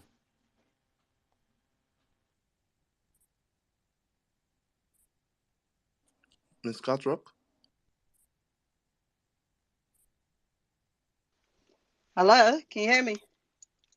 Yes, please. I don't think that Charles is better than Verstappen. Come on now. It's very clear. You can see that Verstappen just lives in the sim. And you can see it with every race. He knows every track intimately. And Charles, he gets overexcited. And every so often, he just does careless mistakes. I know that you're saying it's the car, it's the team. Half the time it's him. Because why are you driving into walls when it's like there's some magnetic pull? So I think that I don't know if it's nerves or what the deal is with him. Maybe he needs to get like an F1 therapist and work out his nerves for Sundays. Miss Catrock, don't fall for it. Yemi has actually made it his duty this year or he has he has said it, he's probably said it on one of the spaces, I think at the beginning of the season, that he's going to prove to us that Leclerc is better than Verstappen. So everything he's saying is just towards the agenda. So don't fall for it. But I that's am not no. stupid. I am My so agenda stupid. was Have you guys forgotten that one? my agenda. Let me remind everybody, and I stand by it. It was not that that was not my day. You've twisted my words. My agenda was that I had two agendas. That number one, Mercedes will have a better season than last season, which is coming true as we can all very much see. And number two was to because nobody else wants to do it, so I would do it. Was to sit on the altar of Max Verstappen. Max is a fraud. Simple. He's not as good as he's made out to be. Those are my two agenda points this year. Oh, And Yemi, we are saying same thing now. I'll Max is a fraud, and to you, Leclerc is the yeah, no, but fastest I think driver. it's So different. if Max is Max is a different from fraud, no. Leclerc is better than Chill Max. now, Let's chill. get that right. Yemi, hold on. Yemi, hold on. If Max is a fraud and Leclerc is the fastest driver on the grid, then Leclerc is better than Max. That's the inference that can be drawn now. But Yes it's or different no? from yes, correct. But it's different for me saying my agenda point is that Leclerc is better than Max. Do you understand? That's not my agenda. It's like saying, Fernando is better than Max. That's not my agenda. My agenda is not Leclerc driven. is purely focused on Max. Any other implication from it or inference you want to make, good luck, you can make it. If it's that Latifi is better, you feel like based on my agenda, you feel like Latifi is better than Max, go for it, man. My agenda is the guy is a fraud. He's made out to look better than his, but he really is not. And the reason why everybody is deriding him this year is because there's no pressure. Simple. Put that guy under small pressure. You see the way he will crumble. We saw it in 2021. Especially with Lewis. Also happened, man. We'll see what. So that's why he just needs pressure. It's pressure. Pressure will match. Pressure will break him. You will see it. From the guy. Just let's that. And we saw it last season, right? You saw the way Leclerc was schooling this guy beginning of the season, schooling him. In first schooled him in Bahrain, right? He schooled him, and honestly, that was very impressive for the first race. So. In any case, the guy is not as good as his pressure, man. Guy doesn't cope under pressure, but I guess that's how the Red Bull team train their driver. We saw Vettel also, do the same things. The moment the first pressure he saw from Ricardo, the guy first he ran to Ferrari. After some time in Ferrari, Leclerc came to meet him. My guy ran to Aston Martin. No, Baba's retired. In any case. So that's it though. Pressure, that is Max. The day Max, we've seen what he can cross. So that's just it, man. Pressure will reveal who he really is. He's not that good. He's in a fast car. He's in a Newey car. Newey is the real GOAT of this era. It's not Lewis. It's not Max. It's not Leclerc. It's not anybody. It's a January. That's the person. We're all living in a January's world right now. That's it. So don't tell. And I'm just here to preach that gospel. That nobody can tell me anything because I'm so convinced. And let me tell you what convinced me. Right, the final races of 2021. I'm like, this is crunch time, man. This is game time. This is when, if you are who you are, you show up. Max crumbled spectacularly. We saw it in Saudi. We saw it in Abu Dhabi. Massive, proper crumble. So. And that was when I made my mind up here. The guy is good, but I mean it's not better than any other decent driver. So all this hype. I'm just it's time. We saw it with Vettel too. When he was winning everything, 9 races in a row, just winning. Everybody was like, oh, the guy is special. Okay, the guy is so pressure. The next year he ran. So this is just a tough time for non-Lewis fans. It's okay. I see non-Max fans. It's okay, but don't worry. The fraud will eventually unravel himself. Thank you. Just to quickly add to what Yemi was saying, and everyone who's watched this sport for a while, you look at a driver like Lewis, you know that he doesn't need a very fast car. At the end of the day, you need a good car to be able to win championship. But if you can get Lewis a car that is 2/10 away from the fastest car, you know that a driver like Lewis will give you something. And this idea that Max all of a sudden is more matured, he's got these muscles and is improved. You get close to him enough, you see what happens. We'll go back to DEFCON 4, running people off the road like elbows out, not caring about the rules. That's what's going to end up. Right now, he's just so far ahead of everyone, and that's why we're not having this craziness. I'm not saying he's not a great driver because it takes something special to take a car home every race weekend. That's true, but then you also have some drivers that are just extraordinary, and he's not that. And some Red Bull fans may not like that, but at the end of the day, it's my opinion. And when you look at the data out there, when you look at this guy in the last 5 years, and this idea that, oh, he's a young driver, no, this guy's been around like what? I think he's going to the 6th year now, because that was the excuses that was given 2 seasons ago when all of that was happening. And at that point, he's been in Formula One for at least 4 years. I think that was his 4th year, then, if not more. I It's don't going really. to 9 years now. 9 years. Almost a Thank you. decade. You see? So, because that was what they told us then, like, oh, he's a young driver, he's a this driver. No, he is a decent driver. That's it. If you give Lewis, just get him close to 10th. We don't need to have a faster car. Just give Lewis a car that, like, I know, and most guys here you can come up. We know that. You just give Lewis a car that can finish 2/10 of that Red Bull and we're cooking. But right now we have issues that we and although to be honest, in respect to Red Bull as a team, part of the game is bringing a car that can compete, and they've done that. So we cannot take that away from them. But when we look at it from driver's perspective, right, it is what it is. I get back. Okay, right. Can we have it quickly? Yeah, I agree with what he just said. Well, if we all saw what happened in 2021, the only way Max was able to match Lewis was his way of driving, the aggressiveness. Right. If Sorry. he, Can you speak up a bit louder? can you hear me now? Okay. Yeah. Can Go you hear ahead. me? Yeah. Go ahead. Yeah. No, all I'm saying that the only way Max competed with Lewis in 2021 was his aggressive way of driving. If you take that way, his way of driving, the aggressiveness, putting the car when there is no space, he wouldn't have matched Lewis. So to him, that was the only way he could have won with Lewis.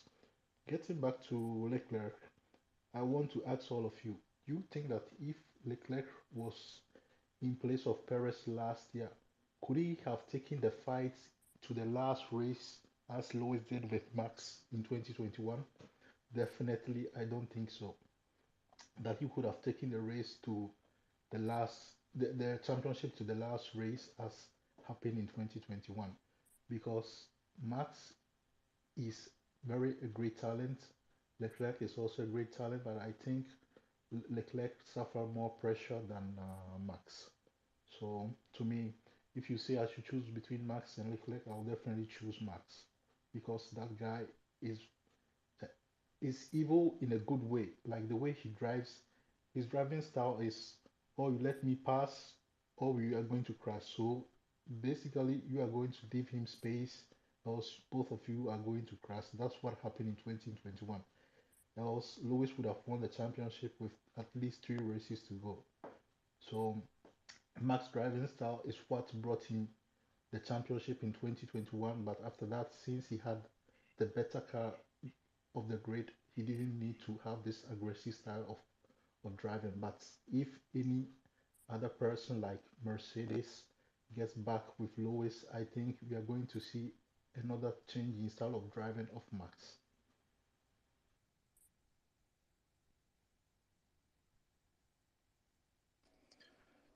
Okay. Thank you very much, Roy. Okay. Just before we round up, just quickly, does anyone want to add anything again? I'll quickly chip in.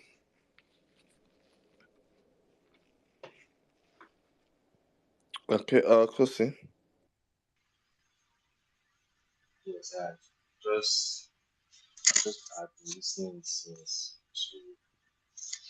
to everybody's opinion, and yes, I'm happy with the fact that different people have different opinions. Is good. That's fine. But the fact that you are, you know, it's easy until how many more championships does Verstappen have to win before you guys will like, okay, say this guy is a good driver. It's until he wins this third one because this year now is gone.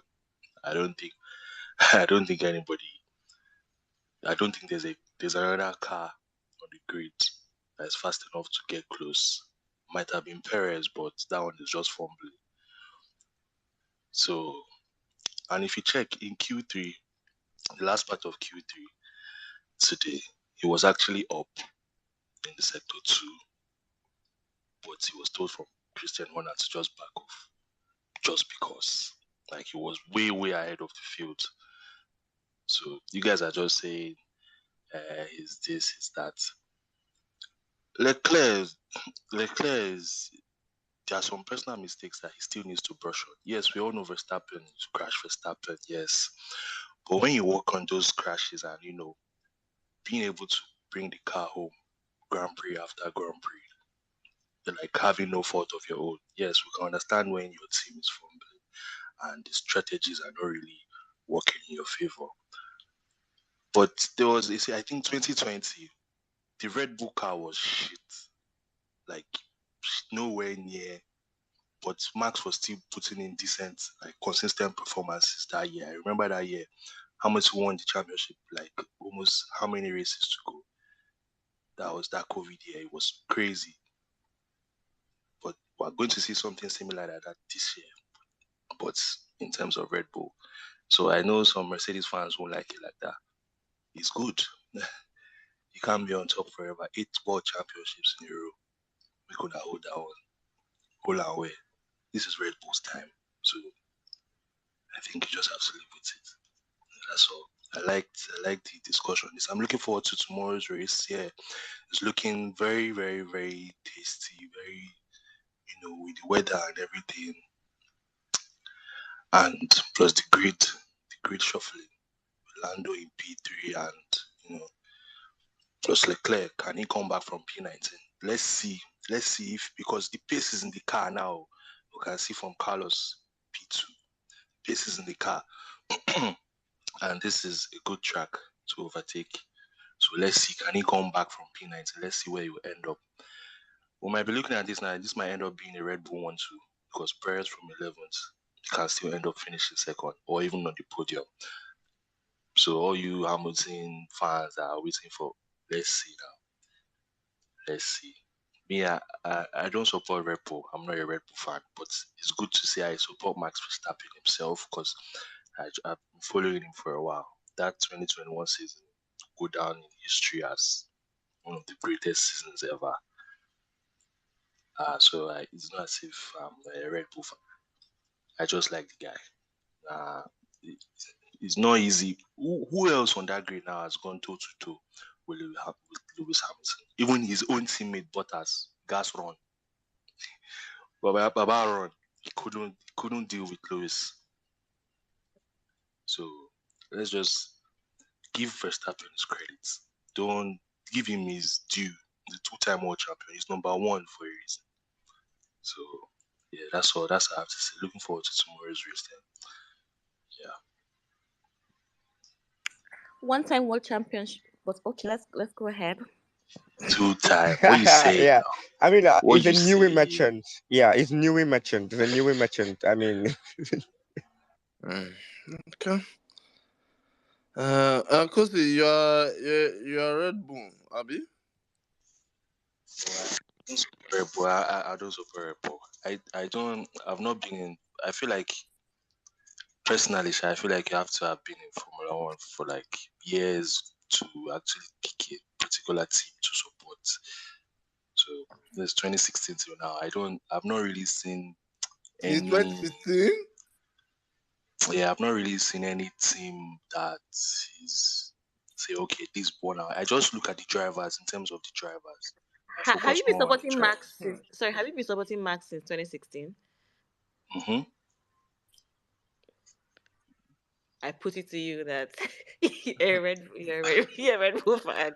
No, not Since just. 2016, I put it to you that you're a Red Bull fan. No, I've been following Formula One. But like his progress, it's not as if I've been supporting just him. Like his progress, because that time Baba they crash well. So who it's else not have as you been if supporting, though? Yeah, who else? Who else have you been supporting? Leclerc too. I like Leclerc.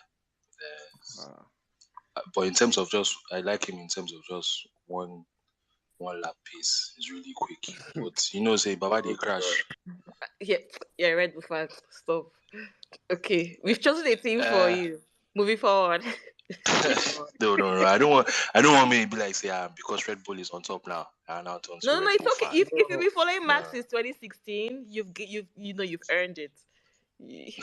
No, I think the one that's even making me laugh is when he says he's supposed to crash because of his one lap piece. I think that one is No, when it comes to qualifying, even when he had a bad car, like when it comes to qualifying, no more. Leclerc can really put it on polo, as in.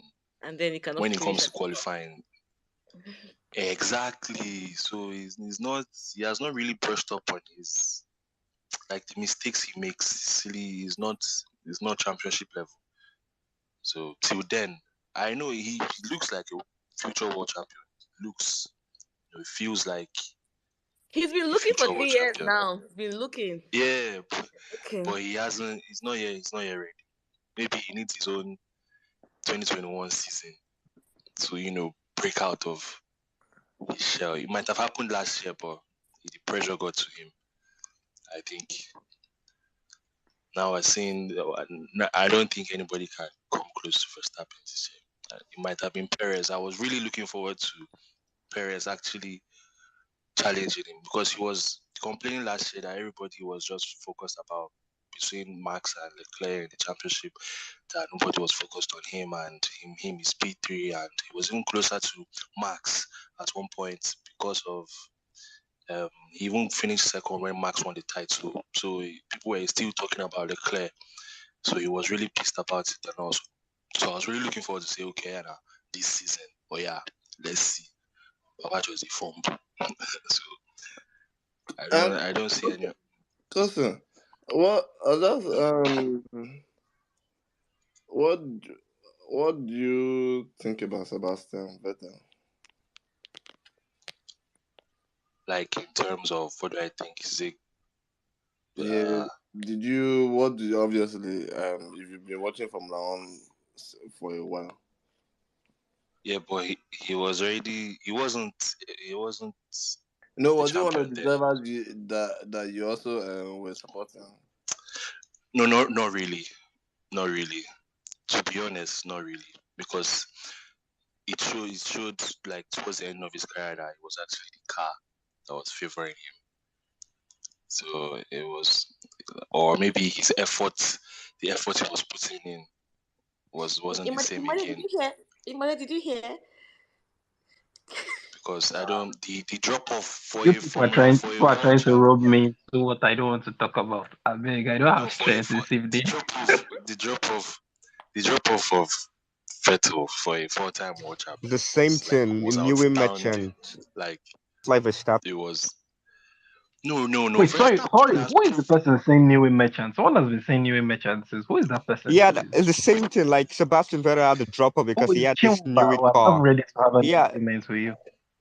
it's the Okay, Newey so Merchant, like just like Verstappen as well too. Take away from that Red Bull, it will be nothing. We have seen that before.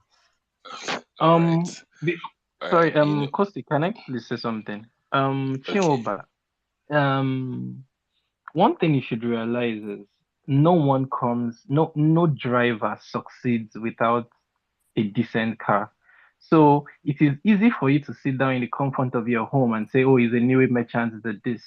But Lewis, who has won, is clearly talented, had the best cars for most of the years where he won. All the years where he won. Let me see. 2008, all the years where he won, he had the best car. There were some times when competition were closer. Vettel, when he won, had the best car in 3 out of 4 years. Schumacher, we can go on. Lewis would have won in 2021 would have been the year where Lewis would have won clearly and would have said, okay, fine, didn't have the outright best car. And then Marcy happened. So for you to keep going about, oh, he's a Newey Merchant, these drivers are driving, they put their lives on the line, basically. So you can't just come here. Yes, you can talk about, oh, Sebastian dipped, he probably hit the peak too early, whatsoever thing you want to say about him. But coming to say he's a Newey Merchant, do you know what it takes for these drivers to actually put these things on the pole and run through the entire race for an entire season? Why didn't Latifi do it? Or why doesn't anyone do it? Mark Webber had 9 wins in Red Bull. Despite the same Newey stuff, Mark Webber had 9 wins. Perez is here. Thank you very much. We can see Perez. Perez is out there disgracing his family name. His father is a politician. He can't even use him to win any election. So what exactly are you going on about being a Newey Merchant? I honestly I didn't want to talk about this, but the whole Newey Merchant repetition was just so let's just leave it there. Thank you. yes, maybe Perez is Minister of Defense. Maybe the Minister of Defense is still on his back from 2021. So he doesn't know that car that he's driving can actually win him a world title. Maybe he hasn't realized it yet. But I thought from last season when he was complaining that people were not talking about him, that he would step up. What I was saying about Vettel, yeah, the drop off. I'm not talking of new car or new merchant or anything. The drop off that he had was astonishing. Sometimes he was struggling to even make Q2. Coasting. Yeah. Let's be fair sometimes. Yes, everyone has their part to play, but we all know that in that era it was quite unfortunate that once Vettel left Red Bull, he found himself with unfortunate machineries that were not performing as expected. But okay, no. I remember that 2018. The same thing, the 2018 season. No, you can't tell me the Ferrari. They had a decent start to that season when he was there. You can't tell me the Ferrari was a bad car like that. The drop off was not that bad that season. Coming into the 2018 season, Vettel was on pole in Australia and won in Australia. So it wasn't as if he was far behind Lewis coming into this season that year. So the car was not really unfortunate now. But as he left Red Bull, I don't know. Vettel was never on pole in Australia 2018. Don't say that. But I know the beginning he won. Maybe not 2018. Yeah, it was Lewis on pole. Lewis was on pole. Lewis took pole in Australia from 2014 straight up to I think it's 2019. But he won. He won Australia because of a safety car. Vettel has never taken prior to the last year. Yeah, because it's the first time they went back since 2020. Who was on pole last year? Charles was the first person to be on Leclerc pole. was on pole. Ferrari's than first Lewis. pole. Yeah, I remember. Sorry. Other than Lewis in the Ferrari's hybrid first year. pole since in Australia. Oh, sorry. But I know Vettel won the race that year to start the year. He won 17. No, Bottas won in 18. I think Bottas 2019. But that's 2019. Vettel won 17 and 18. 2017 and 18. 17. Yeah. So was it the car that was at fault then? Where? No. Ferrari was the quickest car in 2017. So in 2018, Ferrari had a decent car. Lewis beat Vettel. No, the point is 2018 Ferrari had a car to win the championship. Then what happens? What now happens? Their own ex-president. Germany happened. Hold on. Their own ex-president, Montezemola, said if Lewis had driven for Ferrari in either 17 or 18, they would have won one of those championships. They had a car good enough to win the championship. Vettel decided that I think it was from Monza onwards, the Ferrari just started to go backwards. They had a car to win 2017. I think where they really lost the championship in 2017 was in Malaysia, and then I think it was Japan that happened after Malaysia, because he had a mechanical failure in qualifying in Malaysia. I can't remember. Don't forget Singapore. He been Singapore as well too. Yeah, Singapore too.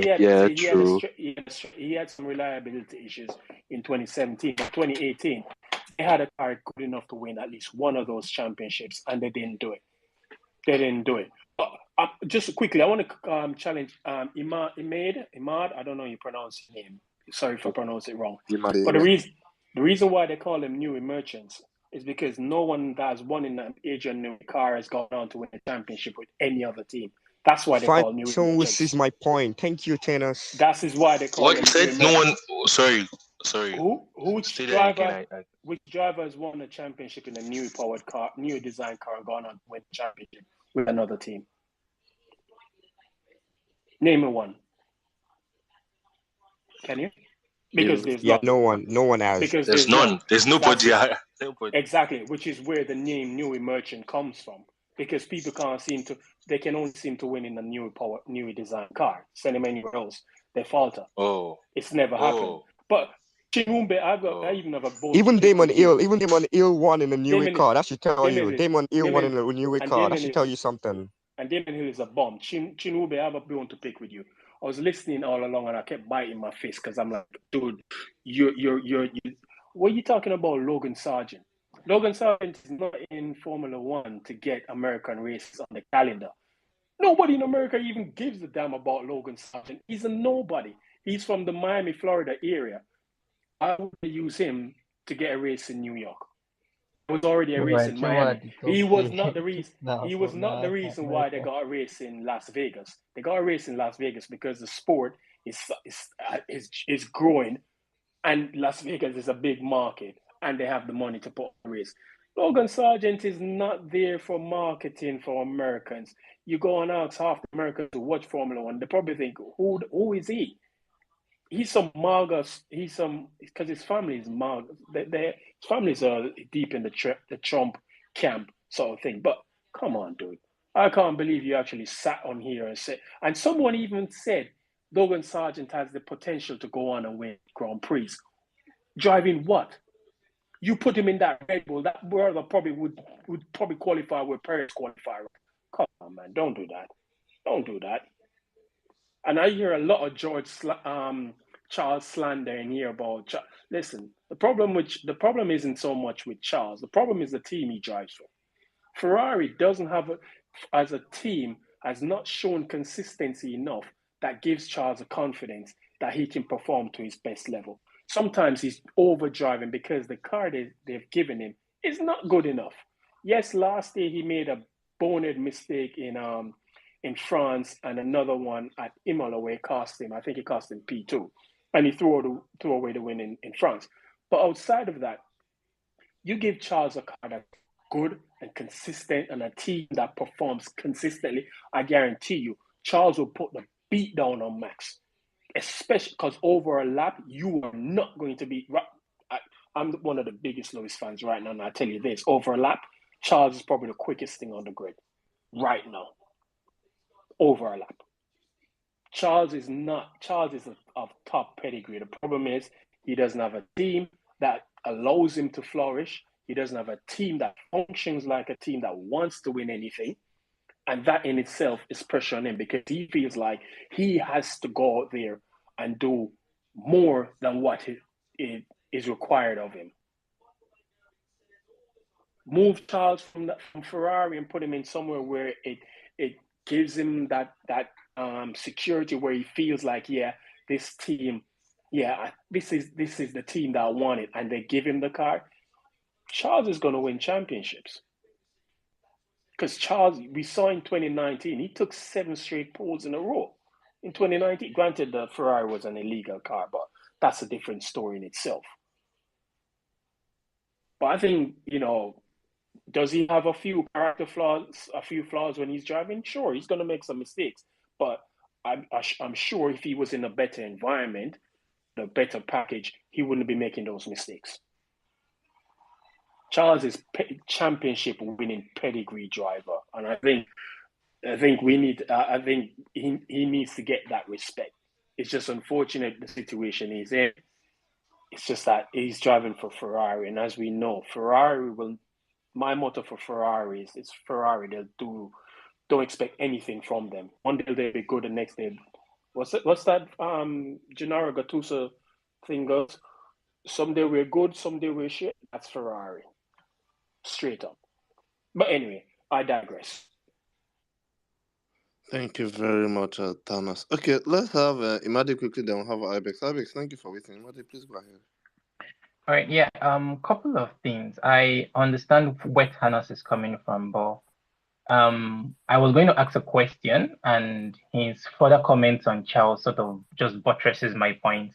Yeah, you said Charles is in a team who is not functioning like a team and who's not doing things they should do to give Charles the car or give him the confidence to actually push properly. I agree. I understand that. So why do we give such concession to Charles right now? But when it was Vettel in Ferrari, we sort of dismissed it and expected him to perform miracles. Hold on, please. Expected him to perform miracles. Secondly, in 2018, I agree once again that Ferrari had had the car to win the championship. But the same Ferrari team principal, towards that was in Austin 2018 as well, came up to admit that said they put so many updates in the car that made the car slower, and not until Austin before they removed these updates, and that was what made the car suddenly became fast again, and Kimi won the race in 2018. So I understand maybe former champions have a different threshold with their measured against, but why we've seen Lewis and Mercedes as a perfectly oiled well machine running smoothly, no hiccups, there is the regulations and the built on that. Ferrari was trying to break that stranglehold with Vettel. And we know how I can, even at the top of my head now, without doing any research, I can list multiple mistakes that Ferrari made with Vettel. Vettel was practically arguing with his race engineer on the radio, multiple things. So why is it that when it comes to Vettel and Ferrari, we feel, oh yeah, Lewis would have done this, anybody would have won the championship with them. But when it comes to Vettel, that same grace that's given to Leclerc right now is not given to Vettel, wasn't given to Vettel then. Because Vettel was a 4-time champion. Charles hasn't won anything in Formula One. Vettel went to Ferrari having won. You can only perform as well as your team makes you perform. Yeah, but Vettel is a 4-time champion. He went to Ferrari having won 38 races. He wasn't an unknown product. He was a 4-time champion. He was given a package good enough to win a championship, and he made errors that he should not have made. He was leading the championship up until 2017. He was leading the championship. I think it was up until even Singapore. I think he was a championship leader in Singapore in 2017. Then that happened. That shouldn't have happened. Vettel literally went backwards at Ferrari. He didn't go forwards. After 2018, he went backwards. Charles came into the team into 2019 and actually showed him up. So Vettel doesn't get that grace as Charles because Vettel was a 4-time champion. He went into a team that basically he had who was his teammate? Kimi Räikkönen. Kimi Räikkönen right now is probably, if you look at people who failed to fulfill the potential in F1 who came in with a big name, Kimi would probably be top of the list. Kimi was his teammate. Vettel was the team leader at Ferrari. He had the opportunity to win. He was leading the championship more than halfway of the season. And then he fell off, the team fell off. So that's why he doesn't get the same sort of grace, because he was a 4-time champion. You're not being. I think you're being so. I understand he's a 4-time champion, and I said it in my statement. But okay, probably former champions are held to a much higher standard than it should be. But at the same time, these guys in 2017 they had multiple reliability issues. For heaven's sake, it was in Malaysia that you mentioned. It was a spark plug. A spark plug that I can practically change. Yes, qualifying that I can change in my car. That was what was faulty for Vettel and Raikkonen, because Raikkonen had his in qualifying. I think Vettel had his in the race, or vice versa, one way or the other. Then in 2018 they kept on upgrading the car. I think Vettel had his in qualifying because I don't think Lewis was on pole in Malaysia 2017. Okay. No, Lewis was on pole. Then was he on pole? Yes, he was on pole, but Max won the race. Max won the race, yeah. Okay, go on. Then in 2018 they put upgrades. I once again I'm not disputing the fact that they didn't give Vettel a championship winning car in 2018, but they also made the car slower. We need to, as I say, when we're talking about these things, we need to put things into context, and it's not even about commentators saying it was the team principal that came out to say that all our upgrades made the car slower. But doesn't that support my argument? We're saying that the issue is not just the driver itself, Ferrari, because they don't seem to be a team that has the know-how of how to go out and win a championship. I've made similar arguments in my spaces. It supports your arguments They that don't. they don't know how Yeah. to win a championship. But at the same time, that means you should also give more grace to Vettel. That he was in this crap of a team. Yes, he faltered at sometimes and made multiple mistakes. I agree with that. But the team also contributed to him, because if you're in a Yeah, team that is we're not disputing that. We're not disputing the team didn't contribute. But if you look at the mistakes that were made, Vettel made bigger errors on his own than the team did. Nah, I don't. Okay, maybe that's Really? where we disagree. I don't agree with that. I don't think Vettel made bigger errors than the team did. Really? Look at Germany. Singapore, You made a mistake in Germany. Come on, Singapore, 2018 Germany. Germany. Singapore was 2017. Singapore was 2017. And let me Germany, just say something now. 2018. In Monza Vettel's 2018. in Vettel's era of Ferrari, I only agree he could have won the championship once, and that was 2018. 2017, they were aerodynamically sound, but they were lacking. They were crazily lacking straight line speed. So, and there was no way you were going to outmatch a Mercedes and Lewis Hamilton if you don't have the straight line speed. And you can go check the stats. But in 2018, I agree that they gave him the car to win the championship at the beginning of the season, and the idiots made the car slower, and they had strategy issues. So what do you want to do? For heaven's sake, let me give you an example now.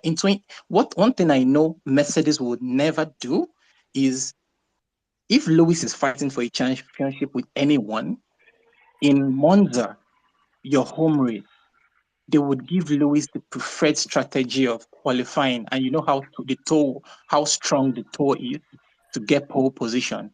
Mercedes will do that. What did Ferrari do? No, I don't think so. I don't think so, because No. Let's not go down. Let's not They go didn't do down. it in 2021. Let's not go They didn't down do that. it. No. Let's Yeah, not we go can down go that down that road. road, because Let's not go down that road. They didn't do it in Monza 2021. But they were in Monza 2021. They didn't do it, but they were using Bottas to test engines that actually benefited Lewis Yeah, towards the ending of the season. yeah. So No, they but didn't the need to point do is, that.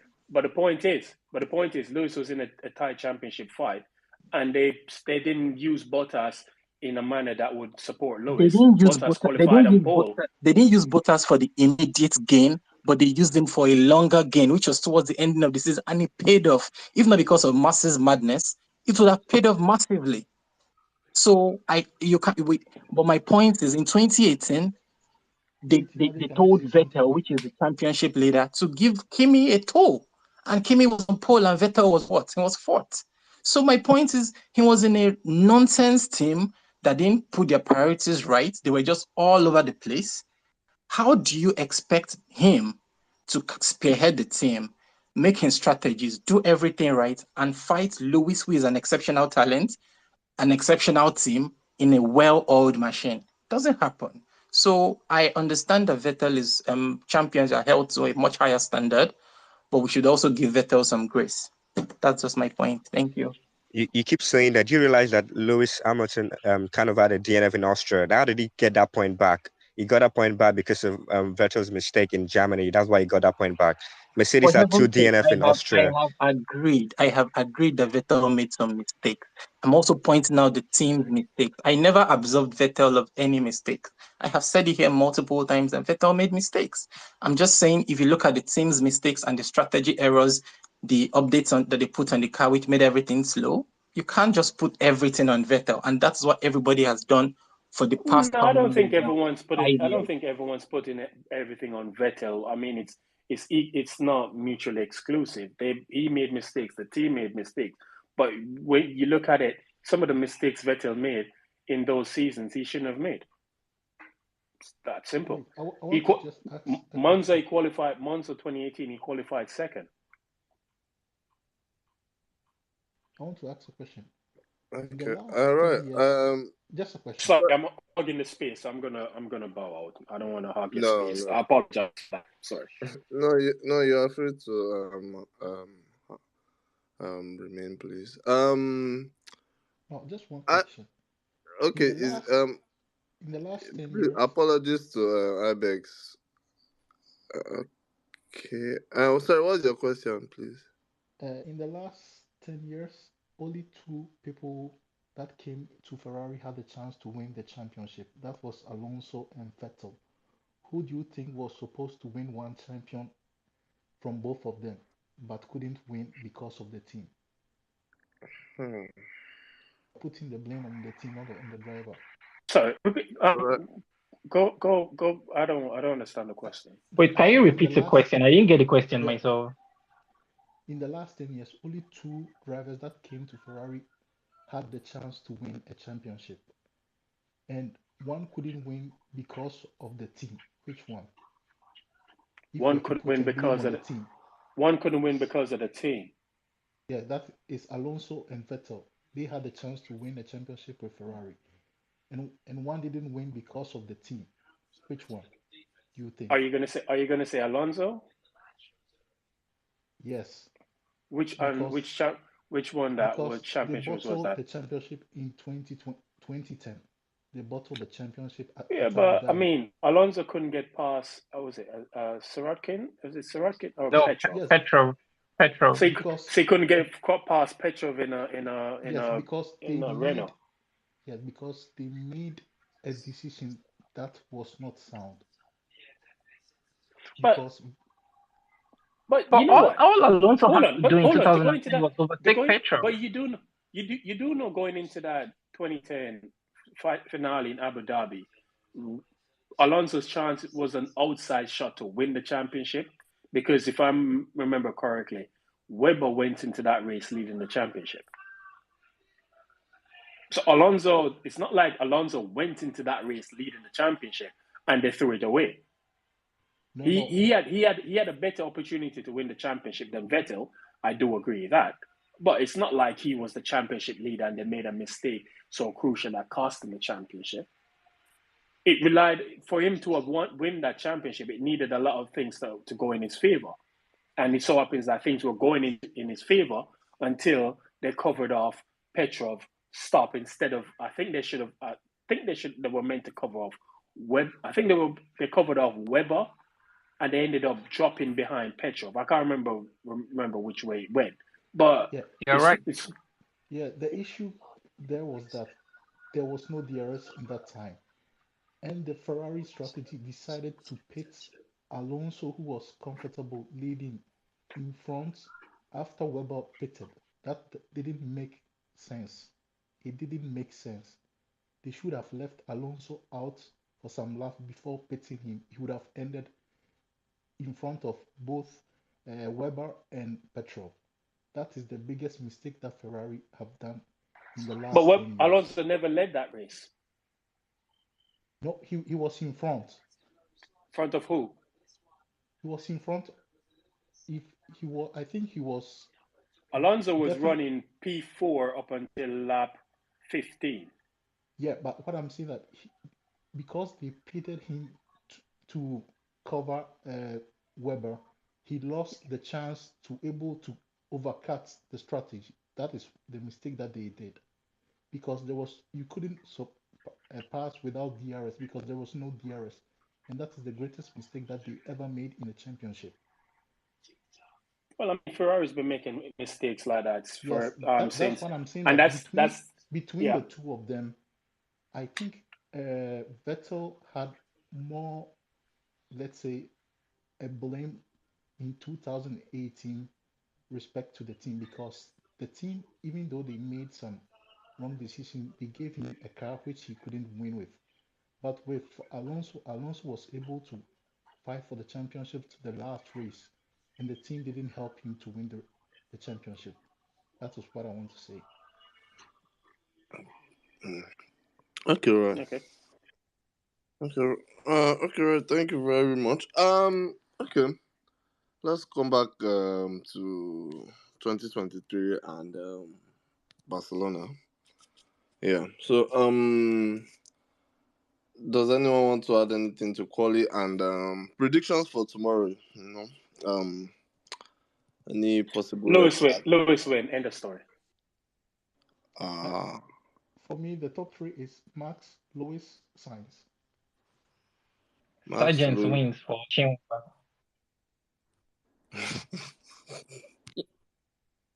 Stop. Just stop. Wait, did someone just say Sargent win for Chinube? Oh God. Yeah. I think I might put some money on that one. Even though, like Sargent wins for me. Come on, like I even told though you I have a guys that guy better is not for chance of being performance. Serena Like Williams Yeah, now next for your husband. performance, to yeah, give it. like for advertisement, that's all. Come on, That's what we're saying. He wins for What's he you. advertising? No, What's he but what great advertising? advertisement would it be for him to come America, first? Sorry, an American So driver. Come on. if he's advertising America, America might as well just nuke itself. That'd be a better advertisement. Oh, sorry guys, we do not support. And just in case they are listening, we don't support violence. But yeah, Chinuba, I need you to explain something to me because I'm trying to understand here. What do you mean by advertisements? As per, is he an influencer driver or I don't understand. What do you mean by advertisement? Because this whole American advertisement, you need to clarify it better, please. I mean, he's an American driver, and I don't think F1 has had an American driver too. It was like Scott Speed. That's why everyone's like talking about him. The guys I know basically talk about Logan Sargent, like they tune in to watch F1 just because of him. They don't care if it's at the back of the grid or something. But seeing an American in F1 in a very long time. That's why I think it's an advertisement because I know that New York, the race coming up in New York is going to be because of him, and I know that his family is embedded with Trump. I know his mom. I don't know. His mom is What like race a is coming badass or up in something New like that. York? I mean, we're gonna have I don't know. They're gonna be a race like a Grand Prix, a New York Grand Well, Prix or something like he's that. No, they won't be. prophesying that there'll be a New York race. There's no official announcement. He's I prophesying mean, it. When have you it's just a seen the rumor. roads have you seen the roads in New York? Where are they gonna have I that mean, race? it's just a rumor. I mean, like I don't know. I was thinking like they could use the same spec FE use. FE do race in New York. I think Formula E do race in New York. I don't know. I've not watched any of those FE races.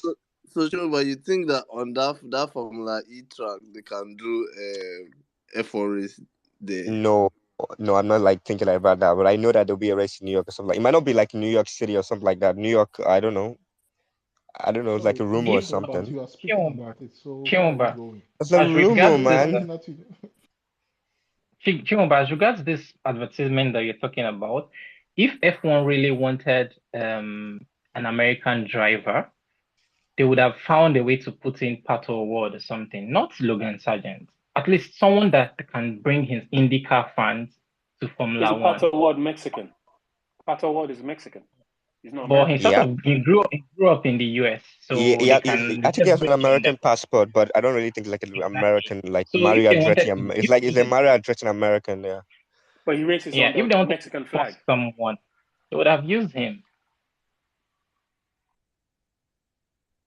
Like Thanos said, is Mexican, and Yes. we do know the discrimination that comes whenever you mention Mario Andretti being an American champion. People believe it's an Italian. I don't know. Some guys are crazy. They could think otherwise that it's not really like really an American. I watched some YouTube videos that people say it's Look, just that American. just stop bringing up Logan Sargent. Anyway, I think we can't You use lower a your better standards. advertisement People for don't US than when you well, use Logan Sargent as a prop him up on a pedestal, people don't take it seriously. I think people listen to your thing. You should be in a mental institution with padded walls and strapped up just for your own safety. Don't. I'm looking out for you, my brother. Don't. I don't want to see you in a padded cell. Don't do that. Don't. Logan Sargent. I don't mean it in a disrespectful way. I'm joking. You know I'm joking. Logan Sargent is not it. Logan Sargent and Nicholas Latifi, I think if you morph them together, they're probably the same person. No. Yeah, I know that. I knew that it's not like I'm not like open you win some races like or become world champion, but at least some American guys I do know kind of respect him. So I mean to respect their point of view. Just say yeah, Logan Sargent. Well, my predictions for tomorrow: Max Verstappen P1, Lewis Hamilton P2, P2, Saints, or maybe Perez P3, Logan Sargent P20. That's all. My prediction for tomorrow: Lewis wins. Whoever finish, I don't really give a damn. Oh god. Okay. sorry, I just want to say anybody's putting too much faith in Perez for that P9. What did you say? That's too much faith in him. I said P3B. He's driving a fast car. Let's see what P3, happens. yeah, that's too much faith You know in the him. He's problem. not that guy. We like Perez today. We hate him tomorrow. We are very consistent in how we feel about him. Let's see what he does tomorrow. Why do you like Perez? That's I the first mean, question. why don't you like him? Because he's a bum. Oh, okay. Well, I'm sorry you feel that way. I actually rate the guy. I Perez know is he a fucks up bum. sometimes, but I like him. Perez So. is a bum. Are you getting? You're driving the same car. You're getting qualified by a teammate by half a second. That shouldn't be happening. Can you imagine if Lewis did that to Bottas on a consistent basis? I mean, Bottas ran Lewis close in terms of one lap pace more than any of his teammates, and people basically called him useless. And we're sitting here watching Perez stink up the place and like, what's going on? Well, let's see what he does tomorrow, right? I'd be surprised. Don't be surprised to see him crashing, but like I could be wrong. Let's hear from Lil Benz. I'll take you a Mercedes fan. Good evening. Good evening. Good evening. Yeah. Yeah, true. I'm a Mercedes fan, though. Well, the main reason why I came here is because I'm an artist, I'm a rapper. I just want to like drop a few bars for you people, few seconds. I won't waste your time, please. Okay, wait 1 second. Do you watch Formula One? No, not really, bro. Not really, bro. I won't lie to you. I would say you should drop the bars with Formula One and this thing because this is a Formula One space. But okay, please just do your thing in 1 minute, please. Okay. Thank you. Yeah, thank you, bro. Thank you for the opportunity. So, listen. Yeah, back in the days, there was nothing to eat. I was caught up in the cell because of things that I did. Ain't nobody to help. I was just on the street and I was smoking some weeds and I was selling some things, I too drug. I did silly things. No dad, no mom, no families. Depressed and blind, no setting free. I called for God and he just set me free. Depressed and I rose back. No strength, but I've got God. No families, no friends. So those niggas, they van back and pains on my own. There was nobody to fight that. Sitting on my own with these pains in my chest now. Sitting and battling with these sense of my family's niggas saying they're wrestling. God is down. What's up with me? Chasing since I'm my enemy. Saving me from the enemies, they be thinking they dead for me. All these niggas they hate me. Hey, yeah, that's it. Thank you. Yeah. Okay, thank you very much, Lil Benz. Yeah. Anyway, if you're not watching Formula One, you can start watching Formula One. Very interesting sport. Sure. A lot to get into. But yeah, thank you very much for the bars and wish you all the best in your career going forward. Thank you. Yeah, God bless you. You also have a spring like rest. And you too. Okay, yeah. Okay, guys. Back to Spain. Does anyone want to chip in quickly on okay, yeah, predictions. I think I'll see on predictions. One prediction. Which team is going to be the disaster for tomorrow? Ferrari. Well, I don't know. Well, I'll say Ferrari, but get off the fence and just say Ferrari. Well, yeah, Ferrari. I second that motion. Just get off the fence and say Ferrari. Why are you going? No, but I'm considering McLaren. No, it's Ferrari. Okay, Ferrari then. Hopefully, that means they're looking to. If Ferrari, do you mean Charles? I'm sorry. That's just a low blow. That's a low blow. Charles is already starting from the last position. How are you going to give him a worse strategy? Then you basically make him retire from the race. It will be better. It's Ferrari, dude. It's Ferrari. You just said why he started last. Why would you give him the worst strategy? You do realize the team is driving for, right? Yes, but definitely they give. That's the team that they've got a strategy for every letter in the alphabet, and even letters that don't exist. Okay, we are checking. Standby, Charles. We are checking. Exactly. Okay. My front wing fell off. We're checking. You can see it on the TV screen. It fell off. What are you checking for? Jibola, please, can you go ahead, please? Sorry, quick one. Have they announced the verdict for Gunter St. Stewart? Honestly, I don't really give a damn. I don't think they have. I haven't heard anything. Yeah, I don't know. I don't. As I said, I don't give a damn. Anything that wants to happen to him, let it happen. If you don't want to ban him for the paddock, let them ban him. It's not adding any value in terms They of said simple. they're going to make a ruling, I think, of probably tomorrow or something like that. Personally, I hope they throw the book. I really don't. I'm with you on this one. I don't care because in Abu Dhabi 21, he basically said they didn't do anything wrong and kind of sided with the steward. So if they throw him on the bus, I'd probably drive the bus.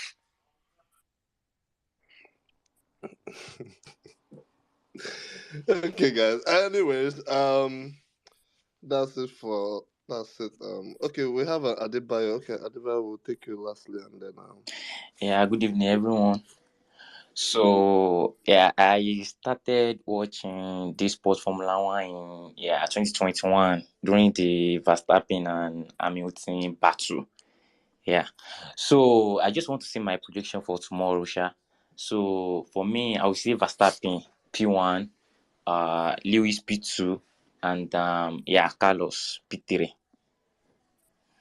Adebayo, are you a Red Bull fan? No, not at all. I mean Mercedes fan. I mean Lewis one. Okay. I'm not a Why Verstappen. do you want to say Norris P3 though? What is People it? don't rate Norris. No, not you. I'm just saying, like, I didn't hear Norris P3. I'm like, you guys don't rate Yeah, Norris anymore. yeah. I'm telling you that McLaren, they are going to mess up the strategy. All those shake that Jack Brown was shaking everybody today. He will change it for them tomorrow. I think it's to win Saturday's the day of winning race. See you. Another American for you. But yeah. Okay. I guess that's it for the evening. Thank you very much, guys.